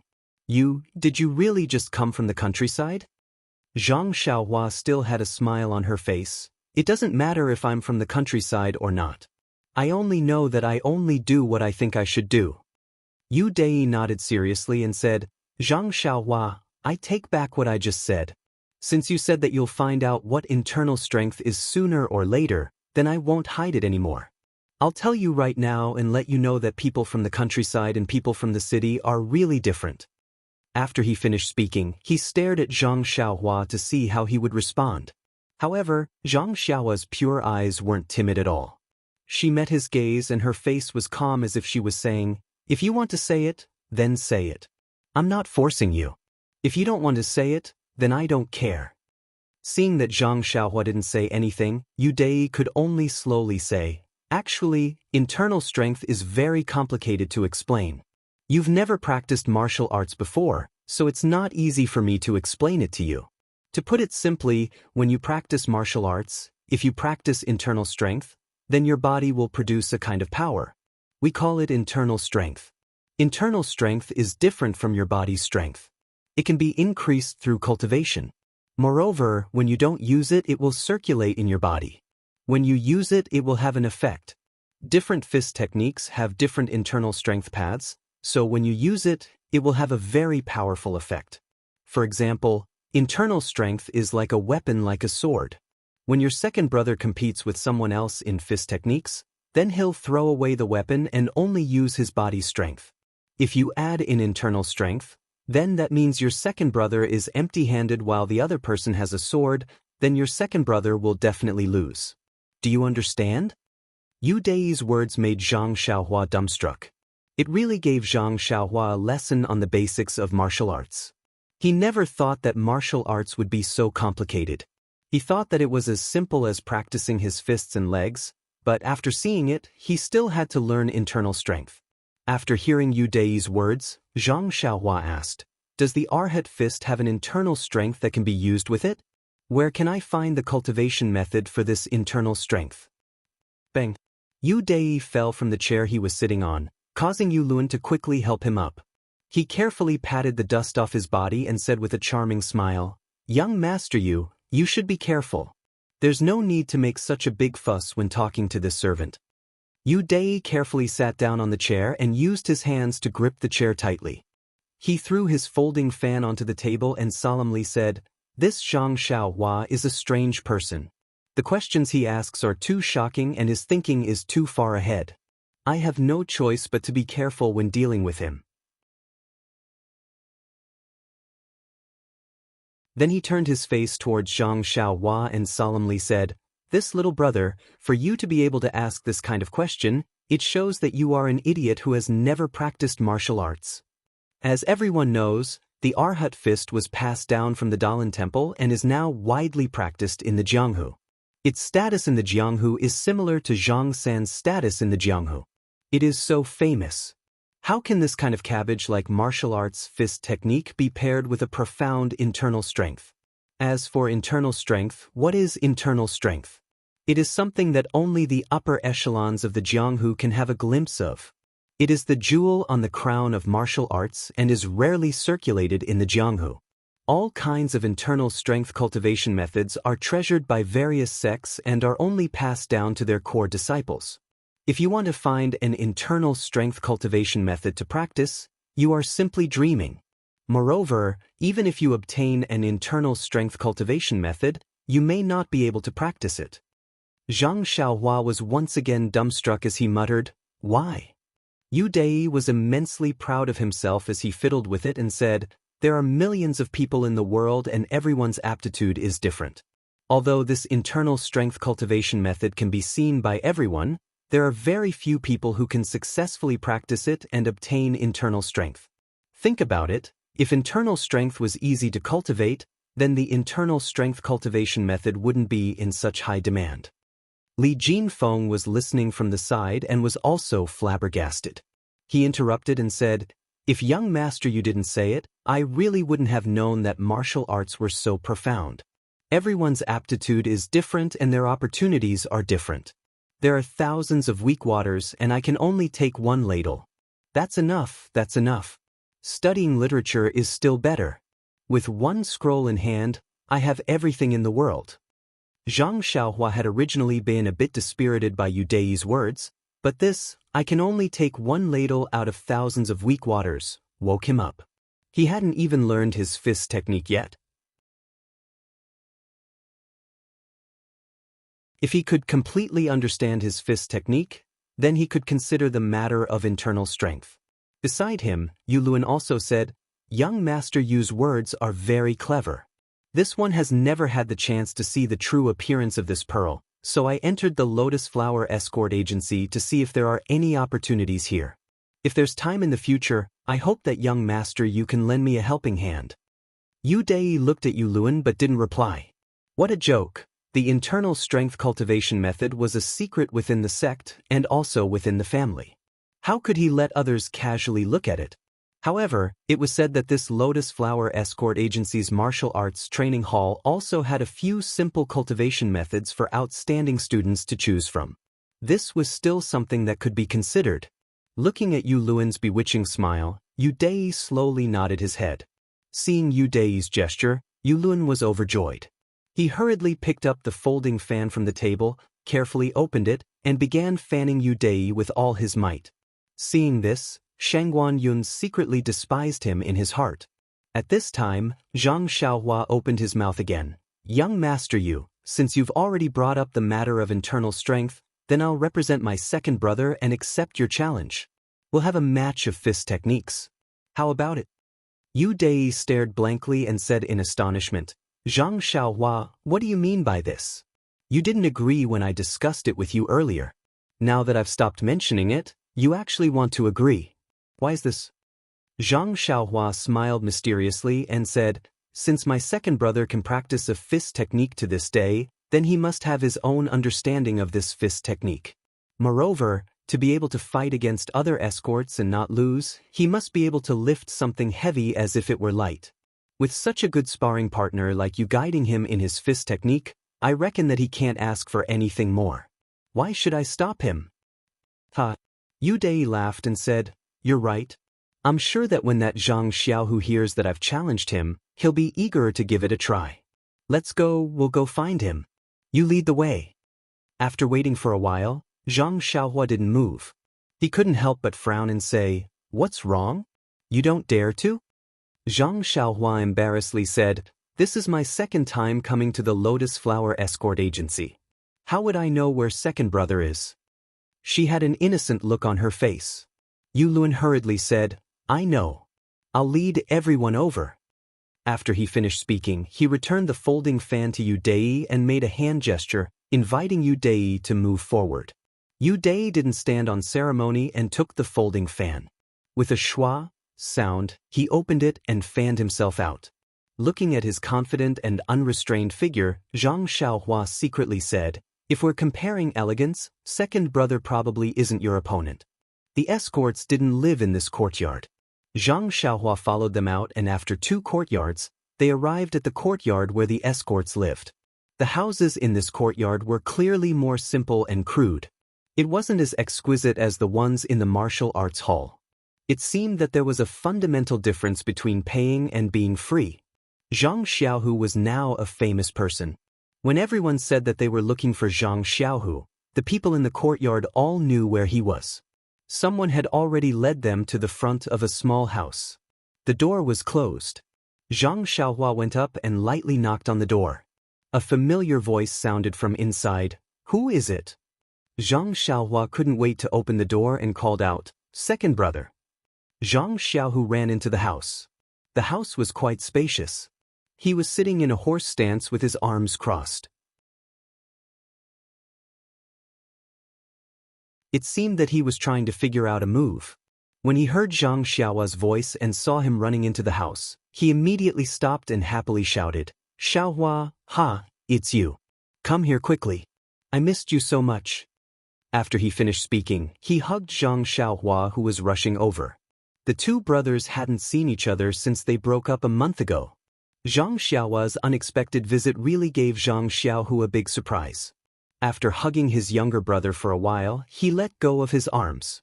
Looking at Zhang Xiaohua's slightly chubby face, Zhang Xiaohu felt a little relieved. If he really lost weight, then Zhang Xiaohu would feel guilty.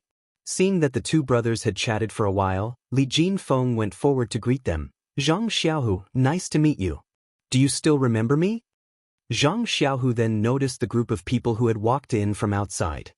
He smiled and said, "Of course I know you. You came to Pingyang City in the same carriage as us brothers. How can you not know? But who is this?" Yu Dai walked forward and said, "I am Yu Dai from the martial arts dojo. I have heard of Brother Zhang's great name for a long time." Martial arts dojo? Zhang Xiaohu was a little puzzled. Why was this person with Xiaohua? Beside him, Yu Lun hurriedly explained, "Zhang Xiaohu, this is young Master Yu. Young Master Shangguan and I are now practicing martial arts at the martial arts dojo.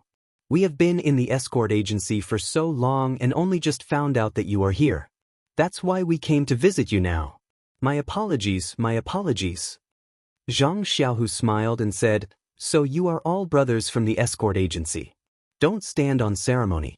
I also didn't know that you were at the martial arts dojo. Otherwise, I would have gone to look for you long ago. Come, come, take a seat, take a seat." However, he immediately felt awkward.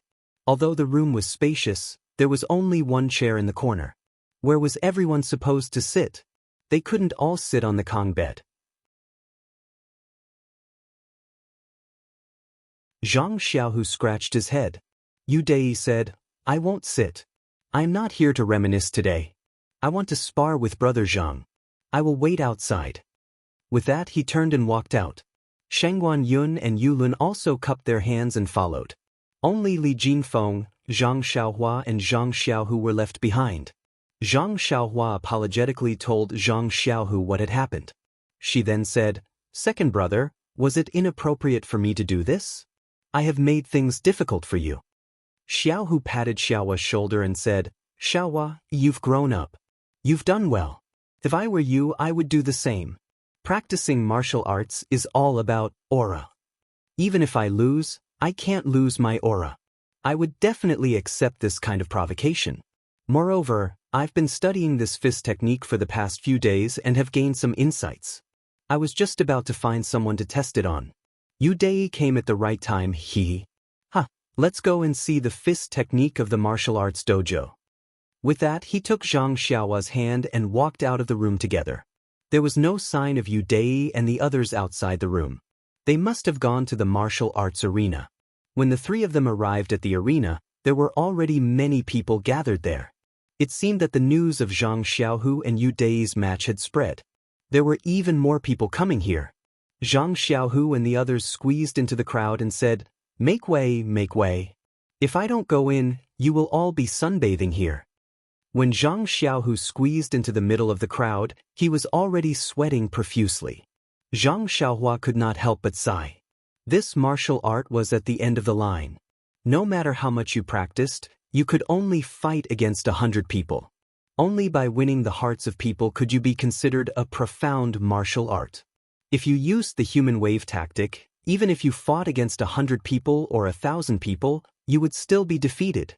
Just look at second brother's sorry state after squeezing through the crowd.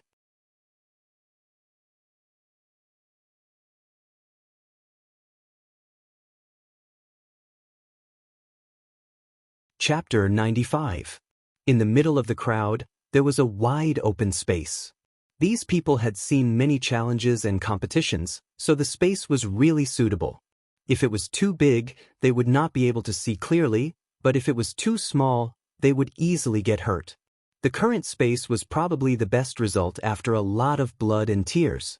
In the open space, Yu Dei had already packed up. She was proudly greeting people she knew and waiting for Zhang Xiaohu to arrive. When she saw Zhang Xiaohu squeeze in, she immediately stopped smiling and became serious. Zhang Xiaohu looked around and said to Zhang Xiaohua, Xiaohua, stand a little further away. Compared to fist techniques, they might not be able to take care of you. They might even accidentally hurt you. Zhang Xiaohua smiled and said, Okay, second brother, I will stand with them. After she finished speaking, she pointed to Shengguan Yun and Yu Lun who were standing at the side. She pulled Li Jinfeng and stood with them.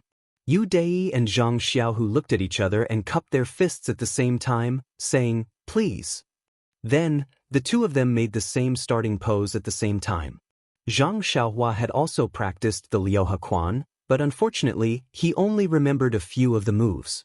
He recognized the familiar starting pose. His heart skipped a beat.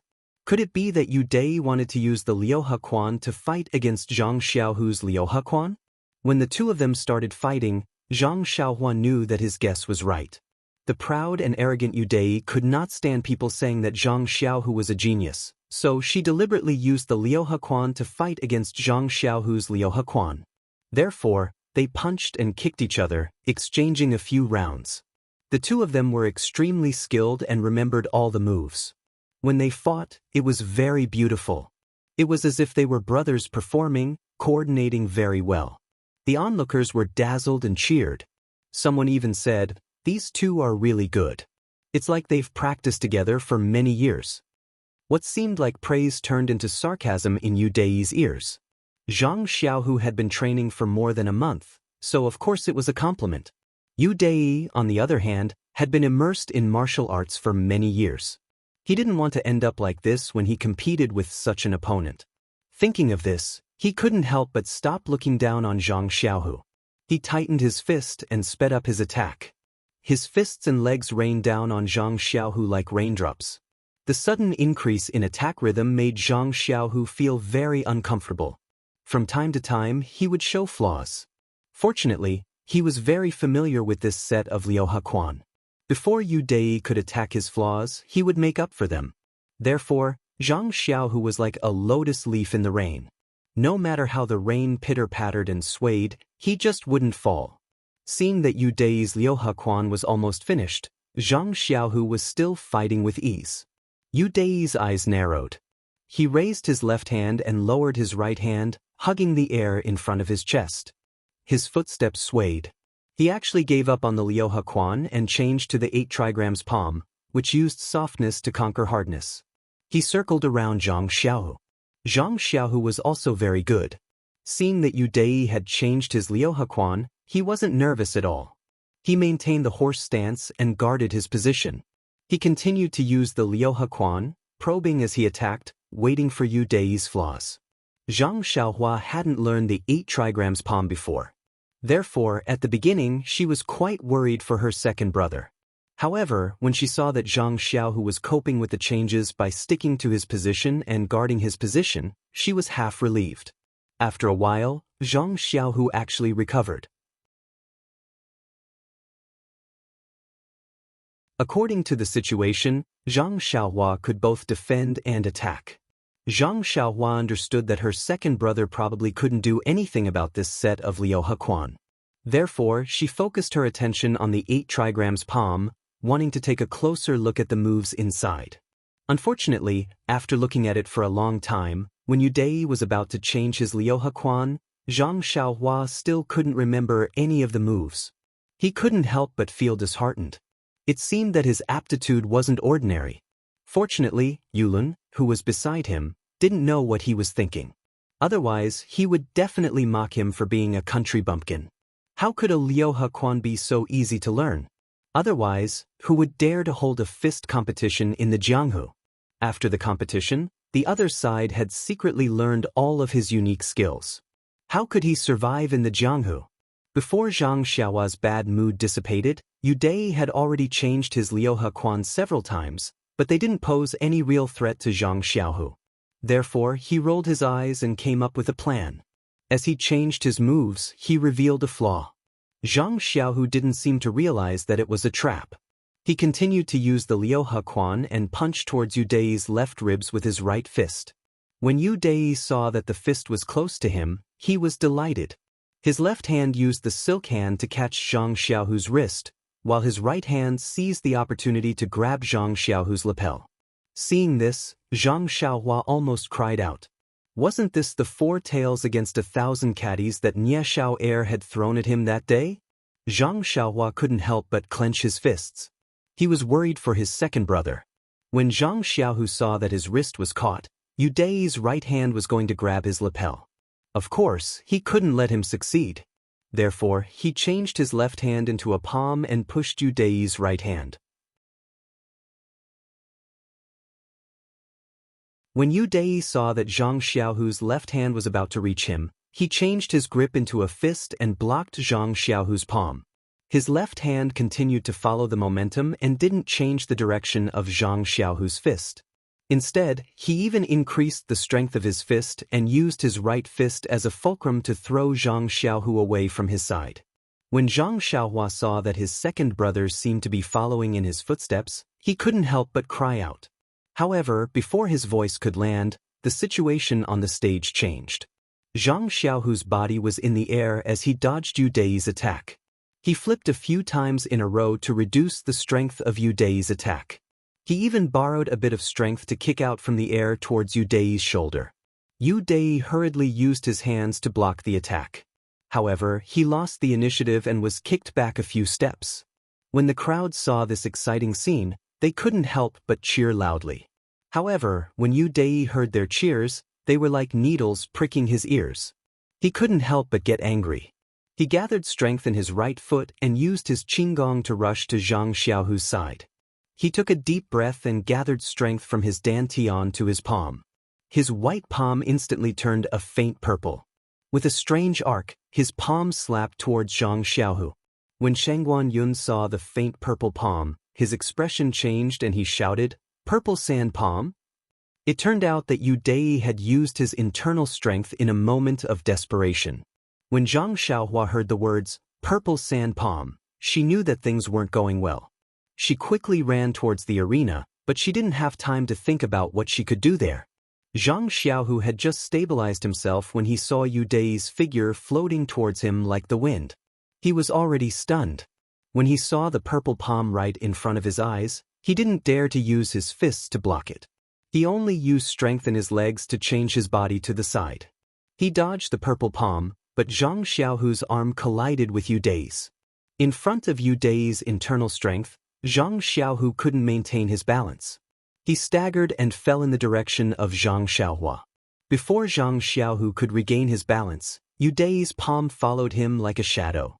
At this moment, Shangguan Yun shouted loudly, "Yu Dai, purple sand palm, stop." He quickly ran towards the arena. When Shangguan Yun's shout reached Yu Dai's ears, Yu Dai immediately woke up. This was a competition of fist techniques. Her opponent was Zhang Xiaohu, who didn't know any internal strength and only knew one type of fist technique. If her purple sand palm landed on his body, it would break his arms and legs, at the very least, take his life. She was already filled with regret. She wanted to withdraw her internal strength, but the force had already been released and it couldn't be withdrawn. What should she do? Yu Dai's expression changed from complacency to anxiety. Zhang Xiaohu saw that the purple palm was about to land on his chest, but his fists were still in the process of being raised. No matter what, he wouldn't be able to block it in time. At this moment, his mind was exceptionally calm. He stared at the palm that was getting bigger and bigger, waiting for the moment of pain. However, suddenly, a small fist appeared in his field of vision. Yes, a small, white fist pierced through the space below his right rib. In a flash, before the purple palm could land on his chest, the fist met it head-on. The purple palm and the white fist collided in an instant. Yu Dai originally thought that he was going to create a disaster. However, he didn't expect that at the last moment, there was a fist in front of him. He was overjoyed. When his palm hit the fist, he borrowed the force to withdraw 70% of his internal strength. Although such a large amount of reverse flow of internal strength could easily cause damage to the meridians, he couldn't care less at this moment. When the internal strength in his hand returned to his meridians, Yu Dai's heart was at ease. Just as he was about to slowly withdraw his internal strength, something strange happened.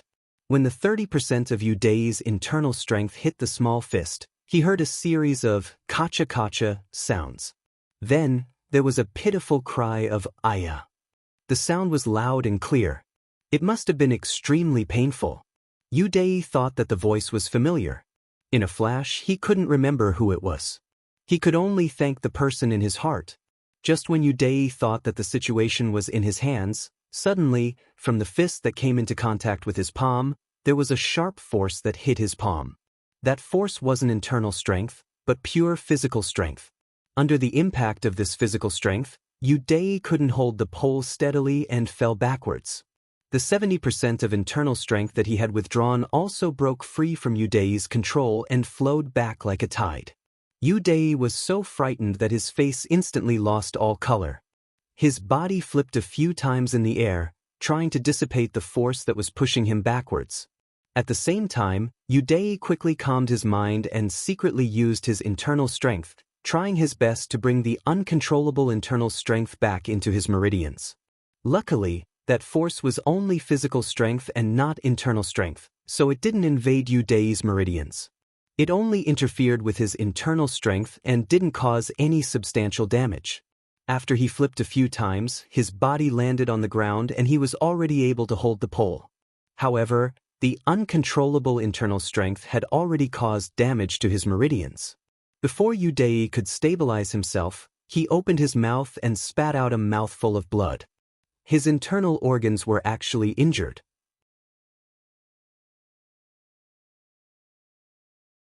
The owner of the fist was even more unbearable.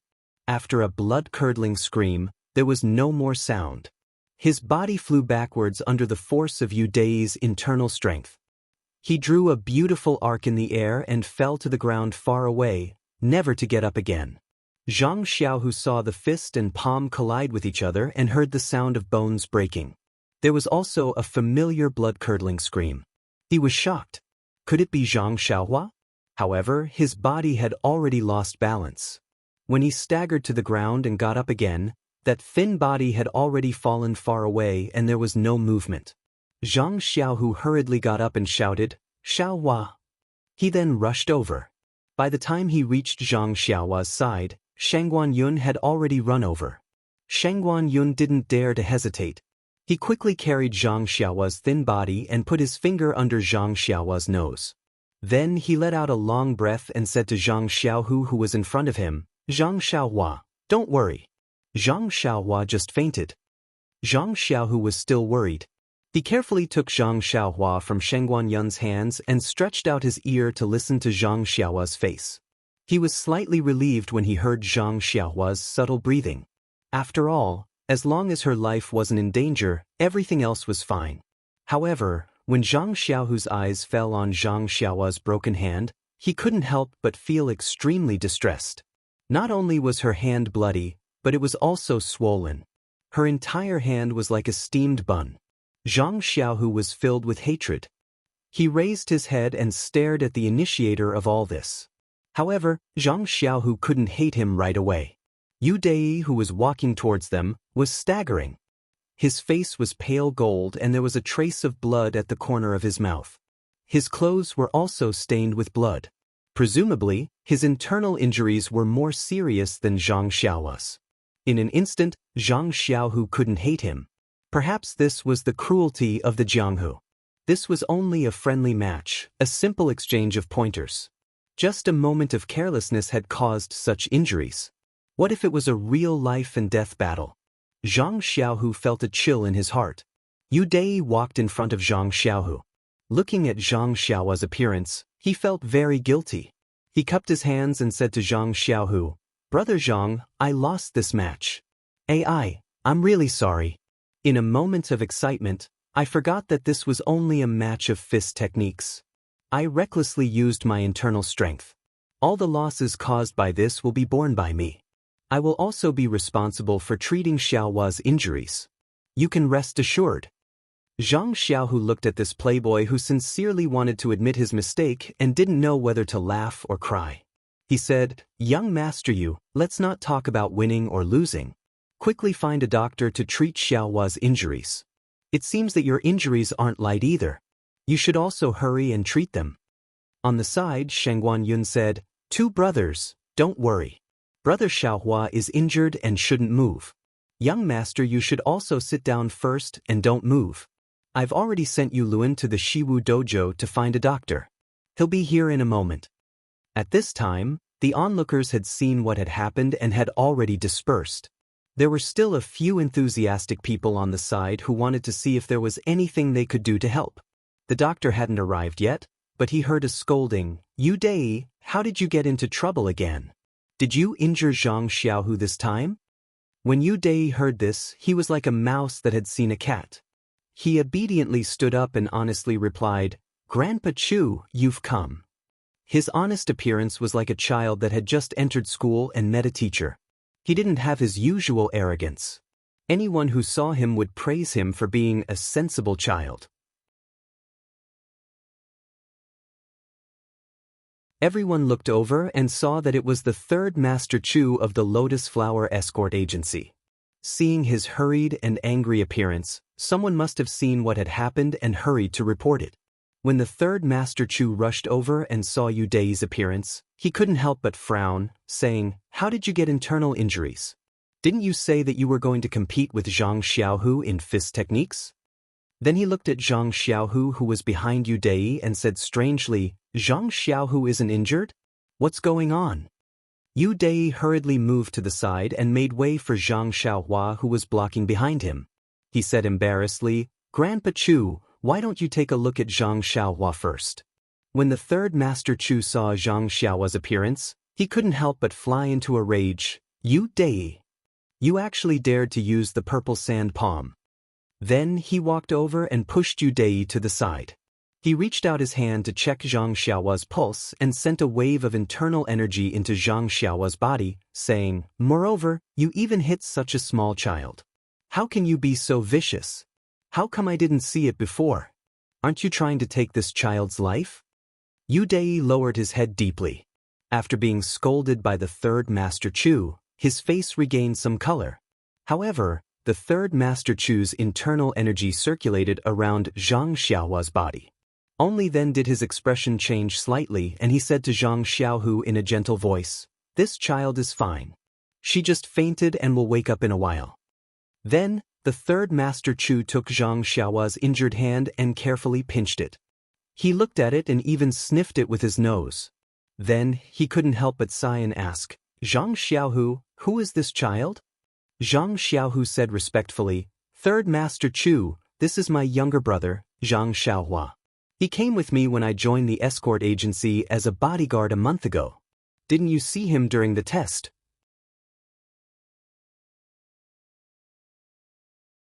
When the third Master Chu heard this, he couldn't help but look at Zhang Xiaohua again. He sighed again and said, I remember now. Isn't he the little fellow who lifted the 500 gene stone weights that day? Didn't he follow Chiu Tong to Huanxi Manor? Why did he run back to the escort agency? Zhang Xiaohu said, Xiaohua is working at Huanxi Manor. Didn't he just leave the manor today and come to the escort agency to see me? This is his first time here and something like this happened. Oh right, third Master Chu, how is my younger brother's injury? The third Master Chu said, Zhang Xiaohua's injury, let's wait for the doctor to come and take a good look. However, Zhang Xiaohu, you have to be mentally prepared. I took a rough look just now. This, how should I put it? Zhang Xiaohua's hand is completely crippled. The bones in his right hand were completely shattered by Yu Dei's internal energy. Even with heaven-defying elixirs, it would be difficult to regrow it perfectly.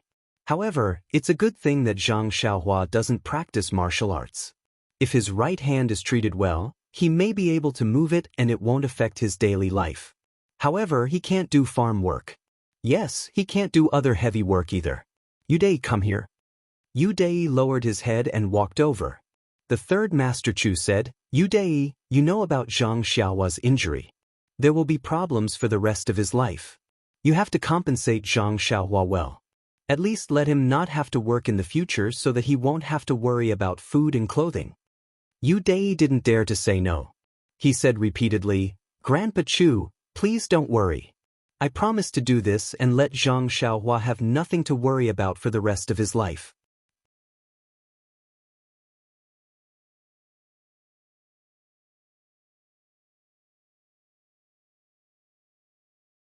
Chapter 96. Zhang Xiaohu could only smile bitterly. Never have to worry about food and clothing for the rest of his life? That was easy for him to say. It was nothing more than giving him a sum of money. Even if he gave Zhang Xiaohua enough money to last him for the rest of his life, who could guarantee that Zhang Xiaohua would be able to rely on this sum of money for the rest of his life? If something happened to the money, would Zhang Xiaohua, who had lost his hand, be able to live a life of luxury? Disregarding the amount of money he had, the beautiful life of a young man in the prime of his youth had been destroyed by a single palm strike. He could only rely on money to survive. Was a life without goals something Zhang Xiaohua wished for? Everything, all the possibilities, all the dreams, could they be replaced by a lifetime of not having to worry about food and clothing? Others might not know about Zhang Xiaohua's aspirations, but Zhang Xiaohu knew. Putting aside Zhang Xiaohua's potential, his desire to practice martial arts was something that even he could not compare to. If he knew that he could not continue practicing martial arts, would it be possible for him to continue living his life in the future? Zhang Xiaohua was still a child. Would he be able to take such a blow? Zhang Xiaohu was now extremely remorseful and regretful. If he had not agreed to the competition, if he had not come to the escort agency, if he had not suggested coming to Pingyang City, would everything have changed? Seeing Zhang Xiaohu's uncertain expression, the third Master Chu hurriedly said, Zhang Xiaohu, your potential is very good. Some time ago, we were already considering sending you to the martial arts center to learn. This time, you have won against Yu Dei. I believe that everyone in the martial arts center knows that you have the same potential as them. In a few days' time, you can go there to learn. You will still be treated as a bodyguard and you will still have to carry out missions. The martial arts center will not charge you any money. Zhang Xiaohu forced a smile and said, Third Master Chu, thank you for your kindness, but my brother. The third Master Chu glanced at Yu Dei and said, Zhang Xiaohu, don't worry about your brother's life. After Yu Dei settles your brother down, I will go to the owner of Huanxi Mountain Villa to plead for him. As long as Huanxi Mountain Villa doesn't fall, Zhang Xiaohua will work in Huanxi Mountain Villa every day. I still have some faith. I believe I can still plead for Zhang Xiaohua." At this point, Zhang Xiaohu could only nod his head to express his thanks. The third Master Chu and Yu Dei both secretly heaved a sigh of relief. At this time, the doctor from the martial arts center arrived. Just like the officials from the yamen, they always arrived late after everything had been dealt with. Although the doctor's mouth was full of the smell of alcohol, he was still stunned by Zhang Xiaohua's injury. The first sentence he said was, "This hand is crippled." The second sentence was, "She is dizzy and can't be treated carefully. Please find someone else." The third Master Chu was so angry that he grabbed the doctor's neck and asked, "The doctors of the martial arts center are not allowed to drink alcohol during their shift. Why didn't you follow the rules?" The doctor said confidently, "I was testing the efficacy of the medicinal wine. In the past, Hua Tuo tasted hundreds of herbs. We should follow his example. If I don't personally taste it, how can I guarantee the specific effect when it is used to treat people?" The third Master Chu threw him to the ground and said to Zhang Xiaohu, "Let's go. Take Zhang Xiaohua to the doctor." Fortunately, the doctor's clinic was also in a corner of the martial arts center. Fortunately, there were doctors who hadn't personally tasted the medicinal wine. A rather old doctor attentively aligned Zhang Xiaohua's fractured arm. He then very patiently put the shattered finger bones back together. Poor Zhang Xiaohua woke up when he was aligning her arm. When he put the finger bones back together, she fainted again from the pain. Large beads of sweat dripped down her face. The saying that the fingers are connected to the heart was not a joke. After the doctor applied the best medicine for Zhang Xiaohua and put on a splint, Zhang Xiaohua slowly woke up again. Enduring the piercing pain in her arm, Zhang Xiaohua helplessly looked at her splinted arm. She asked the doctor tentatively, "When will my injury heal?" The doctor looked at her with pity and said, "Child, take good care of yourself. It will take at least a year or so. Poor thing." When Zhang Xiaohua heard this, she said loudly, "This is bad. I have an appointment with Captain He to teach me boxing tonight. What should I do?" The doctor said, "You still want to practice boxing? Your injury." Before the doctor could finish speaking, Zhang Xiaohu interrupted him and said, "Xiaohua, your injury isn't too serious. Don't think about practicing boxing for now. Wait until your injury heals, then let Captain He teach you. If it really doesn't work, don't we have the third Master Chu? He is a great expert in our martial arts center. Let him teach you." When Zhang Xiaohua heard this, she was overjoyed. She looked at the amiable old man next to her and said, "Can you teach me boxing?" Third Master Chu. Of course, the third Master Chu readily agreed and said, "No problem. Zhang Xiaohua, wait until your injury heals. I will definitely teach you well and let you learn better than your brother." Zhang Xiaohua thanked him and then remembered, "Second brother, now that I am injured, I can't work in the villa anymore. You should hurry and tell them not to kick me out. Also, second brother, this is my salary from last month. You see, I need money to heal my injury. I was thinking of giving this money to you or to give it to father and mother."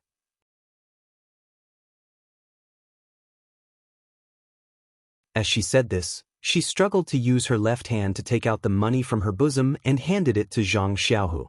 When the third Master Chu saw this, he glared fiercely at Yu Dei and said, "Zhang Xiaohua, your injury was caused by Yu Dei. Naturally, he will be responsible for paying for the medicine. You don't have to worry about this. In addition, I will immediately send someone to Huanxi Villa to tell them about your situation and help you apply for leave. You can rest assured and recuperate in the escort agency. Your brother is here and can take good care of you. What do you think?" Zhang Xiaohua's grateful gaze and words of thanks made the third Master Chu's heart ache. After he finished speaking, he waved his hand and left, muttering in his heart, "This pitiful and adorable child." Seeing that the third Master Chu had left, Yu Dei finally dared to speak. "Zhang Xiaohua, this. I am really sorry. I was momentarily muddle-headed and shouldn't have used my internal energy. Don't worry, I will definitely compensate you until you are satisfied." Zhang Xiaohua looked at this hedonistic son and didn't know what to say. She had used her fist to catch his palm and ended up in this state. If his palm had hit her second brother's chest, what would have happened? Even if she didn't think with her feet, she knew that if that had happened, would he still want to use the money to compensate? Sigh, definitely he would still want to use the money. Zhang Xiaohua could almost guarantee it for him. Zhang Xiaohua looked at him helplessly and nodded with a smile. Yu Dai then left embarrassedly. Before he left, he said, Zhang Xiaohua, don't worry and recuperate. I will ask the doctor to give you the best medicine. I guarantee that you will be able to walk as soon as possible. Shangguan Yun and Yu Lun comforted Zhang Xiaohua with a few words before following Yu Dai's back and leaving. Only Li Jinfeng was left in the room. The scholar looked at Zhang Xiaohua but didn't know how to comfort him. He only said, Xiaohua, you are a good child. Good people will be rewarded. You will get better soon. I will come to see you again tomorrow. After he finished speaking, he patted Zhang Xiaohua's head and left. When he reached the door, he seemed to have remembered something and turned back to Zhang Xiaohu, saying, Zhang Xiaohu, I came to the escort agency to apologize to you. Last time, I promised you and Xiaohua at the carriage company that I would bring you to the escort agency.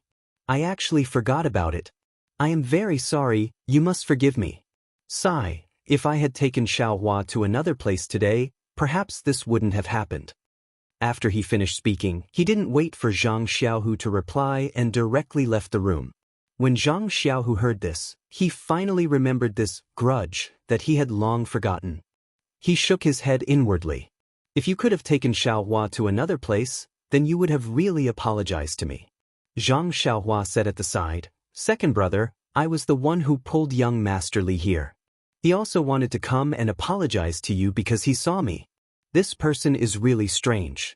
The moment I mentioned waiting for him at the carriage company, he wanted to apologize to me. He even wanted to apologize to you in person. Now he can sleep at night. When Zhang Xiaohu heard this, he felt a different kind of feeling. Why was there such a huge difference between people? Thinking about Li Jinfeng, and then thinking about Yu Dai, Shangguan Yun, and Yu Lun, they were all really different. The two of them were unfamiliar with Pingyang City. Although it wasn't difficult for them to move around, the current situation made them very hesitant. Should he tell his father and mother in the faraway Guizhuang house about Xiaohua's injury, or should he send Xiaohua home to recuperate? However, he quickly made a decision. Since he had already left the house, he should decide his own fate.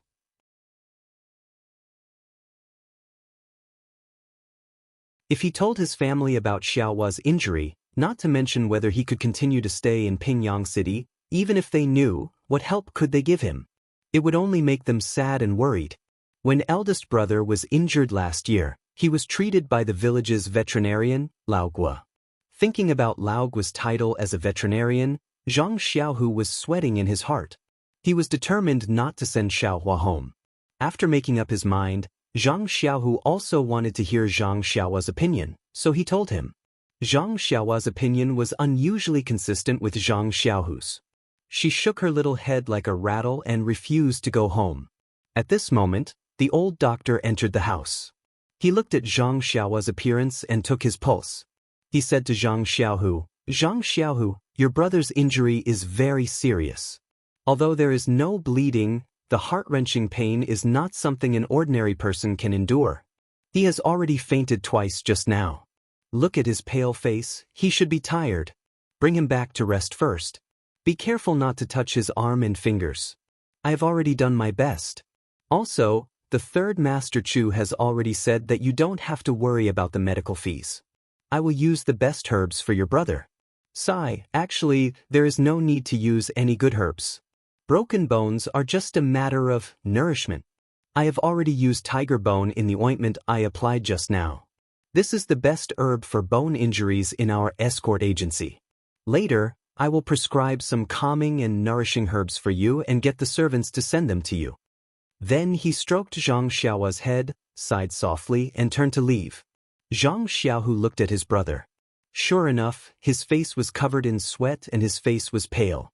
His eyes were also filled with fatigue. His heart ached for his brother and he secretly blamed himself for being careless.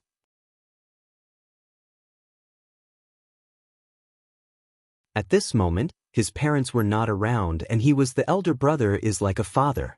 How could he not have noticed his brother's condition? Hence, Zhang Xiaohu hurriedly and carefully carried Zhang Xiaohua from the Kong bed, preparing to move him into his small house. Although Zhang Xiaohu was already very careful, he was a man after all and had no experience in serving others. He touched Zhang Xiaohua's injury twice in a row. The first time, Zhang Xiaohua didn't notice it and cried out in pain. The second time, he was aroused, but he gritted his teeth and endured it. His sweat still fell like raindrops. Zhang Xiaohu's heart ached for him and he became even more careful. Fortunately, he walked slowly and didn't touch Zhang Xiaohua's injury again. Only then did Zhang Xiaohu feel slightly relieved. Zhang Xiaohu's small house was very spacious. It was originally meant for 2 people to live in.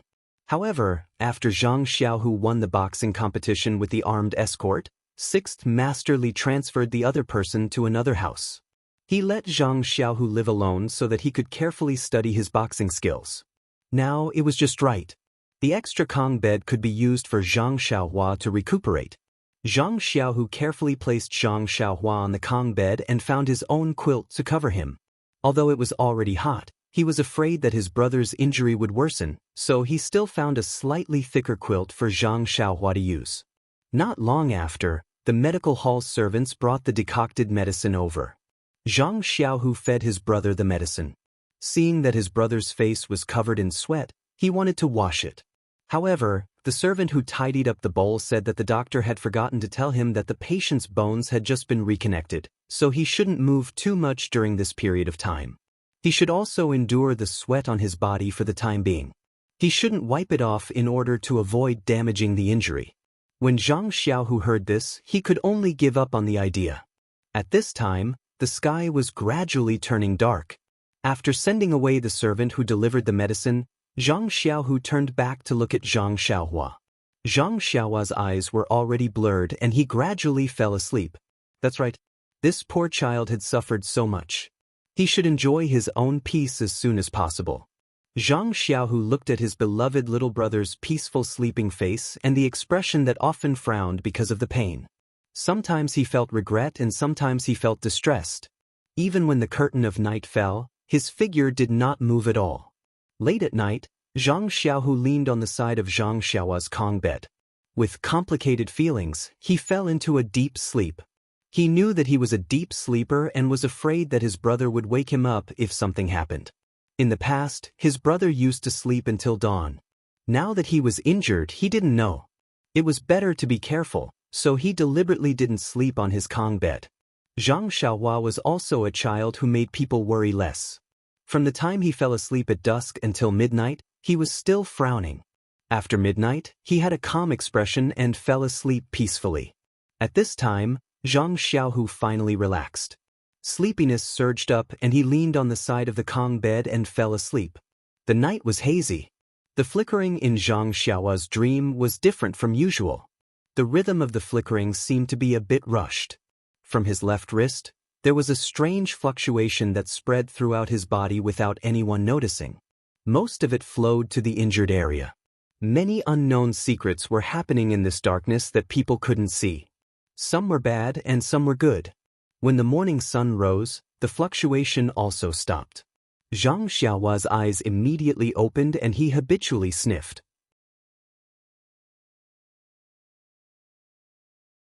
He wanted to get up, but the intense pain in his right hand made him cry out, "Aya!" This startled Zhang Xiaohu. He abruptly straightened up and yelled, "Xiaohua, what's wrong?" Seeing his second brother's face and looking at his surroundings, as well as the heart-wrenching pain from his right hand, Zhang Xiaohua finally remembered that this was the Lotus Flower Escort Agency and not the Huanxi Mountain Villa where he worked. Next to him was his second brother, not Ma Jing with smelly feet. Zhang Xiaohua grinned and said, "It's nothing, second brother. I just woke up and accidentally moved my right hand." Zhang Xiaohu said with heartache, "Oh, be careful in the future. Although you've already used a splint, if you use too much strength, the bones can still be dislocated. If they grow crooked, it'll take a lot of effort to reconnect them. I heard that you'll have to break them again and start over. You must not move." When Zhang Xiaohua heard this, he stuck out his tongue and said, "That's so cruel. Break them and start over? You're not lying, right?" Zhang Xiaohu said with a smile, Dr. Ching wouldn't lie. He's the best doctor in the Lotus Flower Escort Agency. Only then did Zhang Xiaohua know that the old doctor from yesterday was actually the best doctor in the escort agency. He really was a master who didn't show his face and couldn't tell. At this time, Zhang Xiaohua's stomach suddenly rumbled loudly. When Zhang Xiaohu heard this, he said with a smile, "Xiaohua, your stomach is rumbling. You must be hungry. I'll go get you something to eat." Zhang Xiaohua blushed a little and said, Hurry and go. Second brother, I didn't eat yesterday afternoon and evening. How can I not be hungry now? Poor Xiaohua, she didn't eat yesterday afternoon. She originally wanted to freeload some food from her second brother, but when she arrived at the escort agency, she ran into Yu Dai and fought with her. After that, she was injured. Naturally, she didn't eat at night and only drank a bellyful of bitter medicine.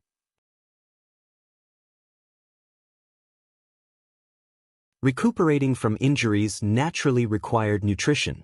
It was no wonder that her internal organs complained. Before Zhang Xiaohu could get up and leave, someone knocked on the door. When he opened the door, he saw that it was Yu Lun who had brought the food over.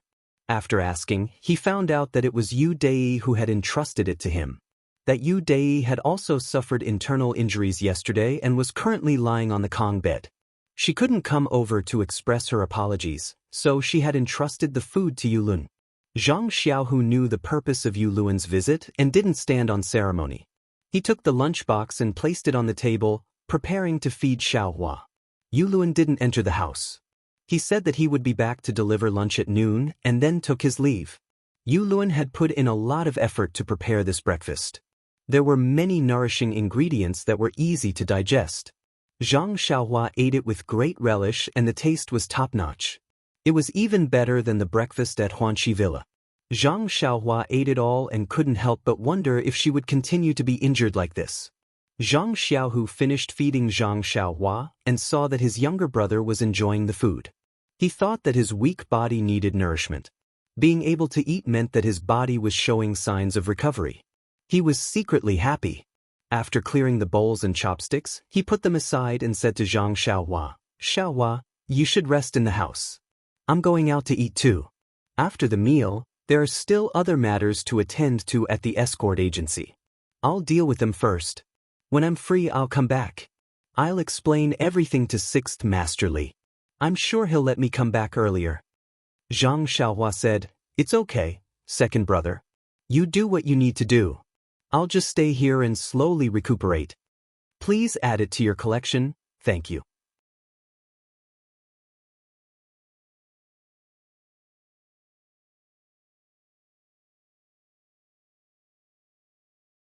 Chapter 97.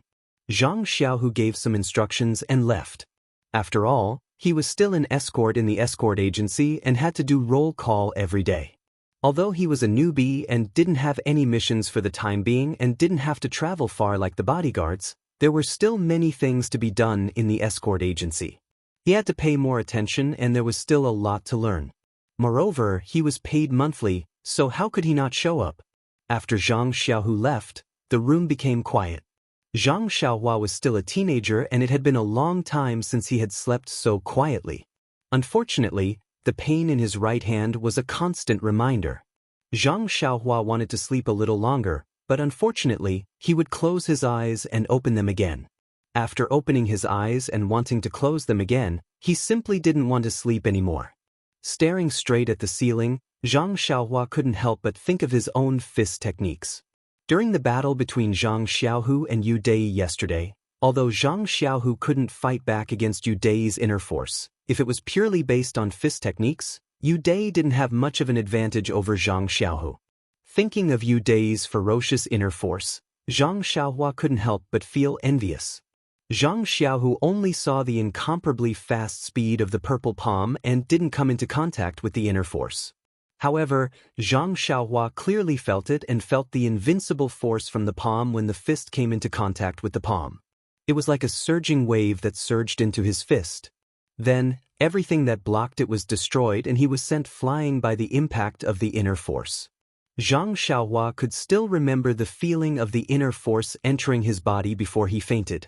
Although Zhang Xiaohua didn't practice martial arts much, He knew that this wasn't an effect that could be achieved by pure strength. Moreover, after Yu Dai used her inner force, the lightness skill that she displayed caught Zhang Xiaohu off guard. All of this was based on inner force. Thinking further, when hero Wen and heroine Shui left, they must have used lightness skill. If they didn't have inner force, they wouldn't have been able to use it. Thinking about it, Zhang Xiaohua couldn't help but have a burst of longing. When would he be able to practice the true mental cultivation method of inner force? However, according to Yu Dai and Shangguan Yun yesterday, it was impossible for a martial arts practitioner without a background like himself to have the opportunity to come into contact with this kind of secret manual. Sigh. Zhang Xiaohua sighed. It was better to think about how he could learn the fist technique first. If he couldn't even learn the basic fist technique, even if Yu Dai were to teach him, he would still have to disappoint her. In fact, if Zhang Xiaohua knew that Yu Dai had already retracted a portion of her inner force and didn't go all out during the fight with him, he didn't know if he would still have the confidence to continue practicing the fist technique. In fact, when he met Li Jinfeng and heard that Zhang Xiaohu only practiced one set of Liuhe boxing, Zhang Xiaohua already had a vague idea. However, he kept delaying and didn't think about it carefully. Now that he was injured, it was a good opportunity to think about how he could learn the fist technique. His aptitude was not as good as his second brother, Zhang Xiao. According to team leader his aptitude was not ordinary. Under such circumstances, he had to use 100 times more time and effort to practice than others. However, he didn't know what was wrong with his brain. When he was tested in school when he was young, the teacher said that he wasn't very stupid. Why did he forget everything when he practiced the fist technique? However, fortunately, he could remember some moves. Moreover, it seemed that he was born with these moves and didn't forget them.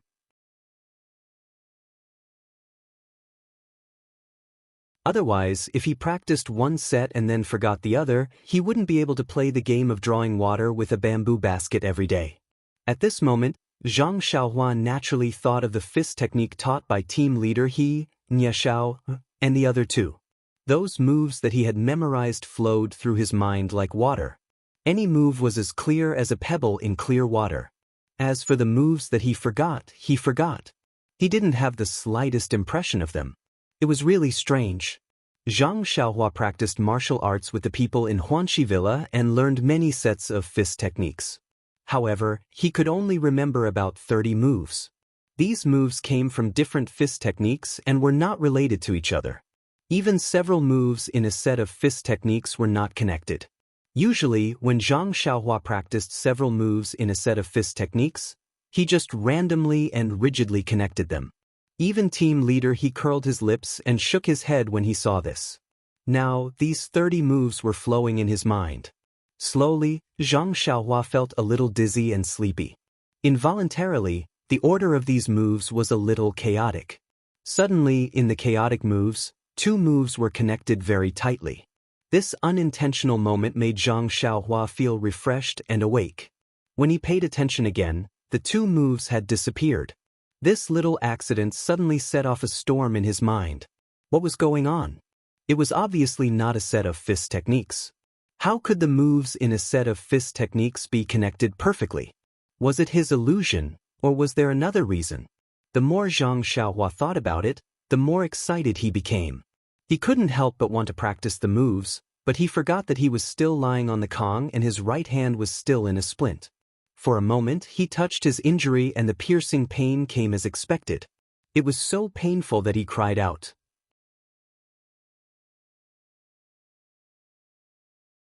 At this time, an anxious voice sounded outside the door. Xiaohua, what's wrong? Is it starting to hurt again? When he looked up, Zhang Xiaohu had already run into the hut. Zhang Xiaohua looked at his second brother and said with a grin, "It's nothing, second brother. I accidentally touched my injury just now."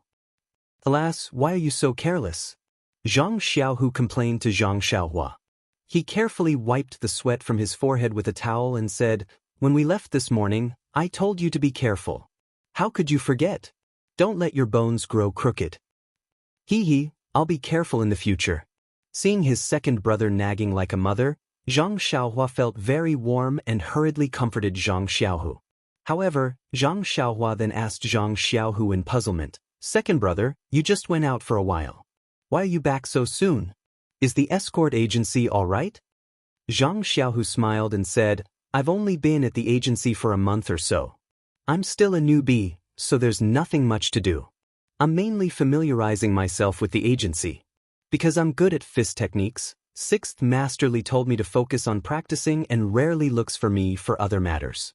Now that he knows that you're injured, he's very reasonable and told me to take care of you. Moreover, Third Master Chu even agreed to let me study at the Martial Arts Center last night. Perhaps Sixth Masterly also knew about it, so he didn't give me much work today. So I came back to see you." Zhang Xiaohua said, "That's good. You can practice in the hut. When I came in yesterday, you seem to have been thinking in the hut. Alright, second brother, what kind of work do you escorts usually do?" Zhang Xiaohu smiled wryly and said, "We're just escorts, not bodyguards. Our status in the agency is just a little higher than the servants. We have to do all kinds of work, and there's no way we can be picky. Oh, what about you? I wanted to ask you yesterday, but I didn't have time. What were you doing at Huanxi Manor?" "Why don't you guess?" Zhang Xiaohua asked Zhang Xiaohu mischievously. "What's there to guess? I remember when Miss Chiu Tong took you away last time, she said that you were planting medicinal herbs?" Zhang Xiaohua said in annoyance, "Why are you still asking when you already know? I just wanted to ask if it was really planting medicinal herbs.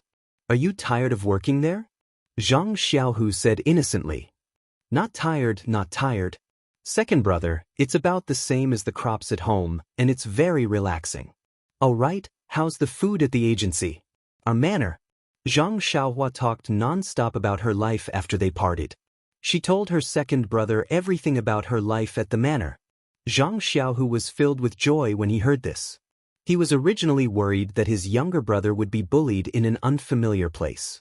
However, it seemed that he had worried too much. Ma Jing and the others' little tricks were just fertilizers for his younger brother's growth. That feces was extremely smelly, but it was precious fertilizer for the growth of the crops. Without other people's little schemes, how could his younger brother grow so quickly? Thinking back, Zhang Xiaohua's arms had nearly 500 kilograms of strength. It would be a miracle if he didn't go and bully others. Why should he worry about him? Perhaps this was another explanation for his mother's worries when her son traveled 1,000 miles. However, when he heard that He Tianshu from the Misty School was teaching Zhang Xiaohua fist techniques, he was stunned and said, "Xiaohua, there's such a good thing? Someone called you out for free, and you don't even need to work for them?" Zhang Xiaohua smiled and said, "Yes, that's why I said Sister Chiu Tong is so good. All right, that Sister Mannerhead is even better. I've never seen her before, and she even had someone teach me fist techniques. If there's a chance in the future, I must properly thank her."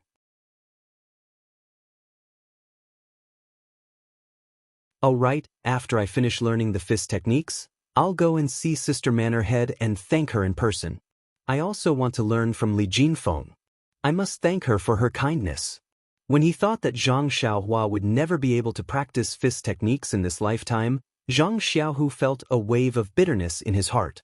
However, he couldn't bear to disturb his younger brother's mood, so he held back his tears and said, "All right, Xiaohua. If there's a grudge, there's an eye for an eye, and a debt for a debt of gratitude. Second brother will wait for the day when you finish learning the fist techniques." After he finished speaking, he patted Zhang Xiaohua's head and got up to get something to hide his tears. Zhang Xiaohua spoke happily and naturally didn't notice his second brother's abnormality. He said, "Perhaps, I might not be able to finish learning the fist techniques." Zhang Xiaohu was stunned and quickly turned around to say, "Xiaohua, don't worry about your injury. The doctor said that you'll be fine after resting for a while. When the time comes, you'll be able to practice the fist techniques again." Zhang Xiaohua smiled and said, "That's not it, second brother. I also heard what the doctor said yesterday. This injury will only take a few more days to rest, but... Zhang Xiaohu anxiously said, "But what?" At this time, Zhang Xiaohua's pale face flushed red and said, "Second brother, my aptitude isn't as good as yours. After learning the fist techniques for a month, I can defeat an armed escort who has been learning for several years. The fist techniques that I'm learning are incomplete, and I can only learn a few moves in one set. When Zhang Xiaohu heard this, his heart settled and he said, "That's nothing. I'm only good at fist techniques. They didn't use internal energy to fight me. If it was a real fight, how could I be their opponent? This internal energy cultivation method. Also, if your aptitude is poor, it's fine. Just practice more."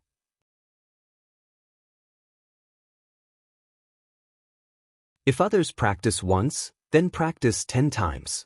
If it's not enough, then practice 20 times. 100 times. I don't believe that you can't master it. Hearing her second brother's high-spirited words, Zhang Xiaohua still said embarrassedly, "Second brother, you don't understand.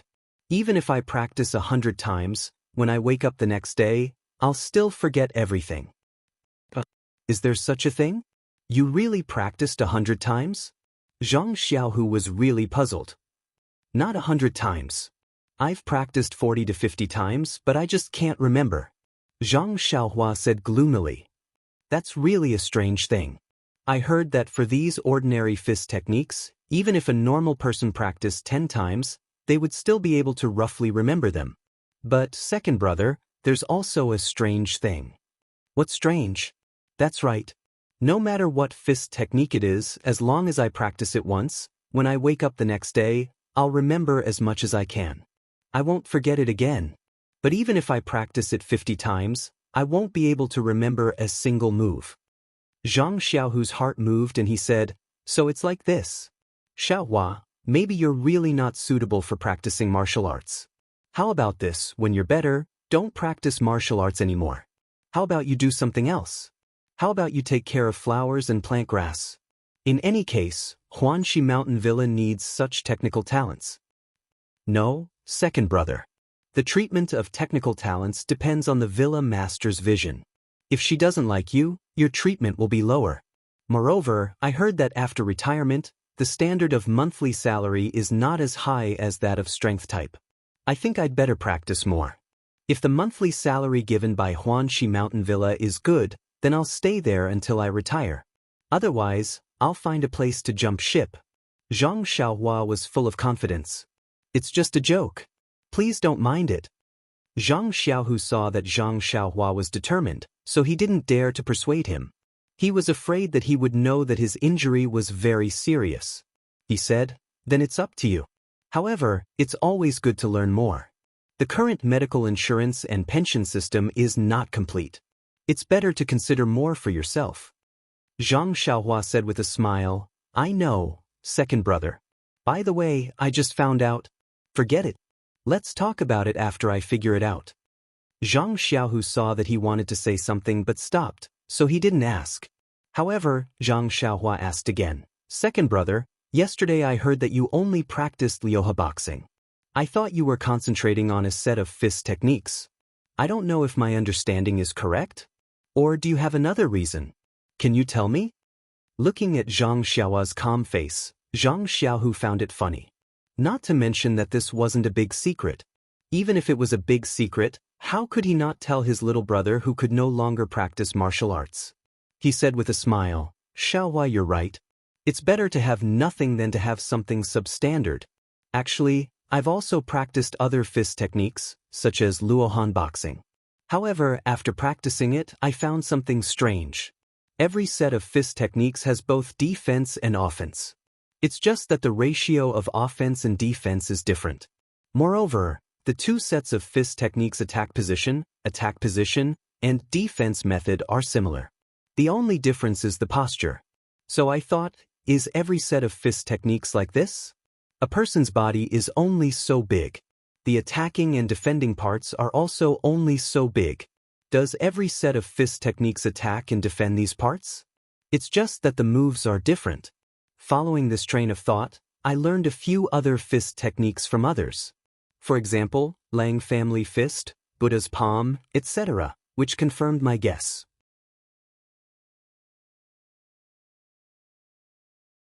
So, in the end, I didn't learn any other fist techniques and only focused on this Liuhe boxing. First, this Liuhe boxing was the first fist technique I practiced. Second, this fist technique's moves are very complicated. It covers almost all the positions that can be used for defense and offense. After learning it, other fist techniques were included as well. Think about it. In a month, I only focused on learning this set of fist techniques. I know the moves of this Liuha boxing like the back of my hand. It's better than other people learning this set and that set. The only difference is that some of the moves are different, but the effects of attack and defense don't improve at all. A lot of time is wasted on useless moves. Actually, a real competition also proves this point. If we only compare the exquisiteness of the fist techniques, without using internal energy, just practicing this set of Liuha boxing is enough to compete with people who have practiced many sets of fist techniques without being at a disadvantage. When Zhang Xiaohua heard this, she was overwhelmed with shock. This second brother was truly a genius. Actually, this wasn't only Zhang Xiaohua's point of view. If there was any martial arts master who heard Zhang Xiaohu's words, they would treat him as a close friend. This fist technique was nothing more than that. The various schools in the Jianghu only had different moves. When it came to the essence, it was nothing more than attack and defense.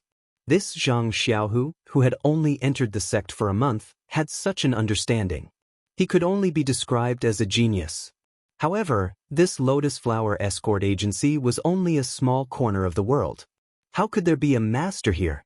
It could only let this bright pearl, Zhang Xiaohu, be covered in dust. Thinking about Zhang Xiaohu's words, they were truly insightful.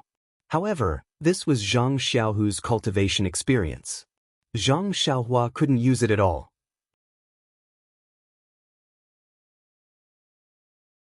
Based on his aptitude of only remembering a few moves of each set of fist techniques, how could he achieve both offense and defense? AI, how depressing. Why was the gap between people so big?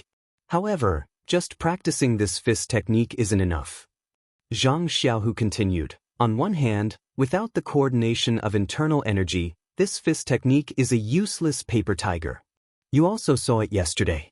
As long as Yu Dei used her internal energy, this fist technique would immediately fall into a disadvantage. In front of absolute power, any gorgeous moves would be reduced to ashes. On the other hand, the 6-he fist that I'm practicing is only a fist technique that is very widely spread in the Jianghu. I heard that there are many schools in the Jianghu, and the fist techniques they practice are completely different from this one. The positions of attack and defense are even more mysterious and profound. If this ordinary 6-he fists were to meet their secret fist technique, I wonder what the result would be? AI, I'm looking forward to it. I wonder what kind of fist technique is taught in the Misty School that's close by? Zhang Xiaohu looked out of the window and was at a loss. Seeing Zhang Xiaohu's depression, Zhang Xiaohua comforted him. Second brother, don't be discouraged. With your aptitude, if the Misty School finds out, they will definitely take you in. Zhang Xiaohu said, I know. Xiaohua, I don't need you to comfort me. I'm already very satisfied to be able to learn this fist technique today. I don't have any more extravagant hopes.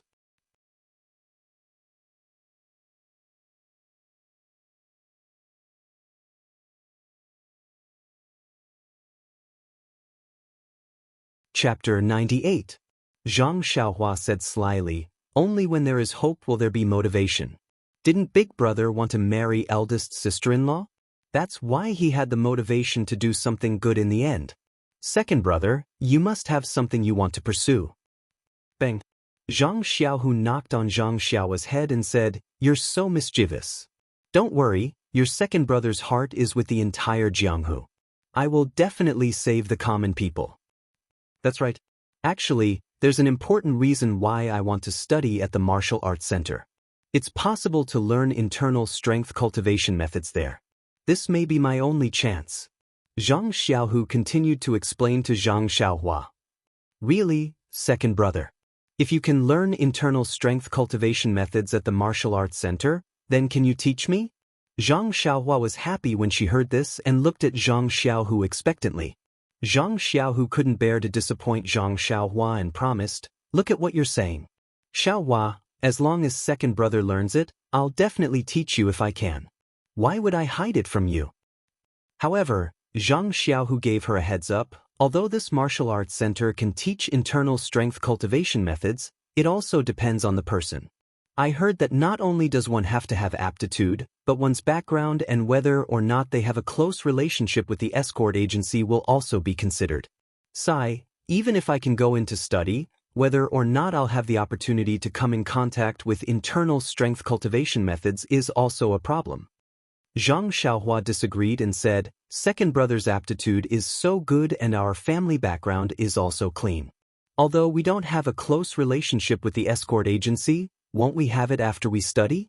Maybe sixth Master Li saw your aptitude and put in a good word for you." Zhang Xiaohu was very clear about this and said, "I heard that the aptitude for practicing internal strength cultivation methods is different from practicing fist techniques. Fist techniques can be learned by anyone, but internal strength is different. Some people may not have the slightest improvement after practicing for many years, but some people have great achievements once they start. Whether or not I have the aptitude can only be proven through practice. I think you should have no problem. Second brother, I have faith in you," Zhang Xiaohua said with a smile. Moreover, the internal strength cultivation methods of the Lotus Flower Escort Agency should be good. Otherwise, with Yu Dei's level, the purple sand palm he displayed yesterday was already very powerful, yet he still wants to come here to learn it. And Shangguan Yun also probably knows internal strength. Oh, and Yulun, he also hasn't learned internal strength. His purpose in coming to the martial arts center must be to learn internal strength cultivation methods. Didn't you see how he flattered Yu Dei yesterday? It was as if he was meeting his own master. It's all because of the internal strength cultivation methods. Zhang Xiaohu also sighed and said, "Yes, he's also a pitiful person. For something that others can't pursue, he abandoned his dignity. It's hard on him." Zhang Xiaohua mocked, "Dignity? Hard on him?" When we were in the car together, I saw that he was flattering Shangguan Yun. Yesterday, he looked like he was familiar with the road. He might not have abandoned himself. Zhang Xiaohu said with a straight face, "Xiaohua, don't talk about others like that. Everyone has their own life and is walking their own path. Just walk your own path. Why look at others?" Zhang Xiaohua said submissively, "Amitba, your younger brother has learned." After saying that, he laughed loudly. Zhang Xiaohu also laughed happily. The days accompanied by relatives were always short. Soon it was noon. Yulun arrived as promised.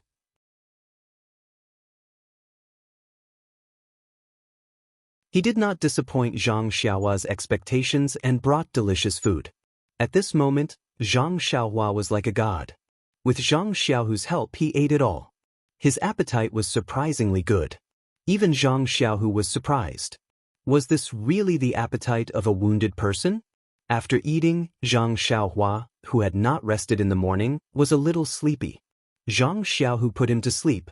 When Zhang Xiaohua fell asleep, Zhang Xiaohu slowly practiced his Liuhe boxing move by move in the room. Sometimes it was fast, sometimes it was slow. He carefully savored the essence of it. Seeing Zhang Xiaohu squinting his eyes and enjoying it, it was as if he was drinking a pot of wine. He really entered a wonderful state. Zhang Xiaohua, who was sleeping, drowsily entered the same state as in the morning. The more than 30 boxing moves that he had learned flowed in his mind again. It was as if there was a small Zhang Xiaohua in the water, posing in different postures. Like a phantom, the scenes flashed. After a long time, the phantom was a little messy. Occasionally, there would be two postures that were perfectly linked. Immediately, like lightning, it stirred up huge waves in Zhang Xiaohua's heart. Zhang Xiaohua was immediately awakened. He thought about the dream just now. Just like in the morning, he could not find any trace of it. However, fortunately, there were only about 30 moves. At worst, he could try them one by one.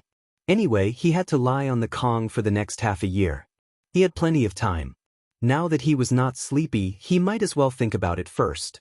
At this time, Zhang Xiaohua then noticed that Zhang Xiaohu was also slowly practicing his boxing moves in the empty space in the room. He looked and could not help but be moved. A thought flashed across his mind. The more than 30 moves that he remembered, could it be that they were part of a set of boxing moves? The more he thought about it, the more he felt that it was not very possible.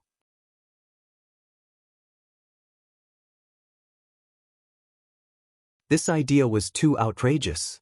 A complete set of boxing moves was broken up and scattered among countless boxing moves. Who would do such a boring thing? They must have nothing better to do.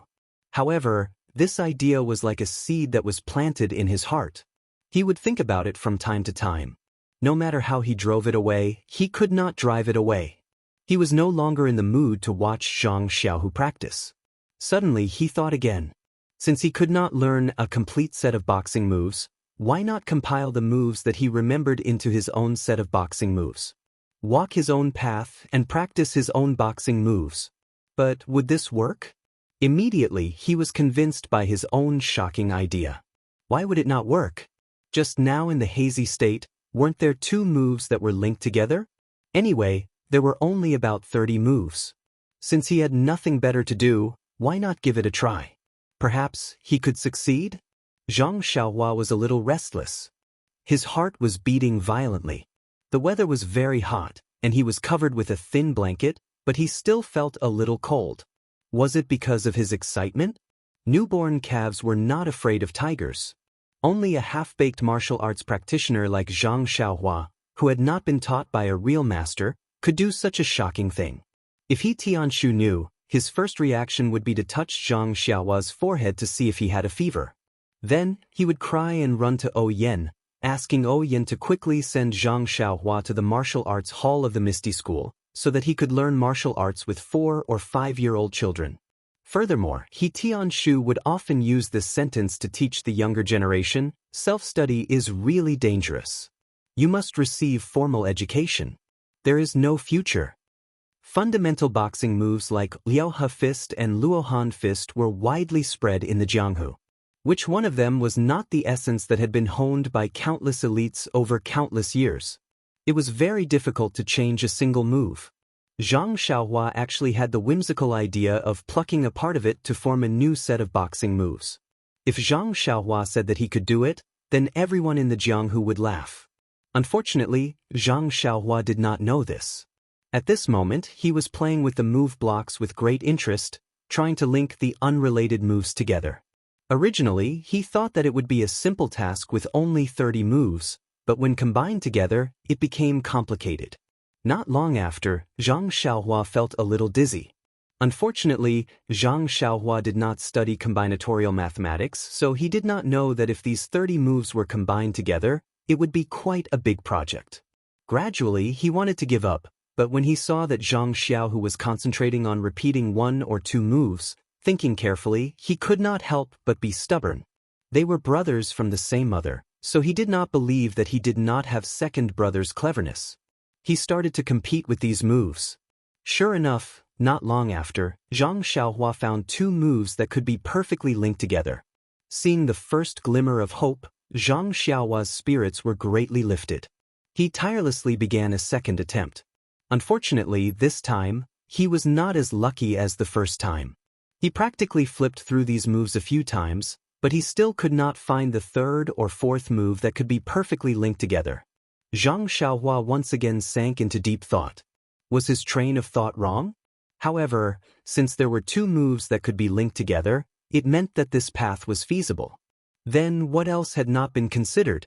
Suddenly, another very strange but also very reasonable idea came up. These moves that he had learned were only a part of a complete set of boxing techniques. There were still many moves that he had not learned.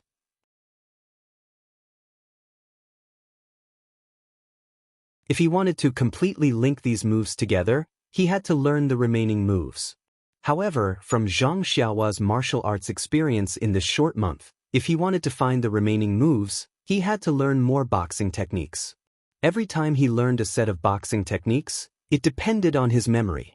Based on his memory, how much he could remember would indicate how many moves he needed to add these moves to this incomplete boxing technique. But how many moves did this boxing technique have? Zhang Xiaohua naturally did not know, but this problem was easy to solve. When all the moves were perfectly linked, then the boxing technique would be completed. There would be as many moves as there were. However, shortly after, Zhang Xiaohua was stumped by another problem. How was she going to learn this boxing technique? Looking at He Tianshu's expression, it seemed that he was already disappointed in her and would not teach her any other boxing techniques. Even if she went to beg him, thinking of her own aptitude, Zhang Xiaohua felt a little embarrassed. She always forgot all the boxing techniques that he taught her. How could she still have the cheek to ask him to continue teaching her?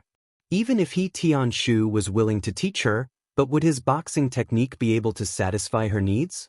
Would it be able to withstand her terrifying memory? It seemed that she still had to find another way. But another way? Zhang Xiaohua could only smile bitterly.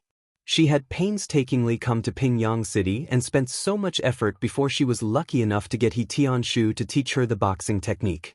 If she were to find someone else to teach her, wouldn't that be a fool's dream? Of course, she could also get her second brother to teach her. However, just as this thought popped up, it was extinguished by Zhang Xiaohua. Zhang Xiaohu had his own path to walk and loyalty was his virtue. She could not possibly destroy his chastity because of her own wishes.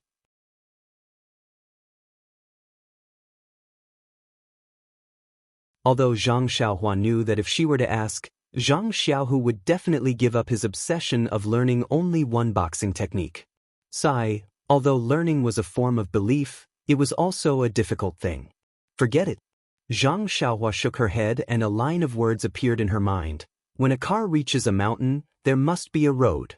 Where there is a road, there must be a speeding car. It was the advertisement for the speeding carriage company. She would think about it again after she had recovered from her injuries. Perhaps then she would be able to find her own way out. Zhang Xiaohua lay on the Kong bed and looked at the ceiling in boredom. Her right hand was still in pain and she could not move it at all. The days of recuperation were really hard to bear, except for the delicious food.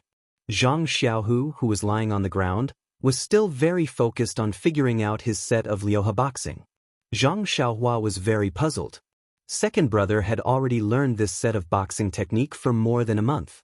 Why was he still so interested in practicing it today? If it were her, she would definitely not be able to do it. Perhaps this was the difference between humans. At this moment, there was the sound of someone knocking on the door. Zhang Xiaohu stopped his moves and went to look at the door. It turned out that Li Jinfeng Zhang Xiaohua had come to visit Zhang Xiaohua. Li Jinfeng said the moment he entered, "I'm sorry, Xiaohua. I still have homework in the morning, so I can't take leave. I came in the afternoon when I was free. How are you feeling today?" Zhang Xiaohua was quite touched and said, "Brother Li, if you are busy, you don't have to come and visit me. My injuries won't recover in a short time. I don't feel much today, just that it still hurts." Li Jinfeng sat at the side of the Kong bed and looked at Zhang Xiaohu, saying, "No matter what, we came to Pingyang City together. It can be considered fate. To be honest, although my family background is better than yours, it's not that much better. I'm also a few years older and studied literature. I can't compare to you guys who practice martial arts. I'm very envious of you guys for being able to freely roam the martial arts world. Moreover, I'm the only son in my family and have no siblings. Seeing that you two brothers have a good relationship, I'm even more envious. That's why I want to get closer to you guys. Brother Xiaohu, you won't mind, right?" Zhang Xiaohu was stunned and hurriedly said, "Young Master Li, you are too polite. You are a scholar and have a good future ahead of you. How can we compare ourselves to you? If you want to visit us more often, we can't ask for anything more. Why would we mind?" Li Jinfeng smiled and said, "Don't you just say, don't stand on ceremony with me. I really want to visit you guys more often in the future to chat." Zhang Xiaohua happily said, "Okay, Brother Li, I like lively places the most. If you have time, come more often." Li Jinfeng happily said, "Okay, Xiaohua. Actually, when you go out, it's really hard to find a few people who are pleasing to the eye and can talk to you." "That's right, I just saw someone selling snacks on the street and casually bought some. I just don't know if you can eat it with your current injury?" As he said this, Li Jinfeng took out a small cloth bag from his chest and took out some snacks. I can eat anything." Seeing that there was something delicious, Zhang Xiaohua hurriedly said. Zhang Xiaohu took it and carefully fed it to Zhang Xiaohua. Zhang Xiaohua happily ate it and said, "Thank you, Brother Li. This snack is really delicious. I've never eaten it before. I like to eat it the most. It seems that the doctor didn't tell me not to eat it. A good appetite is good for the body. Seeing that Zhang Xiaohua liked it, Li Jinfeng felt very happy. It was as if he saw himself when he was young.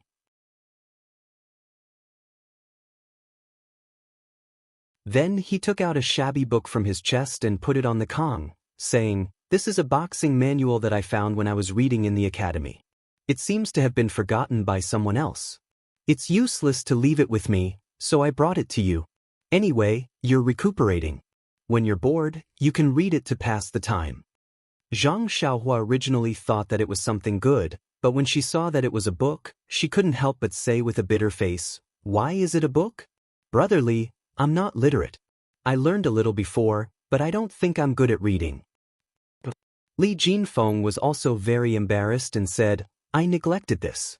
I didn't think of this section. Hee, but, Xiaohua, this is only a boxing manual. I roughly flipped through it. There aren't all words inside, there are also many diagrams. As for the words, there aren't many. They're all for explanation. Maybe you can understand them?" Boxing manual? Zhang Xiaohua stared blankly and asked strangely, "What's a boxing manual?" Hearing this, Li Jinfeng also stared blankly and said, "You don't know what a boxing manual is?" Zhang Xiaohua asked back, "I don't know. Why do I have to know?" Li Jinfeng smiled and said, "A boxing manual is a book that records fist techniques. I thought that you martial artists all know. So it's not like this." Zhang Xiaohua blushed and said, "Didn't I just start practicing martial arts? Not everyone knows about boxing manuals. There are always exceptions. Second brother, do you know? This, I've heard people talk about it. You can say that I know." Zhang Xiaohua's face was also a bit hot. Li Jinfeng knew that these two brothers had just come from the countryside and didn't understand many things. He didn't ridicule them and said, "Although I don't practice martial arts, I've read a lot of outside and unofficial history. I know a lot. It's said that in the past, the teaching of fist techniques was passed down by word of mouth.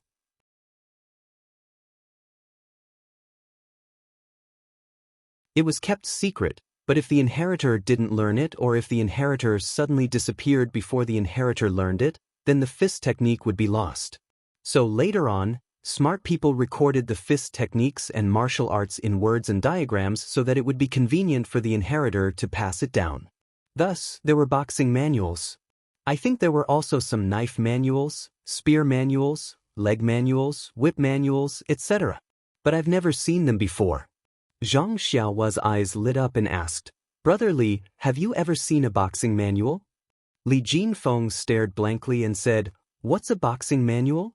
Zhang Xiaohua said, "It's a book that records internal strength." Li Jinfeng shook his head and said, "I've never seen it before. But it's not like it doesn't exist." Oh, Zhang Xiaohua shook her head in disappointment. If there was this boxing manual, wouldn't that be wonderful? She and her second brother could follow the instructions to learn internal strength. However, he immediately became wild with joy. Even if he couldn't learn internal strength, learning boxing was also not bad. He was just thinking about how to learn boxing and now Li Jinfeng gave him a boxing manual. His character couldn't be too good. With this boxing manual, wouldn't he be able to learn by himself and not find someone else to teach him? All problems would be easily solved. You're tuning in to the Wang Lin's Journey YouTube channel. Don't forget to subscribe and join us on this journey to catch the most captivating stories.